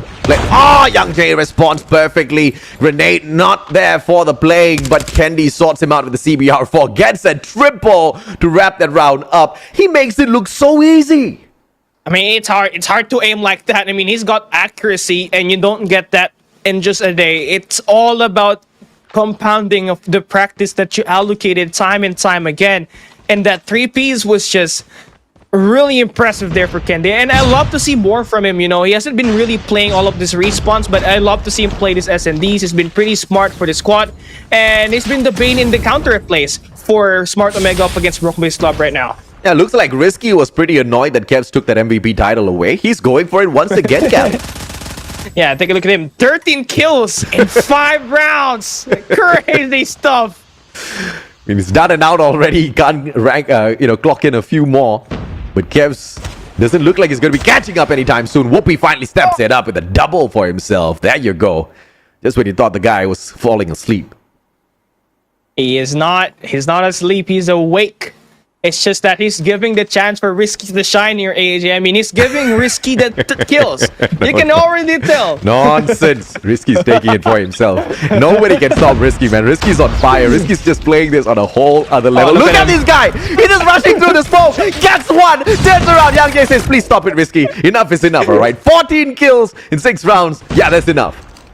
I mean, it's funny how Risky is just, just so confident that he can play the smoke and, of course, guarantee at least a kill for himself. And it's the confidence that you can take away from this guy. And Kenny gonna pick that one off, read that like a book. And now Josh, last man standing, only got 2 kills for himself. And up against 3 players, it's not gonna be quite easy. Idra there to pick him up, and Omega now 1 match point. 6-1 match point. Most winnable game mode for Broke Boys. Kind of a little lost now. It is easy to assume they can pull away a couple of rounds, but it's pretty difficult to assume they can reverse this out, push it into overtime, and take the win as well. Kev, super aggressive, manages to catch Young Jay. Traded out by Z-Man, but the damage has already been done already. Idra from a fast 7 out. Z-Man very, very aggressive, and he is punished for it. Oh. That's what happens if you have like guys inside of that trailer with Risky inside. It's not gonna be that easy to take down. And again, Josh, last man standing, and information already sent out And this should be the delivering blow. Smart Omega should get this. They know where the player is.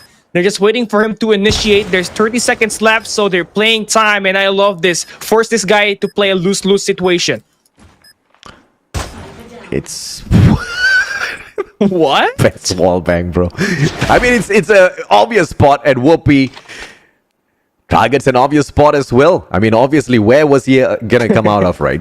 It's just a simple spot where he needs to rush out of that door, unless he wants to go for a freakishly long rotation around. Whoopi had that one right all along. 7-1, easy win on S&D for Smart Omega. And you see Kenny going and stepping out of the gaming chair just to say, okay, guys, it's time for you to close this out on a 3-0 on this control coming right up next. But yeah, I mean, solid numbers for Smart Omega, but I really want to see how much kills that Risky have at the end of this 7-round action, or this 8 rounds of action.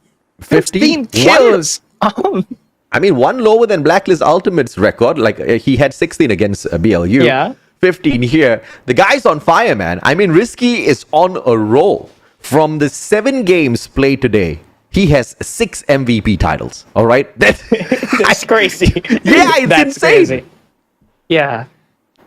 Well, I better see this type of performance up against Almighty later on, especially on the response. I want him to prove that they're the better team out there, despite them losing twice on the group stage. I mean, we all know that it's gonna happen. Smart Omega, judging on his first 2 maps, it's guaranteed that they're gonna end up with the victory. Maybe not in this control, but on that Hardpoint later on, because of how well they've staged themselves to be successful in terms of rotation and, of course, strategy and their gunfights as well here, AJ. I mean, look at the score difference. 1,755 versus 742. More than 1,000 from the guy who's in the second spot. Risky is just playing on another level. But of course, when you look at the performance of the Broke Boys Club, what should have been a very winnable match for them turned out to be a very, very tough one. Josh as well as Young Jay, initially a couple of errors allowing their front runners to just take that spot first. They all got snuffed out, and then the long range players just ended up in a frenzy, in a panic. They couldn't do much. But I do respect the fact that they kind of changed that pacing a little bit later, but every single time they did change the pace, Smart Omega still kept with them. And the best part about Smart Omega was they did not underestimate the Broke Boys Club. They expected the best of plays. They expected the Broke Boys Club to make this tough for them, and therefore that respect shown clearly did Smart Omega a lot of good, because they held their lines. They never once did you see them kind of carelessly rush in unless they already had a couple of frags on their side. Yeah, they didn't hold back. They always make sure that they might have that first blood, or at least initiate and play aggressively and shut down the snipers of Broke Boys Club. And I think that's what happened, and that's why they were successful. On the defensive side, as they start, they have at least Kendi or Kebs pushing that wood house. That's where obviously we saw Young Jay or Josh actually camp around just to try to get those initial picks. And with them getting shot down every time by Smart Omega, it compounded, and of course the momentum built up. They gained their confidence on that defensive side. They were just rushing every sort of round that Broke Boys Club tried to take them. And now, with that unfortunate route, they're down by 0 and 2. And Broke Boys Club, if they want to survive, they gotta win this control slums first. And this is going to be saving grace for them, knowing that they have the defensive side in their favor. So it's just a matter of converting these defensive sides and maybe at least scoring an offensive side just to make sure they at least win in 4 rounds, or the best case 5 rounds here. Look at you talking about slums. They need a reverse sweep against Smart Omega. Who do you think they are? Blacklist International? But they might be. No. Here. Here's the thing. If you want to talk about the comeback, they have to win one match first. Fair enough. They gotta prove that they deserve it, that they have the fight in them before we even talk about a comeback. I have to agree, Cali. 1 round of win potentially. Broke Boys Club. They start off in the defense, and it's an aggressive one. Z-Man with a double. Jello finds one for himself as well, but every single time they do find a couple, they get traded out by King Hydra. I'll take a look at that. Just 4 in a row for Smart Omega on the kill feed. Oh, GG. And, oh man, it's not a great start, especially when you're on the defense. Omega already has control on the mid-map. And that's something that you need to get. And Z-Man Jello will be there to claim that. And of course, they stand and recover, but there's already 2 segments covered by Smart Omega on the B side. Oh, this is gonna be a little bit tough for the Broke Boys because every single time they're forced to respawn all the way on the opposite end of the map, Smarter Mega just takes that opportunity to sneak away that control, especially on the B control point. Now it's a 2v1 situation. Play number 5 and 2 from the side of Smarter Mega. They win that gunfight, and it looks like the B control point is gonna be consumed by Smarter Mega, adding on another minute to the clock. That's a lot of time for them to crush the Broke Boys. Yeah, a lot of time, and they might as well win through a capture, or maybe win through elimination, because at this point, Broke Boys Club is down to their last 13 lives, and well, we're not really seeing a play for a flank here for Smart Omega. They're just barging their head in. The setup is not there to begin with. And Broke Boys Club, they stand their ground. They managed to successfully take away the first push made by Smart Omega on the B side. This is a great defense by the Broke Boys Club, and they've managed to really narrow the gap here between the two teams. Just a 2-life deficit now. Idra spots the player. Kendi goes in for the engagement. Fast, but 7 shuts him down. Is the switchblade play? Risky. Spots him out. Quickly hops on in with the CBR. 11-13. Still 2 more lives between them with a minute more to go. Smart Omega has a strong chance, but you gotta love the defense set up here by the Broke Boys.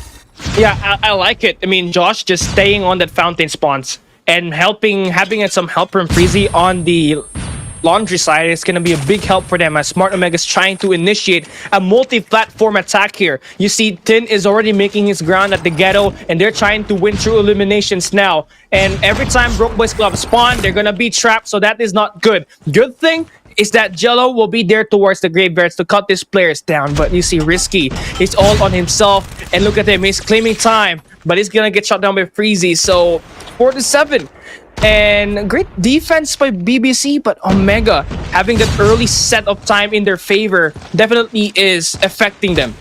I don't know how I feel about Jello pushing out that far into the compound of Smart Mega. Wasn't the best of moves, if you ask me. He loses his life. They only had 5 to run with, and now just 2 for the Broke Boys Club. Whoopi makes that a single one left. It's all in the hands of 7. 4 frags so far with the switchblade, and he cannot find Whoopi. Whoopi instead finds him. 1-0 for Smart Mega. They take the attacking round. That's definitely not a good sign if you're BBC. I mean, you already started on the defense, which is the advantage coming into this control game mode. And with that taken away from you, you gotta respond back with your own offensive side win, which will be definitely hard, knowing that Whoopi has been hot after ending that first round. He's got 4 in a row right now with the scope, and he's been the bane in the long range up against BBC in this first round. Broke Boys, what else do they have left in the tank? They're playing attack this time round, and it seems like it is close to impossible to even reach the control points. They are just getting annihilated halfway through as they make their journey there. No mid control. Everybody's trying to push on up. And look at Smart Omega. They are trying to push them slowly towards archers and potentially even get a spawn trap here executed. Well, this is what Smart Omega can do, honestly. But they kind of let that go. I mean, they kind of overextended, so their players, they get shot down. They got forced to step back and, of course, come in here late, and that gives Broke Boys Club the chance to actually set up the mid-map control, and Jello's gonna be there. That claw gonna be very important, but he's gonna push towards his graveyards and gonna go inside of the flank. Oh boy! Huh? No. No. I mean, it is just Call of Duty mobile stuff, bro. The shorty came out, but the shorty was just a tad bit too slow. Underkiller drone goes out for the prowl. Can it find anyone? Finds the wall instead. Tin, on the other hand, with the Fennec in hand. Let's see if or not he can circle around, because so far the Broke Boys Club are making great headway here at the B control point. Now the next challenge is a little bit tougher. Moving on to Capture A.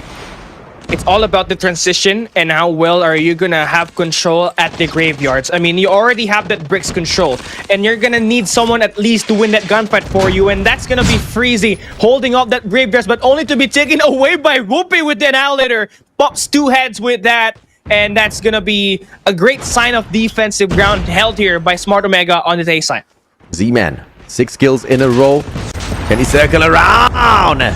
And brings out the Pretty as well. Takes Risky out of the equation. 13-10. 3 life deficit. Make that 12 as Kendi secures one, but 7 plays for the trade. Now a 4 life deficit for the attacking side of Broke Boys Club. They are on the positive, so this is all on their side here. It's just about a matter of investing that operator properly for Josh, but only he finds one, so that's not gonna make a significant impact in terms of having control on the A side for now. They still do have that number advantage, so they can still play and win this true elimination, but it's gonna be key for them to find the rotation here now, and they're gonna full stack towards B here.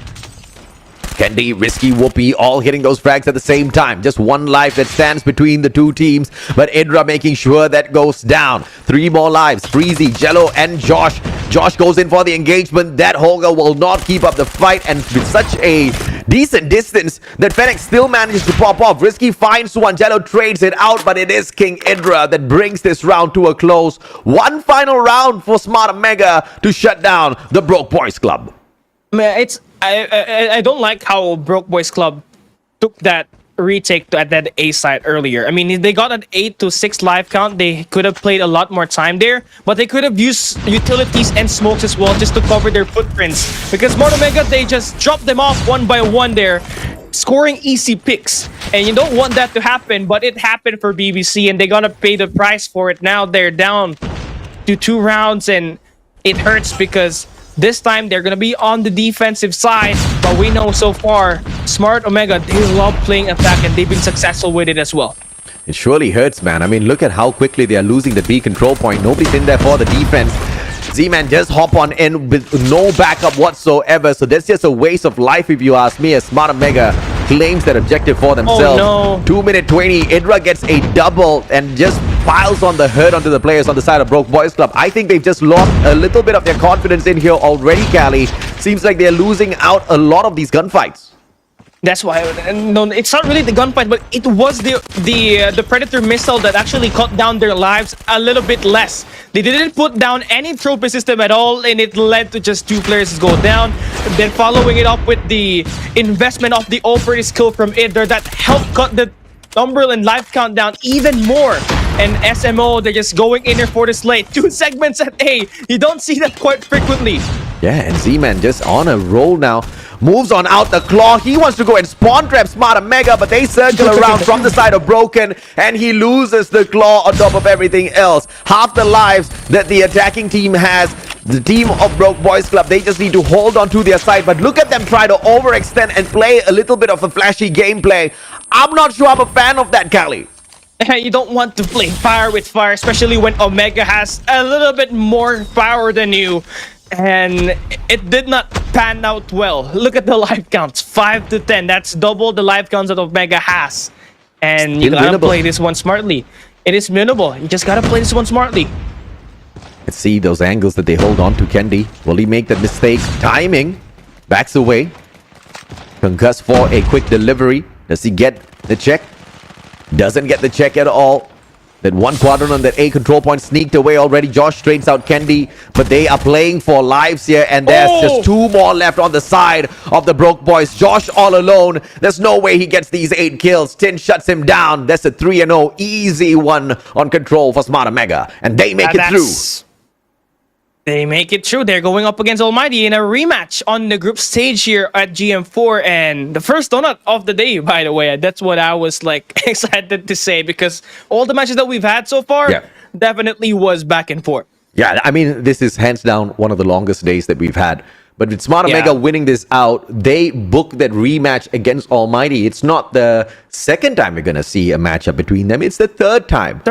Both times, though, initially, Almighty beat them down. The first time was a 3-0. The second time was a 2-1.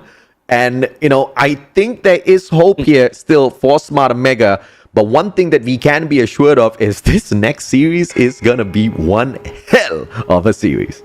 It's, here's the catch. One has to go down. So, this is not the upper bracket. There's only 1 life left for Smart Omega and Almighty. And one of these juggernauts will go down today. And it's either going to, and it so happened that, you know, both of these teams are actually the World Championship representative last year. So we already know that it's going to be a banger. Grand finals worthy of a matchup, and you just can't make sure you miss that, because it's one hell of a best of 5 series. And if Smart Omega wants to win on that matchup, AJ, they have to let Risky continue on the flow state. How many MVPs now? 7? 7 out of 7 8? out of 8. Yeah, 7 Oh, out of damn. 8. Can you... I mean, the guy is on fire, man. He's just outdoing the rest of his team members. And good on him. Risky has found that flow. He has clearly been putting in a lot of work into his gameplay. And Whoopi hasn't fallen asleep just yet, right? Just when you think that this guy is not going to be finding those top spots anymore, he picks up that second place. Almost got that first spot, though. And Risky just had to beat him to it. He feels like he owns the MVP titles, and he most definitely can own a couple of more. So this is not the end of Risky just yet. There's gonna be at least... It's gonna be a record, bro. It's gonna be the most individual titles picked up, not in the duration of the competition, but in the duration of a single day. Yeah, and I mean, it's just so... It's a playoff record, and it's an all-time record that he might just have set for himself. And I want that to continue, because not only is he the one setting records for himself, Smart Omega as a team is chasing that three-peat, AJ. I mean, they've won back-to-back already, and if they can win the three-peat, that might seal them as the best team in the current region of MSP so far. Oh yeah, absolutely, man. And you know, at the end of the day, we look forward to matches like that, but we also look forward to a little bit of an underdog story. You know, we want to hype them up. We want them to have a really good time out there on the battlefield. And the Broke Boys Club, they did try. But Smart Omega was just not in the mood to play around with their food. They already got kicked down into the lower brackets in the most heartbreaking way. A reverse sweep of everything else. A reverse sweep. I mean, if they had lost 3-0, it wouldn't have hurt as much as a reverse sweep, because on the verge where you think, okay, this is it, one more game, we're winning out the series, you lose that and you continue to lose 2 more matches, dude, that's got to break your spirit. Yeah, the mentality definitely will, you know, it depreciates every round, every map that you lost on that lead that you had. You know, it's okay, you lost the control, let's make up for it in this hardpoint, but you lost the hardpoint as well. So that confidence, actually, it diminished over time. And by the time we played at SND, they were, you know, the mentality was too tired, and just that's where Blacklist International Ultimate just played them out so well. And you're gonna see the MVP of the game, of course. It is definitely Risky.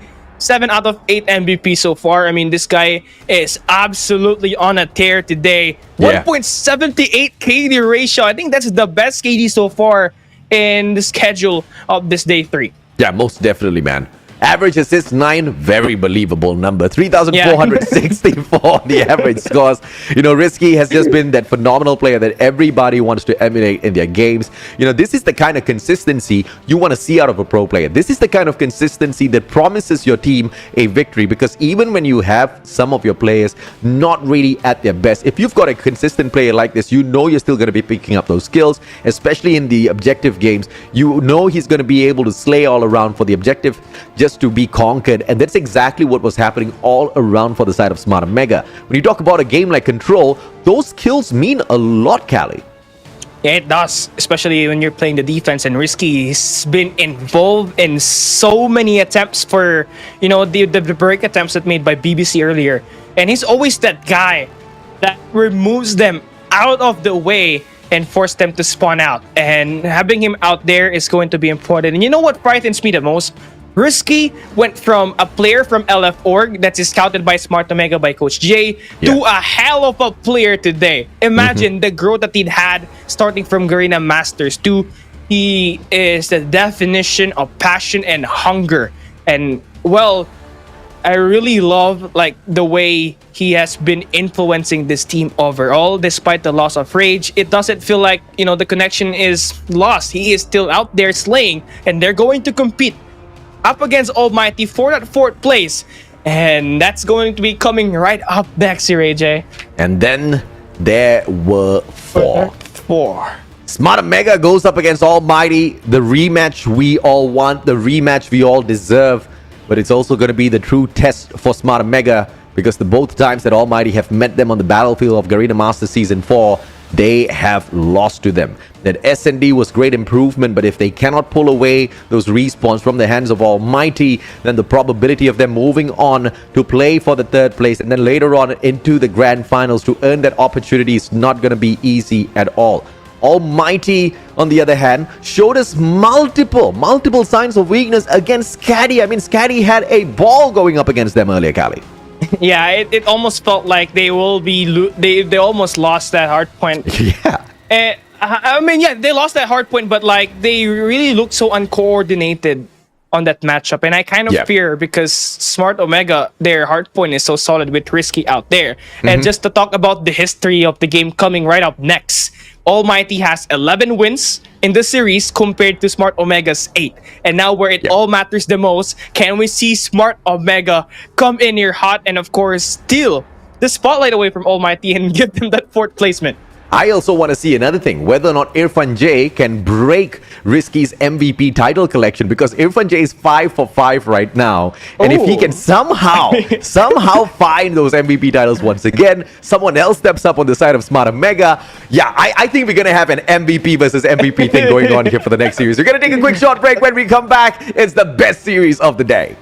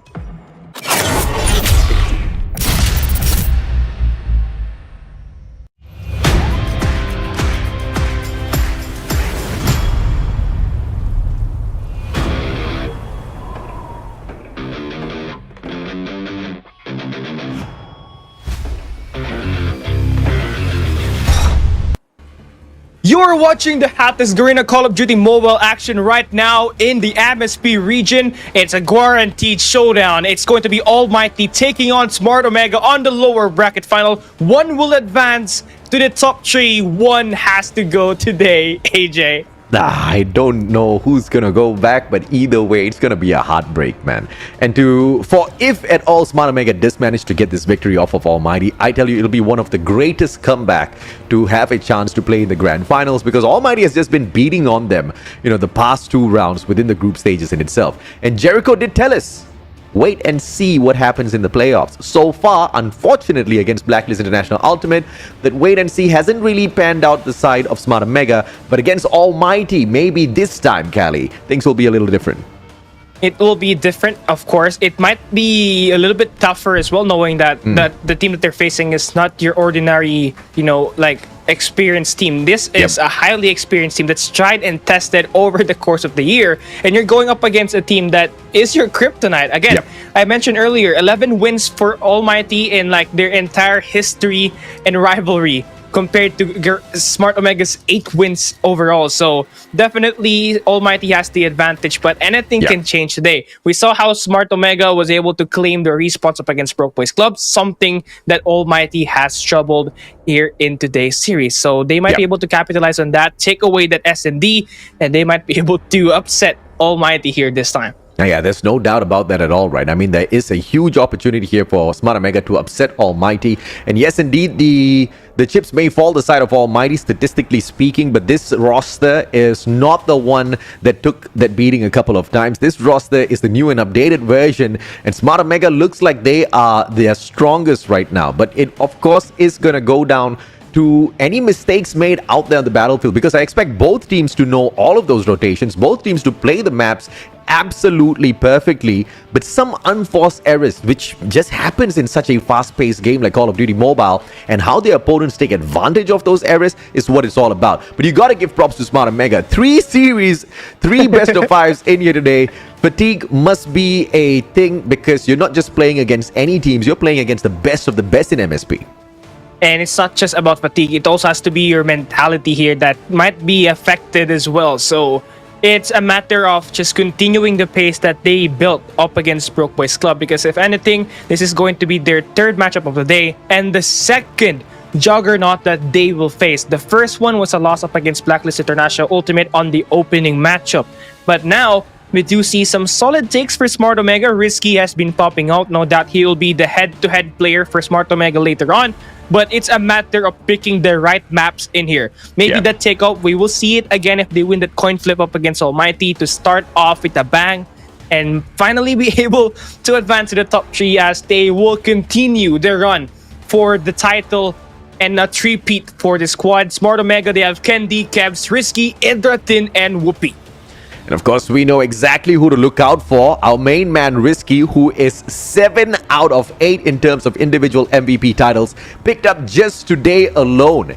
And on the other side, on his opposing side, you have got a man in the name of Irfan J, the one and only Clutch King, who's 5 for 5, just like what Risky had against Blacklist International Ultimate a little bit earlier on today. So there's a high potential. There is a high potential that Irfan J might be able to level up and even beat Risky at his own MVP title collection game. I mean, let's see exactly how things pan out there, because I don't think the rest of the team members will be looking forward to giving away that MVP title, because everybody's just going to go look for those kills. Everybody's going to look for that slay. There's no time, there's no opportunity to allow just one guy to shine. Everyone needs to take their opportunities, which will make things much more difficult for Risky. Yeah, I mean, if that happens, well, I might see Smart Omega win this entire series. Well, I mean, if Risky influences team to be better, I am all for it. If you're gonna want to take down the likes of Almighty, who has Jet Pro, haven't shot up Irfan J, Incendio, they may have fell to the lower bracket, and well, it still might have stunned them. I mean, they showed their weakness, and that Hardpoint is where they struggled the most. And if anything, we need to see them improve on this matchup is taking away that Hardpoint game mode up against Smart Omega. And again, you mentioned Irfan J, 5 MVPs so far. I mean, the Ramadan is really doing this guy nice here, AJ. Oh, yeah. I mean, I forgot. I mean, Irfan J is fasting as well. I mean, the exact same thing, I believe, is the case for Shut Up. The opportunity for them to rise up to the occasion and pull away the series from Smart Omega, like you said, Callie, will lie in that Hardpoint matchup. Because we saw against SKADI earlier on, and to my absolute disbelief, they got beaten down in both of their Hardpoint games. It was just like a shocking revelation knowing that after that 2 wins, that 2 losses that they had in that Hardpoint, it is clear that it really is a problem. You know, there is something that they need to add in to, of course, get that Hardpoint better. And it's by stacking a player at least 2 or 3 inside of that hill, because none has been working so far since they met WPM Lowkings. And now, taking a look at the head-to-head, of course, it's the MVP titles versus the MVP titles. Risky with 7 out of 8, Irfan J with 5 out of 5, and well, taking a look at their statistics, it is very, very close, slightly favoring Risky on the average kill, and him having 26.67 compared to 25.2, and of course with the KD ratio as well, 1.78, just 0.20 KD ratio better than Irfan J. Yeah, technically speaking, if you look at the individual MVP titles picked up all throughout Garena Masters so far, Irfan J has 13, and guess how many Risky has? 15! He's winning it by 2 already, bro. But he did play an extra series today. And literally that series is making the biggest world of difference right now. Well, you gotta Irfan love it, J, yeah, you gotta love it. Irfan J, now's the chance for you to take away the MVP titles from Risky by, of course, scoring the victory, but it's not really guaranteed, right? Yeah. It's just a matter of thinking. You can't outplay the other guy, because, you know, even if Smart Omega loses that match, Risky might still pick up the MVP title. So we're going toe-to-toe here, and Risky has the upper hand. But if you want to look at the overall MVP titles picked up, then you got to give props to the one and only Irfan J, right? A total of 4 picked up, and that's the most within the whole of the Almighty squad. If you look at on the side of Smart Omega, it's not the man Risky, it's the King Idra himself, who's just been absolutely dominant in all of those respawn matches. He shows up occasionally for S&Ds as well. But today, very specifically today, Risky has been on absolute fire. I don't know what is up with Risky. It might be his birthday. It might be his mom's, his relative's birthday. And that's why maybe he's really, you know, inspired and motivated to play the best version of himself. But and why now birthday, looking at our though? maps in mode. What? But why birthday? No, it's just the fact that Kev's on his birthday, when he played a match on Garena Masters 4 group stage, he was absolute fire. I don't know. It's just it's based off of a pattern that we saw from Kevs and Smart Omega themselves. Now let's take a look at the maps and modes. Map ban, standoff, takeoff, operator skill ban, purifier, and Sparrow. Gravity Vortex is allowed this time, so Tin can definitely use that. Hardpoint, firing range, gonna be the first map in hand. How are you looking? How are things looking for you in this best of 5, AJ? I think I love the map lineup here, especially for Hacienda. That's going to be a curveball potentially thrown, and I don't think we are going to see Smart Omega walk away, you know, really punished. So if Almighty wants to win this, they have to make sure they don't allow it to go all the way into Hacienda. That's a place where I think we can expect the very best out of Almighty. But we've seen Almighty play there as well in the past, right? It's not like they're too shabby on it. It's just that Smart Omega just has those better rotations. They have so much more control over that Hacienda map. So if at all Almighty wants to win this, they've got to get it done by the time we reach map number 4. And of course, this map number 1 is gonna be integral for the way for them to be successful at this way, because it's going to be a map pick by Smart Omega, and they played through their opponent's weakness rather than their strength. This is actually a map where Almighty lost up against WPM Lowkings, 250 to 181. And where did they kind of falter? It's on that hardpoint number 2, where absolutely coincidentally is the best hardpoint for Lowkings and the best hardpoint for Smart Omega as well. So Almighty, they gotta make sure that their rotations are gonna be clean. The early rotations should be locked in as well, and there should be more players in that hardpoint compared to the ones guarding the perimeter. Yeah, and statistically speaking, Smart Omega is just so much better on hardpoint with a 70% win rate as opposed to the 40% win rate on the side of Almighty. A 40% win rate for Almighty is nothing short of, insane, man. This is literally one of the best teams within MSP, but with such a horrible win rate on, one of the most basic of game modes out there that's played twice on a best of 5, you would hope for the team to kind of smarten up on this game mode, right? Perhaps now's the time where it's finally due. A coach is needed for the side of Almighty. Yeah, I mean, I have to agree with you on that one. I mean, we saw the effect from Smart Omega. I mean, they have not one, not two, but 3 coaches. One particularly an analyst, where they studied the opponent, they studied the opponent's gameplay and their play style, and they worked through around it, and that is currently taking in effect. As Smart Omega will be using the firing range, the same map that WPM Lowkings used to take away the first map up against Almighty on the upper bracket semifinals. So here now, as we start, it's gonna be an early Hardpoint hold here by AMT. That's 2. Kevs takes over the power position down here at the white warehouse, tries to clear off the lane as well before trying to engage with the rest of the players. But Smart Omega responds very smartly, pops a smoke right at the door of that white warehouse, which just obscures the vision of Smart Omega. So taking over the power position meant absolutely nothing. And of course, Irfan J shuts down the player holding onto that position as well. Auto repair will see the one and only Risky, but he's taken out by the one and only Jeff Pro. It's just back and forth between the two in terms of gunfights. But who's playing the objective right? It's the one and only Almighty. Oh my god, this is just exactly what I was talking about. I mean, they sent out not just one, but at least 2 players inside of this hardpoint, and you see Shut Up get right back to it. And supposed to say that hardpoint number 1 is the scrappiest hardpoint in the game. AMT just made it look so easy with their map control. Yeah, that soon would change, because as we open up P2, there's going to be early rotations made here by Smart Omega. You got number 5 holding up the rotation, so they're gonna open it up, and a potential money hill here for them. This is most definitely Smart Omega's money hill. I think we've seen them smash P2 so many times in the past, and it's so difficult to take away from them. So Almighty needs to be super tight when they go in for the approach. One player steps on in the name of Heaven. Jeff Pro gets taken out consequentially as well. Everybody from the side of Almighty trickling in one after the other. That's gonna be a no-go. But finally, this is a God spawn coming out from the trail at containers, and they take away the spawn at the Special Forces base just to run P2 as well. Now Smart Omega needs to come through with a break. I mean, and when you needed the president, Jeff Pro, he arrives on time. I mean, look at him. 11 kills in the first 2 hard points, and he's using that Holger 26 to spray them down one at a time. Not to mention, he's playing the objective time as well. So serious step up for this guy. He got 11 kills and 38 seconds in the bag right now. 75 points now for AMT, with Smart Omega only having 22.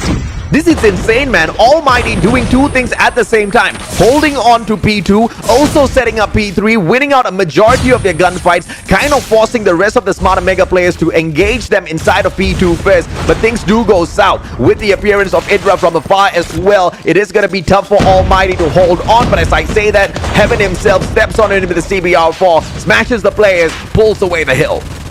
I mean, talk about the massive changes made by AMT, after their loss up against WPM Lowkings. Take a look at the immediate effect and the adjustments made. 3 players, 2 players inside of the hard point right now for the squad, and it has been working as they reach the 100-point mark. But Omega, they will be using their operator skills just to take the break inside. The gravity vortex gonna be key for them to get that final 20 seconds. And if you are Almighty, either you're gonna get this final contest, and if you fail, settle for the next hard point already, because taking a look at this way, no one really from AMT near the spawn at the red rooms. Yep, and that's the exact thing that's happening here. Almighty losing out their gunfight. Gonna go in here for a couple of extra points just through the scraps, and it seems like it's a success for them, mainly because Smart Omega has already rotated around just to anchor down the shower rooms as well as set up the barracks hut. Player number 2 on the side of Almighty stepping on in, but Heaven gets sprayed down. Jeff Pro, on the other hand, trying his very best to get the wall bangs out of the Holger, doesn't get it, and Whoopi sorts him out. But still, AMT will be able to get that mid-map control. That trailer is going to be open and will be key for them to spawn the players of Omega away from the red rooms. But still, no player really getting an inch close to that hard point. And talk about how the sudden change of Smart Omega's pace definitely is affecting AMT. But that soon would be overwritten, as they are now finally inside the hill. Oh, and it's all with the work of Heaven, just hopping on in there, getting the double kill for himself. But Hunter Killer Drone needs to be taken out of the air. It doesn't, and it finds the back of Incendio. Shut Up, on the other hand, holding on to the hill for the side of Almighty. He'll get shut down, and it is the hill for the side of Smart Omega for a second. And once again, it is Heaven with the breaks. I mean, Heaven, we know him. He is actually struggling in terms of hardpoint, but this time he is very key for them to get this final scrap points here at this hardpoint number 4 as we open up the second set of rotations. You are gonna see number 5 in yellow and shot up, trying to flip the spawns. Look at him, trying to go and initiate and take away that auto repair shop for the squad, and of course give that to Jeff Pro, who currently has a Holger 26, which will make it easier for them to spray these players down. And so they reversed that, but no one really is in the hill right now. 123 to 74 on the reset of the hardpoint. It is once again Almighty there to open it up. One play inside of the auto repair is going to be in the name of Kebs. CBR4 finds no one, hops onto the hill, a little careless, but he gets the lucky shot through the smoke, and it's going to be Kebs that helps out the team of Smart Omega to claim that hill. Well, very solid numbers there for Kebs, currently on the 2 in a row. He's gonna hold off the auto repair shop, so he will be able to anticipate players rotating towards the second hardpoint, and well, he's gonna get that good read off of that rotate as he comes in. He needs to slide in to pick one more player, but the guy is not there because it is gonna clean it up, and solid rotation being made by Omega. The setup is pure. They just need one more player guarding that Jeepneys, and number 4 Risky is gonna be that guy holding off the perimeter. Kebs got Nate, will find. That should have been a little bit of an extra damage there, but he doesn't get it. 148 to 84. Smart Omega looking to open up this P2. They want to make this their money hill. If Almighty wants it, they better claim that spawn off of that Spec Force's base. If they have to, they will have to go through auto repair as well. It's going to be a 1v1, but both players approaching at the same time, and the pincer maneuver is a success for Almighty. Whoopi will try to break this, but he plays for time. Indra backs him up as well. It's a good concuss thrown out by Whoopi just to buy himself a little bit of an opener, but out of nowhere, shut up with the Annihilator investment spoils the move. Smart Omega just took too long in holding off that auto repair shop, but the good thing here is Risky is stepping off his guy. He's currently got 15 kills, definitely not the highest of kills, but he's gonna be able to open up and get the final points here for Smart Omega to reduce that lead to at least 40 seconds. But AMT here, Fanjay, they're not gonna let go of any time here at all. They need every second, and that is gonna be important as we are approaching the late game. 111 to 168 as we open up this next hill. It's going to be Smart Omega just swarming the point, stacking their numbers inside. This is not the same Almighty that played that hardpoint earlier on against SKADI. It's surely not the Almighty that played against the West Point Mamba Lowkings. Smart Omega struggling a tad bit against them, but the game's not over just yet. Kebs won't be able to make a big play here with the Gravity Vortex. Pops the other door as well. No entry for anyone, and I can't believe Irfan J. Rest ran into that. I mean, you got, at least if you're gonna have some players having the Gravity Vortex, at least throw a trophy system. That should be able to help you cancel it down. But I mean, desperation is currently what AMT is having at this point. I mean, they struggled breaking 3 times already in this hardpoint number 3, and it's all because of how well Smart Omega invested those Gravity Vortex just to stop all of those attacks and delay the push that's being made. And that forces AMT to actually rotate around this next hardpoint. And then they decided to push, which is kind of very no-brainer because they're gonna get the scrap time, but Smart Omega, they already have the spawns for next, and this is not a good thing if you're Almighty. Yes, Smart Omega, they may be behind in terms of points, but they're 2 steps ahead in terms of the rotation. But if those gunfights do fail, this is gonna go south. Smart Omega, I don't know what they were thinking with the scrap points being given away, but with the 3-coach setup, you might just see them win this because they might have a better strategy. They do have the hill. No break is gonna come through from Incendio as well as Jeff Pro. Shut Up gets taken out of the equation as well with a Hunter-Killer drone, courtesy of Indra, and it's just all blue in terms of the kill feed. They're just getting those back-to-backs, and Smart Omega, they are forcing Almighty to run around like headless chickens. This is just dangerous if you're Almighty. Just taking a look at what's happening right now, you got 3 players from Smart Omega having those Gravity Vortex enabled, so that is gonna be more time for you to be delayed if the timing is on, and 10 is gonna be finding good rotations off of that, and now they've cut it back to a 10-point lead. And guess what, Almighty, they aren't really having a great job at all of holding off this P4, and that's been happening for the last 2 rotations. And Tin Irfan J. Clutch King manages to hop on in. He's gonna soak up the final few points. Claw investment will prove to be sound in terms of investment for the side of Irfan J. 200 points reached up already as we hit that reset button once again in this hardpoint matchup. It's gonna go down to that auto repair. It's gonna go down to the branch road. Anybody that takes auto repair will give their team the advantage in terms of securing the domination within this first hardpoint first. But Scout Tower has Risky. Risky sorts out his opponent. And this is yet another power position that you want to take over if you want to dominate this first hardpoint, Cali. And this is important now for Omega as well, for Almighty, as they are currently on a deadbeat. Adjustments being made for the third set of rotation this time. They let go of the scrap time on this P4 just to put Risky on the scout tower. And guess what? Almighty, they've been stuck towards this point, and they can't get any closer to what? To this hard point. Yeah, I mean, it's just perfect. Both the power positions, auto repair as well as scout tower, taken away by Smart Omega. Almighty cannot get close. Risky's just laying up there from the top. And you also have Idra with the SKS just absolutely annihilating player after player. A setup for P2 might be a sound decision for Almighty. They need to win the spawn, and then they need to circle into the command center as well. But it is an easy string for Smart Omega instead, who hops on into P2 while soaking up the points from P1. This is insane. Almighty started off strong, but it is Smart Omega that might be able to get to the end. It's all about the adjustments that you made all over the mistake that you had so far. Almighty's bench play just get completely cancelled with the Predator missile, and that's it. That's gonna steal the game. Smart Omega, no one really able to shut them down on this final rotation, but Almighty, they're gonna still put up a great fight. They have one player inside, and Heaven's gonna be there to clean up and be the backup, and there they go. The push continues, and AMT, they will stand their ground. A single break is needed here for Smart Omega. Almighty doesn't look like they're in the mood to give it away. 220 to 246. Can Smart Omega find their way in? They do, but they're just getting annihilated halfway through. Heaven with a double. Preddy's gonna be dropped onto two players who scramble instantaneously. No kills from that Preddy, and Almighty, they're just gonna rue the day that they tickled Smart Omega. Smart Omega, one final break. It's not gonna happen at P2. They want to set up at P3 and take this match away from the side of Almighty.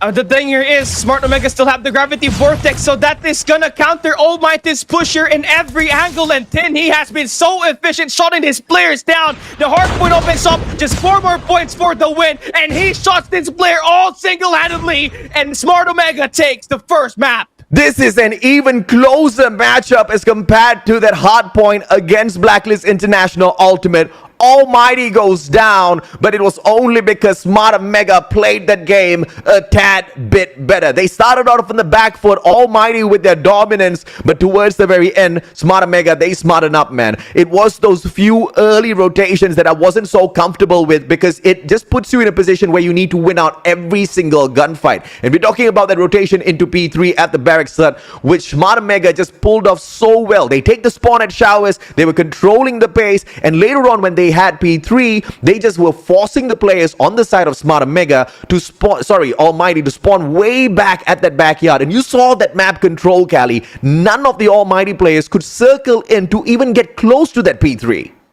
Yeah, obviously, and it will all go and boil down to how well the Gravity Vortex gun was eventually invested here. Not just by Tin, but of course every player from Smart Omega that has the Gravity Vortex used, because every time that they used it, it's Almighty getting taken down every time, over and over again. And there wasn't really adjustments being made there. And it's just kind of where, you know, AMT lost their chance of getting back into the game, because you were taken down by this Gravity Vortex on like the first 2 set of rotations. But yet again, you don't put the trooper system first before you put in the attack, and that's where it kind of fell a bit for Almighty, and that's why Smart Omega capitalized on that. One thing to smile about if you're an Almighty fan, Irfan J picks up yet another MVP title, and Risky does not. So that is 6 to 7. Risky still in the lead, but Irfan J is surely catching up. But it's not going to matter at the end of the day if Irfan J picks up all of these individual titles, but they still lose out those matches, right? This is a potential 5-game series, and I think Almighty just needs to hunker down and pull away this S&D matchup. But if Whoopi starts hitting those scopes yet again, getting those first blitz, things are going to get so much more difficult. But I don't know if he's in the mood just yet, Cali. I mean, remember, he actually holds the most first bloods in the group stage. But here to playoffs, he's just been so silent, very deadbeat, compared to how well Idra has been playing this S&Ds. Now, we're hopping into another S&D. This time, it's a map pick by Almighty.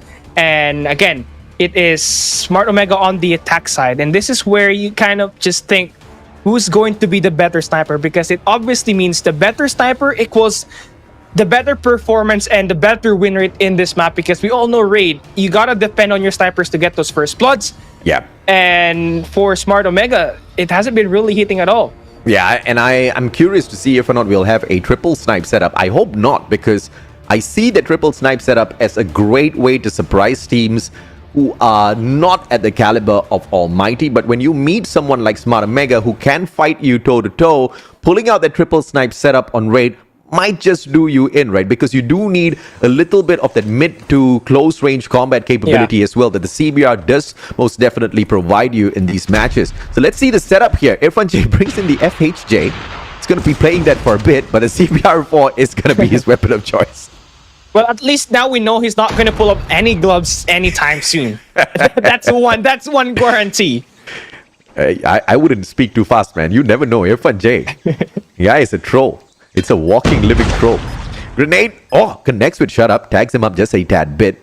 Not gonna put him out of the equation just yet. A quick tactical throw. Gets the check. Nobody on the left-hand corner, but he gets tagged up and shut down by Kevs. Jeff Pro could have taken that, but Risky turns on him. Great read there for Smart Omega. Kevs, where was that shot coming from?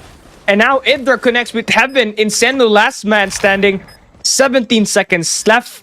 And the post-plant defense is actually very aggressive, leaning towards the staircase offense here from Smart Omega, and AMT fell for the bait, and that's it. 1-0 for Smart Omega. Great job on the initiation. What a way to start off this S&D. It was a fantastic round, no doubt whatsoever, for the side of Smart Omega. Almighty, on the other hand, just Incendio finding that one kill. You know, they're not going to be too pleased, but you know, that one round does not determine exactly how this whole game goes.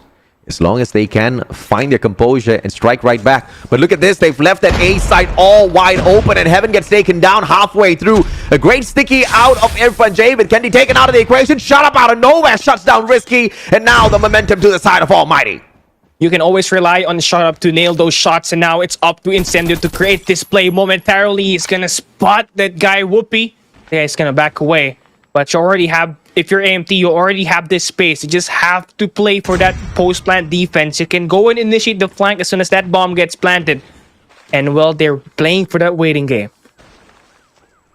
Let's see. It's just one apiece on both sides. Heaven taken out. Candy out of the equation as well. Incendio can play that long range with the Krig. But Shut Up's going to be your main man to take Whoopi out of the equation first. And I can see, who is that? Is that irfanjay? Is player number one. Yes, CBR4 in the hands of irfanjay, but he runs away quickly for the defense. Whoopi's going to spot him. Not going to be able to take that shot quick enough, though. But hey, Whoopi, he's going to bring out the sniper in the worst time possible. He could have ended up with a pistol kill there. But it's a breaks up the game now. Time to play for a retake. There's a mistake by Whoopi, but Kevs and Idra, they saved the day. 3 back-to-back kills, and Smart Omega up 2-0. Why do they look so surprised? Because they were like, wait, we won that round? How did we delete this 3 players so fast? Oh, this is just getting out of hand. If you're an Almighty fan, this is the part where you start to get a tad bit nervous. Whoopi gets the sticky response this time. It's the President Jeff Pro taken out of the equation. Shut Up with a quick scope. Risky out of the equation as well. It's a 1-for-1 trade with the bomb inside, taking a weight around the swimming pool. This is kind of risky for Whoopi to stay there alive. So now he'll be going down. And Candy's gonna hold that bomb. He's not definitely doesn't have any kills yet, but he's been scoring all the plants here and initiating for the squad. And he's gonna be able to put that bomb down at this A side. But they're not going to settle the plant yet. They're looking to play for a pick. But you don't want to go up against Shut Up, who's been locking that angle down for the longest of time. You definitely don't, and if you're an Almighty player, you just don't need to push this right now, because as the attacking team, Smart Omega, they need to find the plant. So hold your angles and just make sure you take the guy out of the equation, and the distraction's perfect for Incendio to get the dirty done. Almighty pulls back one round, but that's the least of their worries. They need to deal with the aggression of Smart Omega that has been pretty much on point. I mean, the speed of wipeout on that second round is just a perfect example as to how very, very talented Smart Omega is at dealing with the aggression of Almighty. For me, honestly, the best way for you to counter Smart Omega is avoid them getting that plant early on, because that's where they've been successful and that's where they've won the last 2 rounds here for their attack side. And well, not a good sign for AMT to get those first 3 players eliminated on the first 20 seconds, but great way here for Heaven and Shot Up to turn things around, and Heaven needs to win this key gunfight, and he got the jump on Risky, so that will be a 1v2 Kendi all on his own. Kendi, can he do it? CBR4, that's the weapon that always does it. It's all about the timing though. Plan already, and 30 seconds to go. Timing! Not on the side for Kendi. I believe those players are all around him already. Heaven does not spot him! Oh my They're looking the other way! What's going on? Kendi finds one, Heaven down! This is just an absolute clown around for Kendi. Gets a couple of shots and takes Shut Up out of the equation. I cannot believe that just happened. Call of Duty mobile timing at its finest. That's just what happened, but you gotta talk about the attention to detail there made by Kendi. He used an off angle there, by the way. Many players, they're gonna go in and of course take the head glitch that's very near to the bomb site, but he took the one near the van, so that was something that wasn't really AMT's expecting, so really good for him. 2v2. Attack the Bidra is not gonna drop the ball just yet. Backs away. Smart move. As the bomb approaches the B site, Whoopi's gonna find this plant and give his team a little bit more of a pressure here over Almighty. But no, he waits for the backup, which I don't know if it's the perfect idea, because that could have just piled on the pressure to the players of Almighty. Now Almighty has rotated around as well towards that laundry side, giving them the power position. Grenade will slow them down a tad bit. That plant does not get executed successfully. That's why you need to just go in and take your chances. Now Whoopi on the hold here. Almighty's here to say hello. Oh my god, Whoopi is gonna have to play this timing properly. Whoa. And there it goes. Nice conversion done. You open up this site and Indra there to clean Shot Up on the pillars, and wow. A 3-round lead now for Smart Omega. They're definitely using the momentum that they had versus BBC here up against Almighty. I mean, this is just that perfect revenge that Smart Omega was planning against Almighty here at the playoffs. Not planned out to the T. Didn't plan to meet them in the lower brackets. But to take that revenge out on them is definitely, something that was on the table for them. But Heaven and Shut Up, they strike early this time around. The match is not over for them just yet. Jeff Pro needs to find a couple of more, and as I say that, he does find Whoopi. Heaven, beautiful headshot out of Risky, takes him out of the equation, and Indra responds perfectly as well. Incendio down and out. It's once again a 2v2. Oh, Risky is gonna be staying alive here with 4 kills. Oh, rotation. Indra there. Yeah, he can force a rotation, but again, the bomb is dropped here at this A site, so he has to pick it up. And AMT, they are guarding that bomb, gatekeeping it away from Risky. I thought he was going to circle all the way around through. But he's just playing a little bit of time. He's going to get that! What a nade by Risky! Spots out the player! What a clutch! Risky wants that MVP title! He wants that real bad here. That was just a nasty nade to CBR4 transfer. And that gave them that 4-round lead. Just 2 more rounds away. And just 2 more kills away from taking that most kills here for from Indra. Oh my god. Almighty. They never saw this one coming. Smart Omega. Indra finds Jeff Pro. That long shot is gonna hurt them. Kev's pushing up so far ahead. Spots the player. Wolby. No! Heaven responds with a secondary. Good on him. But that's not gonna stop Smart Omega. They still have that 1-man advantage. Right now for AMT, that A site is not looking friendly at all. That is definitely centric towards a defense here. They're just Omega's just kind of waiting for them to pop off. So right now you can force a rotation towards B where there's only 1 player, but it's not really far-fetched in here as Incendio is kind of playing with his live checking. Oh, this corners. Oh no, Kendi there to pick him up. And that's it. 4v2 now for Smart Omega. Heaven makes that 2v3. The numbers just need to be thinned down a little bit more. Heaven circles around. Nobody shows up at that safe room, but the timing's just a tad bit off. And everybody circles around towards the garden instead. Just nice to play, to back each other up and play for retake. And I think this setup by Smart Omega is really smart. No pun intended for sure. Well, they are kind of waiting for these players to plant that bomb. As soon as they hear that bomb getting tapped, number 2 can force a rotation at the swimming pool. But it's not gonna do that. It's gonna come in here at this staircase. Bomb getting planted now. They're waiting for Whoopi to pop, but Whoopi still ends up with the win and looking for the double as well. Quick scope gone. First blood Reaper. Whoopi takes his 8th kill for the round, and of course, match point for Smart Omega. Match point, and this looks like it is gonna be a repeat for the players on the side of Smart Omega. Against the Broke Boys Club, it was a 7-1. This time around, it might just be exactly that as well. We did see them pop off against Almighty in the exact same scoreline, 7-1 at Summit. So Almighty pretty much saw this coming, but it doesn't seem like they're able to do anything about it. And it hurts, you know, that the adoption is not really there for Almighty. And Whoopi, I mean, those scopes are just kind of fast, but now once we go and switch it up, I'm gonna find those conversions early, and of course, smokes made here by AMT to push that A site. And take a look at Smart Omega. They are lining up, stacking resources at the staircase. See if they can push and hold this advancement from the side of Smart Omega. Irfan J takes a double. Incendio chips in as well. President Jeff Pro steps up. Whoopi, final player, gets the quick scope out of nowhere. But against 3 more players, can he get the deed done? As well as the defusal. 25 more seconds on the clock. That's a little bit too little time, if you ask me. Oh, Incendio is using the punching glove. Oh, he hits him hard. That's... Oh my god, no. I think it's too risky. But again, they have a 1v3 there. Was that a pun? Okay, second. No. No, okay. Okay, no pun intended. Okay. So too risky against risky out there. Who's trying to get yet another MVP title to make sure he keeps Almighty's Irfan J off of his shadow. Irfan J, line shot, will be able to... No, he doesn't punish. But Incendio shuts down Idra from afar, so that's all good. Incendio now trying to look for yet another. Heaven finds Kevs, and Heaven, as he slides on in towards that open central garden, he gets taken out of the equation. 3v3. The numbers all equal. Almighty rushes in towards the basketball. God, and Whoopi out of nowhere catches him.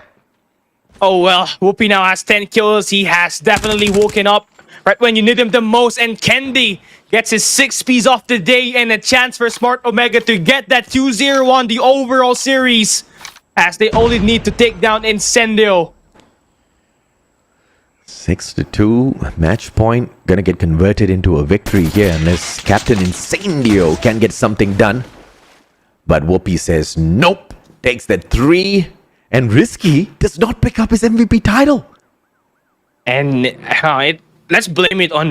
Well, I mean, you did talk about like this player is really wanting for the kills. Yeah. They want the MVP. So maybe it's all because of Risky influencing this team to be better that Whoopi decided to step up and win this for this squad. But who knew that this Smart Omega squad will go up 2-0 up against Almighty when they struggled on the first 2 games in the group stage? Me, sir. Me. Hiding strats? Yeah, I don't know. I already said there was no way. I mean, yes, Almighty is good, but there's no way that was just the game style of Smart Omega, right? But we did see Smart Omega put on their best against Blacklist International Ultimate earlier on, and they got 3-0. I don't think that was planned. That was just Blacklist just being absolute monsters. So hiding strats or not, the journey from here on end is not going to be easy. They may be able to take their revenge pretty much halfway through there, but they got reverse swept once. It might just happen again. I don't want that to happen. I mean, you're already up 2-0 here. The tactical brilliance needs to be better here for Smart Omega, and you have to be very focused on the objective. I mean, yes, you're going to play control, the best match, the best game mode for Almighty, but at this point, you've been able to dominate them in the hardpoint, which, although is very close, you're able to play it objectively, and of course, with their combined with the slaying power. This time on S&D, you're able to outsmart them, and of course, let Whoopi and Idra do all the work for you with the long range. And now, here we go. Is it going to be a deja vu, or is it not going to be the case? They might have the chance to extend their title run in here, and they will have to play Control Summit. And the saving grace for Almighty coming into this map number 3, they start on the defensive side. And this hardpoint matchup is going to be a challenge for Almighty, who has been struggling. And I believe they have lost all 5 of their past hardpoint matches. That's 5 back-to-back losses in hardpoint for Almighty. And that's not a good record moving on into Summit Hardpoint, right? And Smart Omega, on the other hand, just coming off of a reverse sweep against Blacklist International Ultimate and having that just amazing comeback against Almighty down here in the lower bracket should have enough firepower in terms of emotional support from each other and that extra bit of adrenaline to push all the way through. We know this is a snowball matchup, and if you do allow your opponents to run away, catching up is going to be pretty tough, Callie. Well, yes, I have to agree with you on that one. But here is the past history of Smart Omega and, of course, Almighty on the group stage. All of their matches on control slumps on the group stage were forced to a round number 5, where the defensive side of the team actually won the game. And guess what? That is AMT that played the defensive sides and, of course, won it up against Smart Omega. So we might expect that this could go down to a round number 5, knowing how, defensive sided this map it is as well. But if that needs to happen, they better win some map control, because definitely that's not what's happening in here right now. The fasting is getting to me, man. I thought this was Hardpoint. I need food. I need water. I need water more than I need food. Do you know what it's like shouting and screaming for so long and not drinking a drop of water? It's torturous, Callie. Yeah. Oh, yeah, of course. The voice definitely hurts. But I mean, it's really the brain hard, hurts more than the voice, man. The brain is hurting right now. The brain needs a little bit of caffeine. So that's water too. Oh, well, okay. Well, at least you need just a few more hours. Maybe right after this game ends, if we see a game number 5, I think it will be sundown by then. Are you asking me to pray for a 3-0, Mr. Callie? Is that what you're asking for, so that this ends so quickly?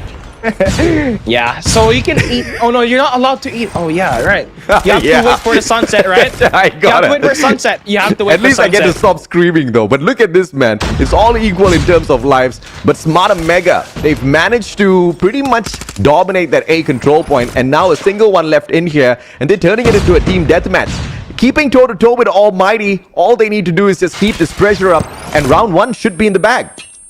Yeah, of course. And they just need to be consistent and take control of this 2F. The second floor gonna be very vital, because you're gonna have height advantage over Almighty as they are looking to try to break off of you from the green spawns. And take a look at 10 on a 5 spree. He just single-handedly took these players down all on his own. And Smart Omega, look at them now, serving time inside this objective. Risky, just sliding in and out, just taking all of those shots. He knows exactly where to expect his opponents from. The issue is nobody's showing up. With 3 more lives left, Almighty's playing this as slow as possible. Heaven and Shut Up just trying to play those off angles, but the control points being sneaked away. They have to engage with Risky. And there, Risky will be dealt with, but there's only one player left, and 10 from the top, along with Whoopi, will be there to clean that one up. And AMT looking so dry right now, up against Smart Omega, who definitely is laser focused in terms of playing that offensive side. And now, they're gonna start on the defense, so that means more advantage for them coming through in this game. Looks like the 3 coaches are doing their work. They are definitely giving Almighty a run for their money. It seems like Almighty is running out of options here. Now it's the defensive for Smart Omega. Let's take note of the fact that Smart Omega beat Almighty down on the attack the very first round. What happened to the Almighty control gods? I mean, it's all because of WPM Lowkings ending that streak. Maybe it might have stunned them. Maybe they got the yips at this point, because knowing all this, that 16 win streak wasn't just coincidence. That was just sheer hard work and brute. And with their loss up against WPM Lowkings, they look so vulnerable out there in the game, AJ. This is just crazy. 22-24 lives, not making that much of a difference, but Almighty has barely scratched the surface of these control points. Now 3 players stacking on the control room all at the same time. This A control point might get sneaked away, but it's all dependent on the players who are going the extra mile, pushing out towards the direct road, trying to keep the rest of the Smart Omega players from engaging with their objective players at the very least, so that they stand a better chance. But it's going to be the second floor takeover on this control room from the side of Smart Omega. Risky leading the pack alongside Kendi. Whoopi shows up at the window as well. Tags up President Jeff Pro, but that A still gets captured.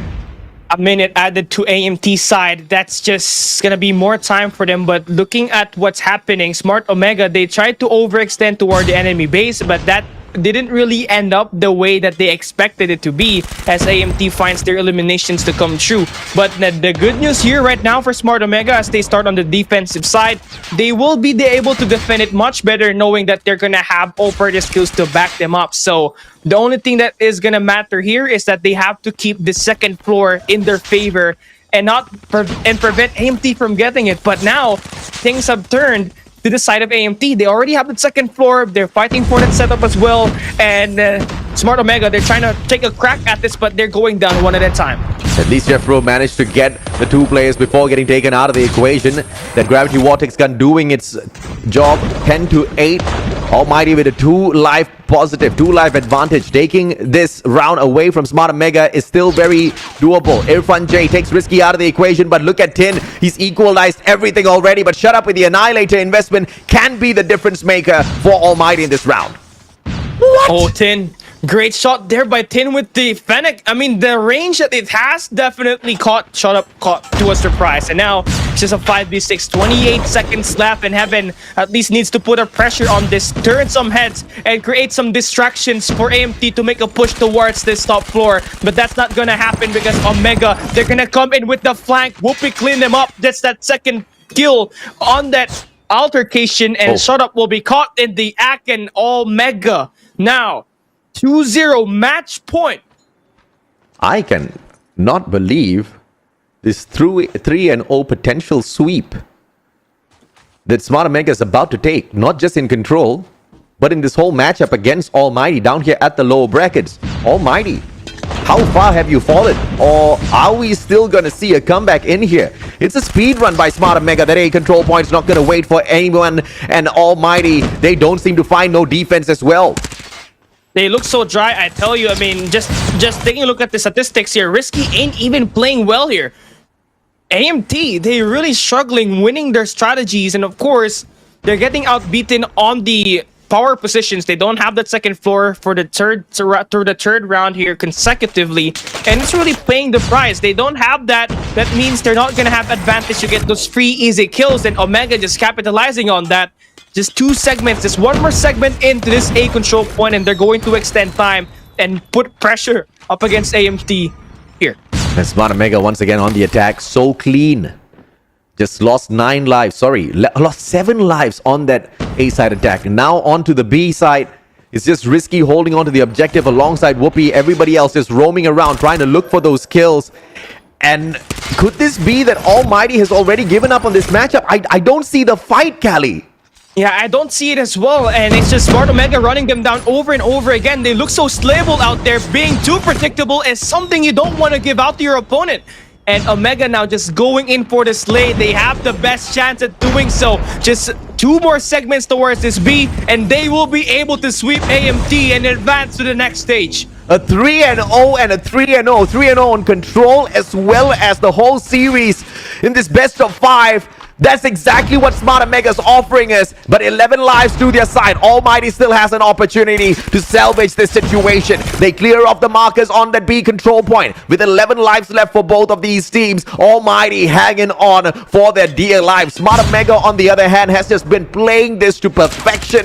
Almighty has not shown us the heart just yet, but the opportunity for a win within this round is still possible. Yeah, of course, but I mean, it's all about taking into considerations the angles that Smart Omega is actually taking here to surprise and attack you. And you know, that's the reason why AMT is struggling in this game right now. It's all about the positioning, and that's where it kind of falters. As you can see, Omega now going in for the final stage. Just 4 more lives for AMT as they face elimination. I cannot believe this is the way it's gonna end. I mean, for Smart Omega to beat down Almighty, take that revenge was definitely possible, but to do it with a clean sweep on control as well as the series, this is what we were talking about from the group stages in itself all the way down here. Not hiding strats. Yeah, right, Jericho. Come on, coach. Oh, look at that. Oh, what was that? It was 3-0 he was trying to do, and well, he looked like an owl there. Right. Yeah, he kind of looked like an owl. But yeah, solid win. Solid win. I mean, it was one hell of a matchup between the two, but I did not see the... Yeah, exactly, man. Yeah. Yeah, They got I tilted. mean- I think they got tilted on this third map. Of course they got tilted, but Big time. Big time. I don't know what happened. There was no fight from Almighty. There was literally no fight from them. And this is the match mode the game mode that they've been so dominant for not just one Garena Masters, but multiple Garena Masters. And we just saw no fight on control whatsoever from Almighty against Smart Mega. They look unmotivated. They look unorganized, uncoordinated, and out-strategized. Wow. And Almighty, they got checked here real bad. And we cannot blame them. I mean, Smart Omega, they were playing positions so well when they played that game. They were, always a step ahead up against Almighty. And the objective was the deal breaker there. At 2 attack sides won by Smart Omega. Could you imagine a map like Summit, a defensive-sided game mode, be taken over by Smart Omega, and all because of Tin doing all the objective work and, of course, being the MVP as well? I am in disbelief. I am in absolute disbelief. Obviously, that Hardpoint matchup, it did the dirty on Almighty. That's the game where we saw them go all out. We knew that their Hardpoint games have been so painful so far. Past 5 matches, they've lost every single Hardpoint game. They've just been on a terrible track record as far as Hardpoint is concerned. But they did decently well there. But it must have broken their heart because they must have given it their all and still not be able to get anything off of Smart Omega. And that SND was clearly a soul-crushing matchup if you are an Almighty fan, if you're an Almighty player. It was just an absolute shutdown out of Smart Omega. But Control, though, I would have expected some trades. I would have expected a little bit of a better play. But I'm surprised. I'm actually shocked that we did not see that out of Almighty. Smart Omega played it great. But I just didn't see the usual Almighty that we see out there. I mean, we're not taking any credit away from Smart Omega winning this. I expected a revenge. I expected them to come guns blazing in the playoffs when they met again. But I did not expect this scoreline for sure. They didn't look so impressive in that Summit Control. I have to agree with you. I mean, since GM3, since the start of the Control game mode, added into the mix of like the game modes for maps for Garena Masters and of course the entire Call of Duty mobile competition, it's always that Control game mode that AMD always managed to win despite even losing the first 2 maps.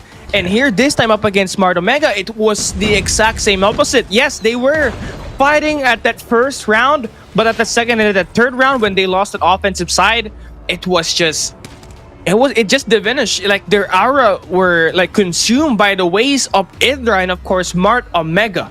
And of course, at the end of the day, you got to give credit where credit is due. Idra has just been one of the best anchors that just knows exactly how to play the game down to the T. Average kills 22.33. The guy's just hitting those beautiful numbers. Average deaths, we're going to ignore that. For the overall KD ratio of 1.63, this guy was an integral part of Smart Omega dominating Almighty. And yes, we knew that it was most definitely going to be a close match because it just looked so weird in the group stage, right? Smart Omega just didn't want to give anything away, but it kind of looked convincing. Almighty's win looked convincing when Smart Omega got reverse swept when they went up against Blacklist International Ultimate.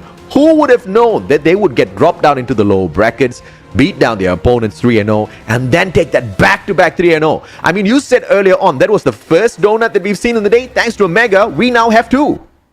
Yeah, I mean, Smart Omega, they definitely surprised us with their last 2 matches of the day, and they will be taking on the loser of the WPM Lowkings and Blacklist International Ultimate match that will happen tomorrow. Yeah. But with the loss of Almighty, that leaves us with 3 Philippine teams left in the competition. And of course, MYSG now officially out of the competition, and the dominance of Smart Omega, WPM Lowkings, and Blacklist International Ultimate shown here at this Garena Masters 4. I mean, 2 things need to happen. Number 1, we need to get a confirmation that Heaven's not going anywhere and the team is going to stick together. The second thing that needs to happen is Almighty, sure as hell, needs a couple of coaches on their side. I think they took away quite a decent prize pool from the World Series, and that should definitely be invested in the right place. Look at Smart Omega. The investments are in the right place. They are doing exactly what it takes. But, you know, a little birdie told me in the name of Warden earlier on that Blacklist Ultimate has got 2 coaches as well. I'm not going to reveal it because he's the one that shared the info with me. So tomorrow, I'm very sure Warden will be back with us and I'll let him share that information with you guys. Blacklist International Ultimate has got 2 coaches on their side. When you guys hear exactly who they are, it's going to blow your mind. It's going to make so much of sense as to how they beat down Smart Omega 3-2. Oh my god. I mean, I don't want to spoil it as well. My mom wants me to, but I won't let Warden talk about this one. But I want to talk about patterns here. Smart Omega has 3 coaches. Blacklist got 2. WPM Lowkings has 1. So Blacklist has 1 world champs. Yeah. If you're talking about numbers. No. We're talking about coach. We're talking about coaches. The amount of coaches here.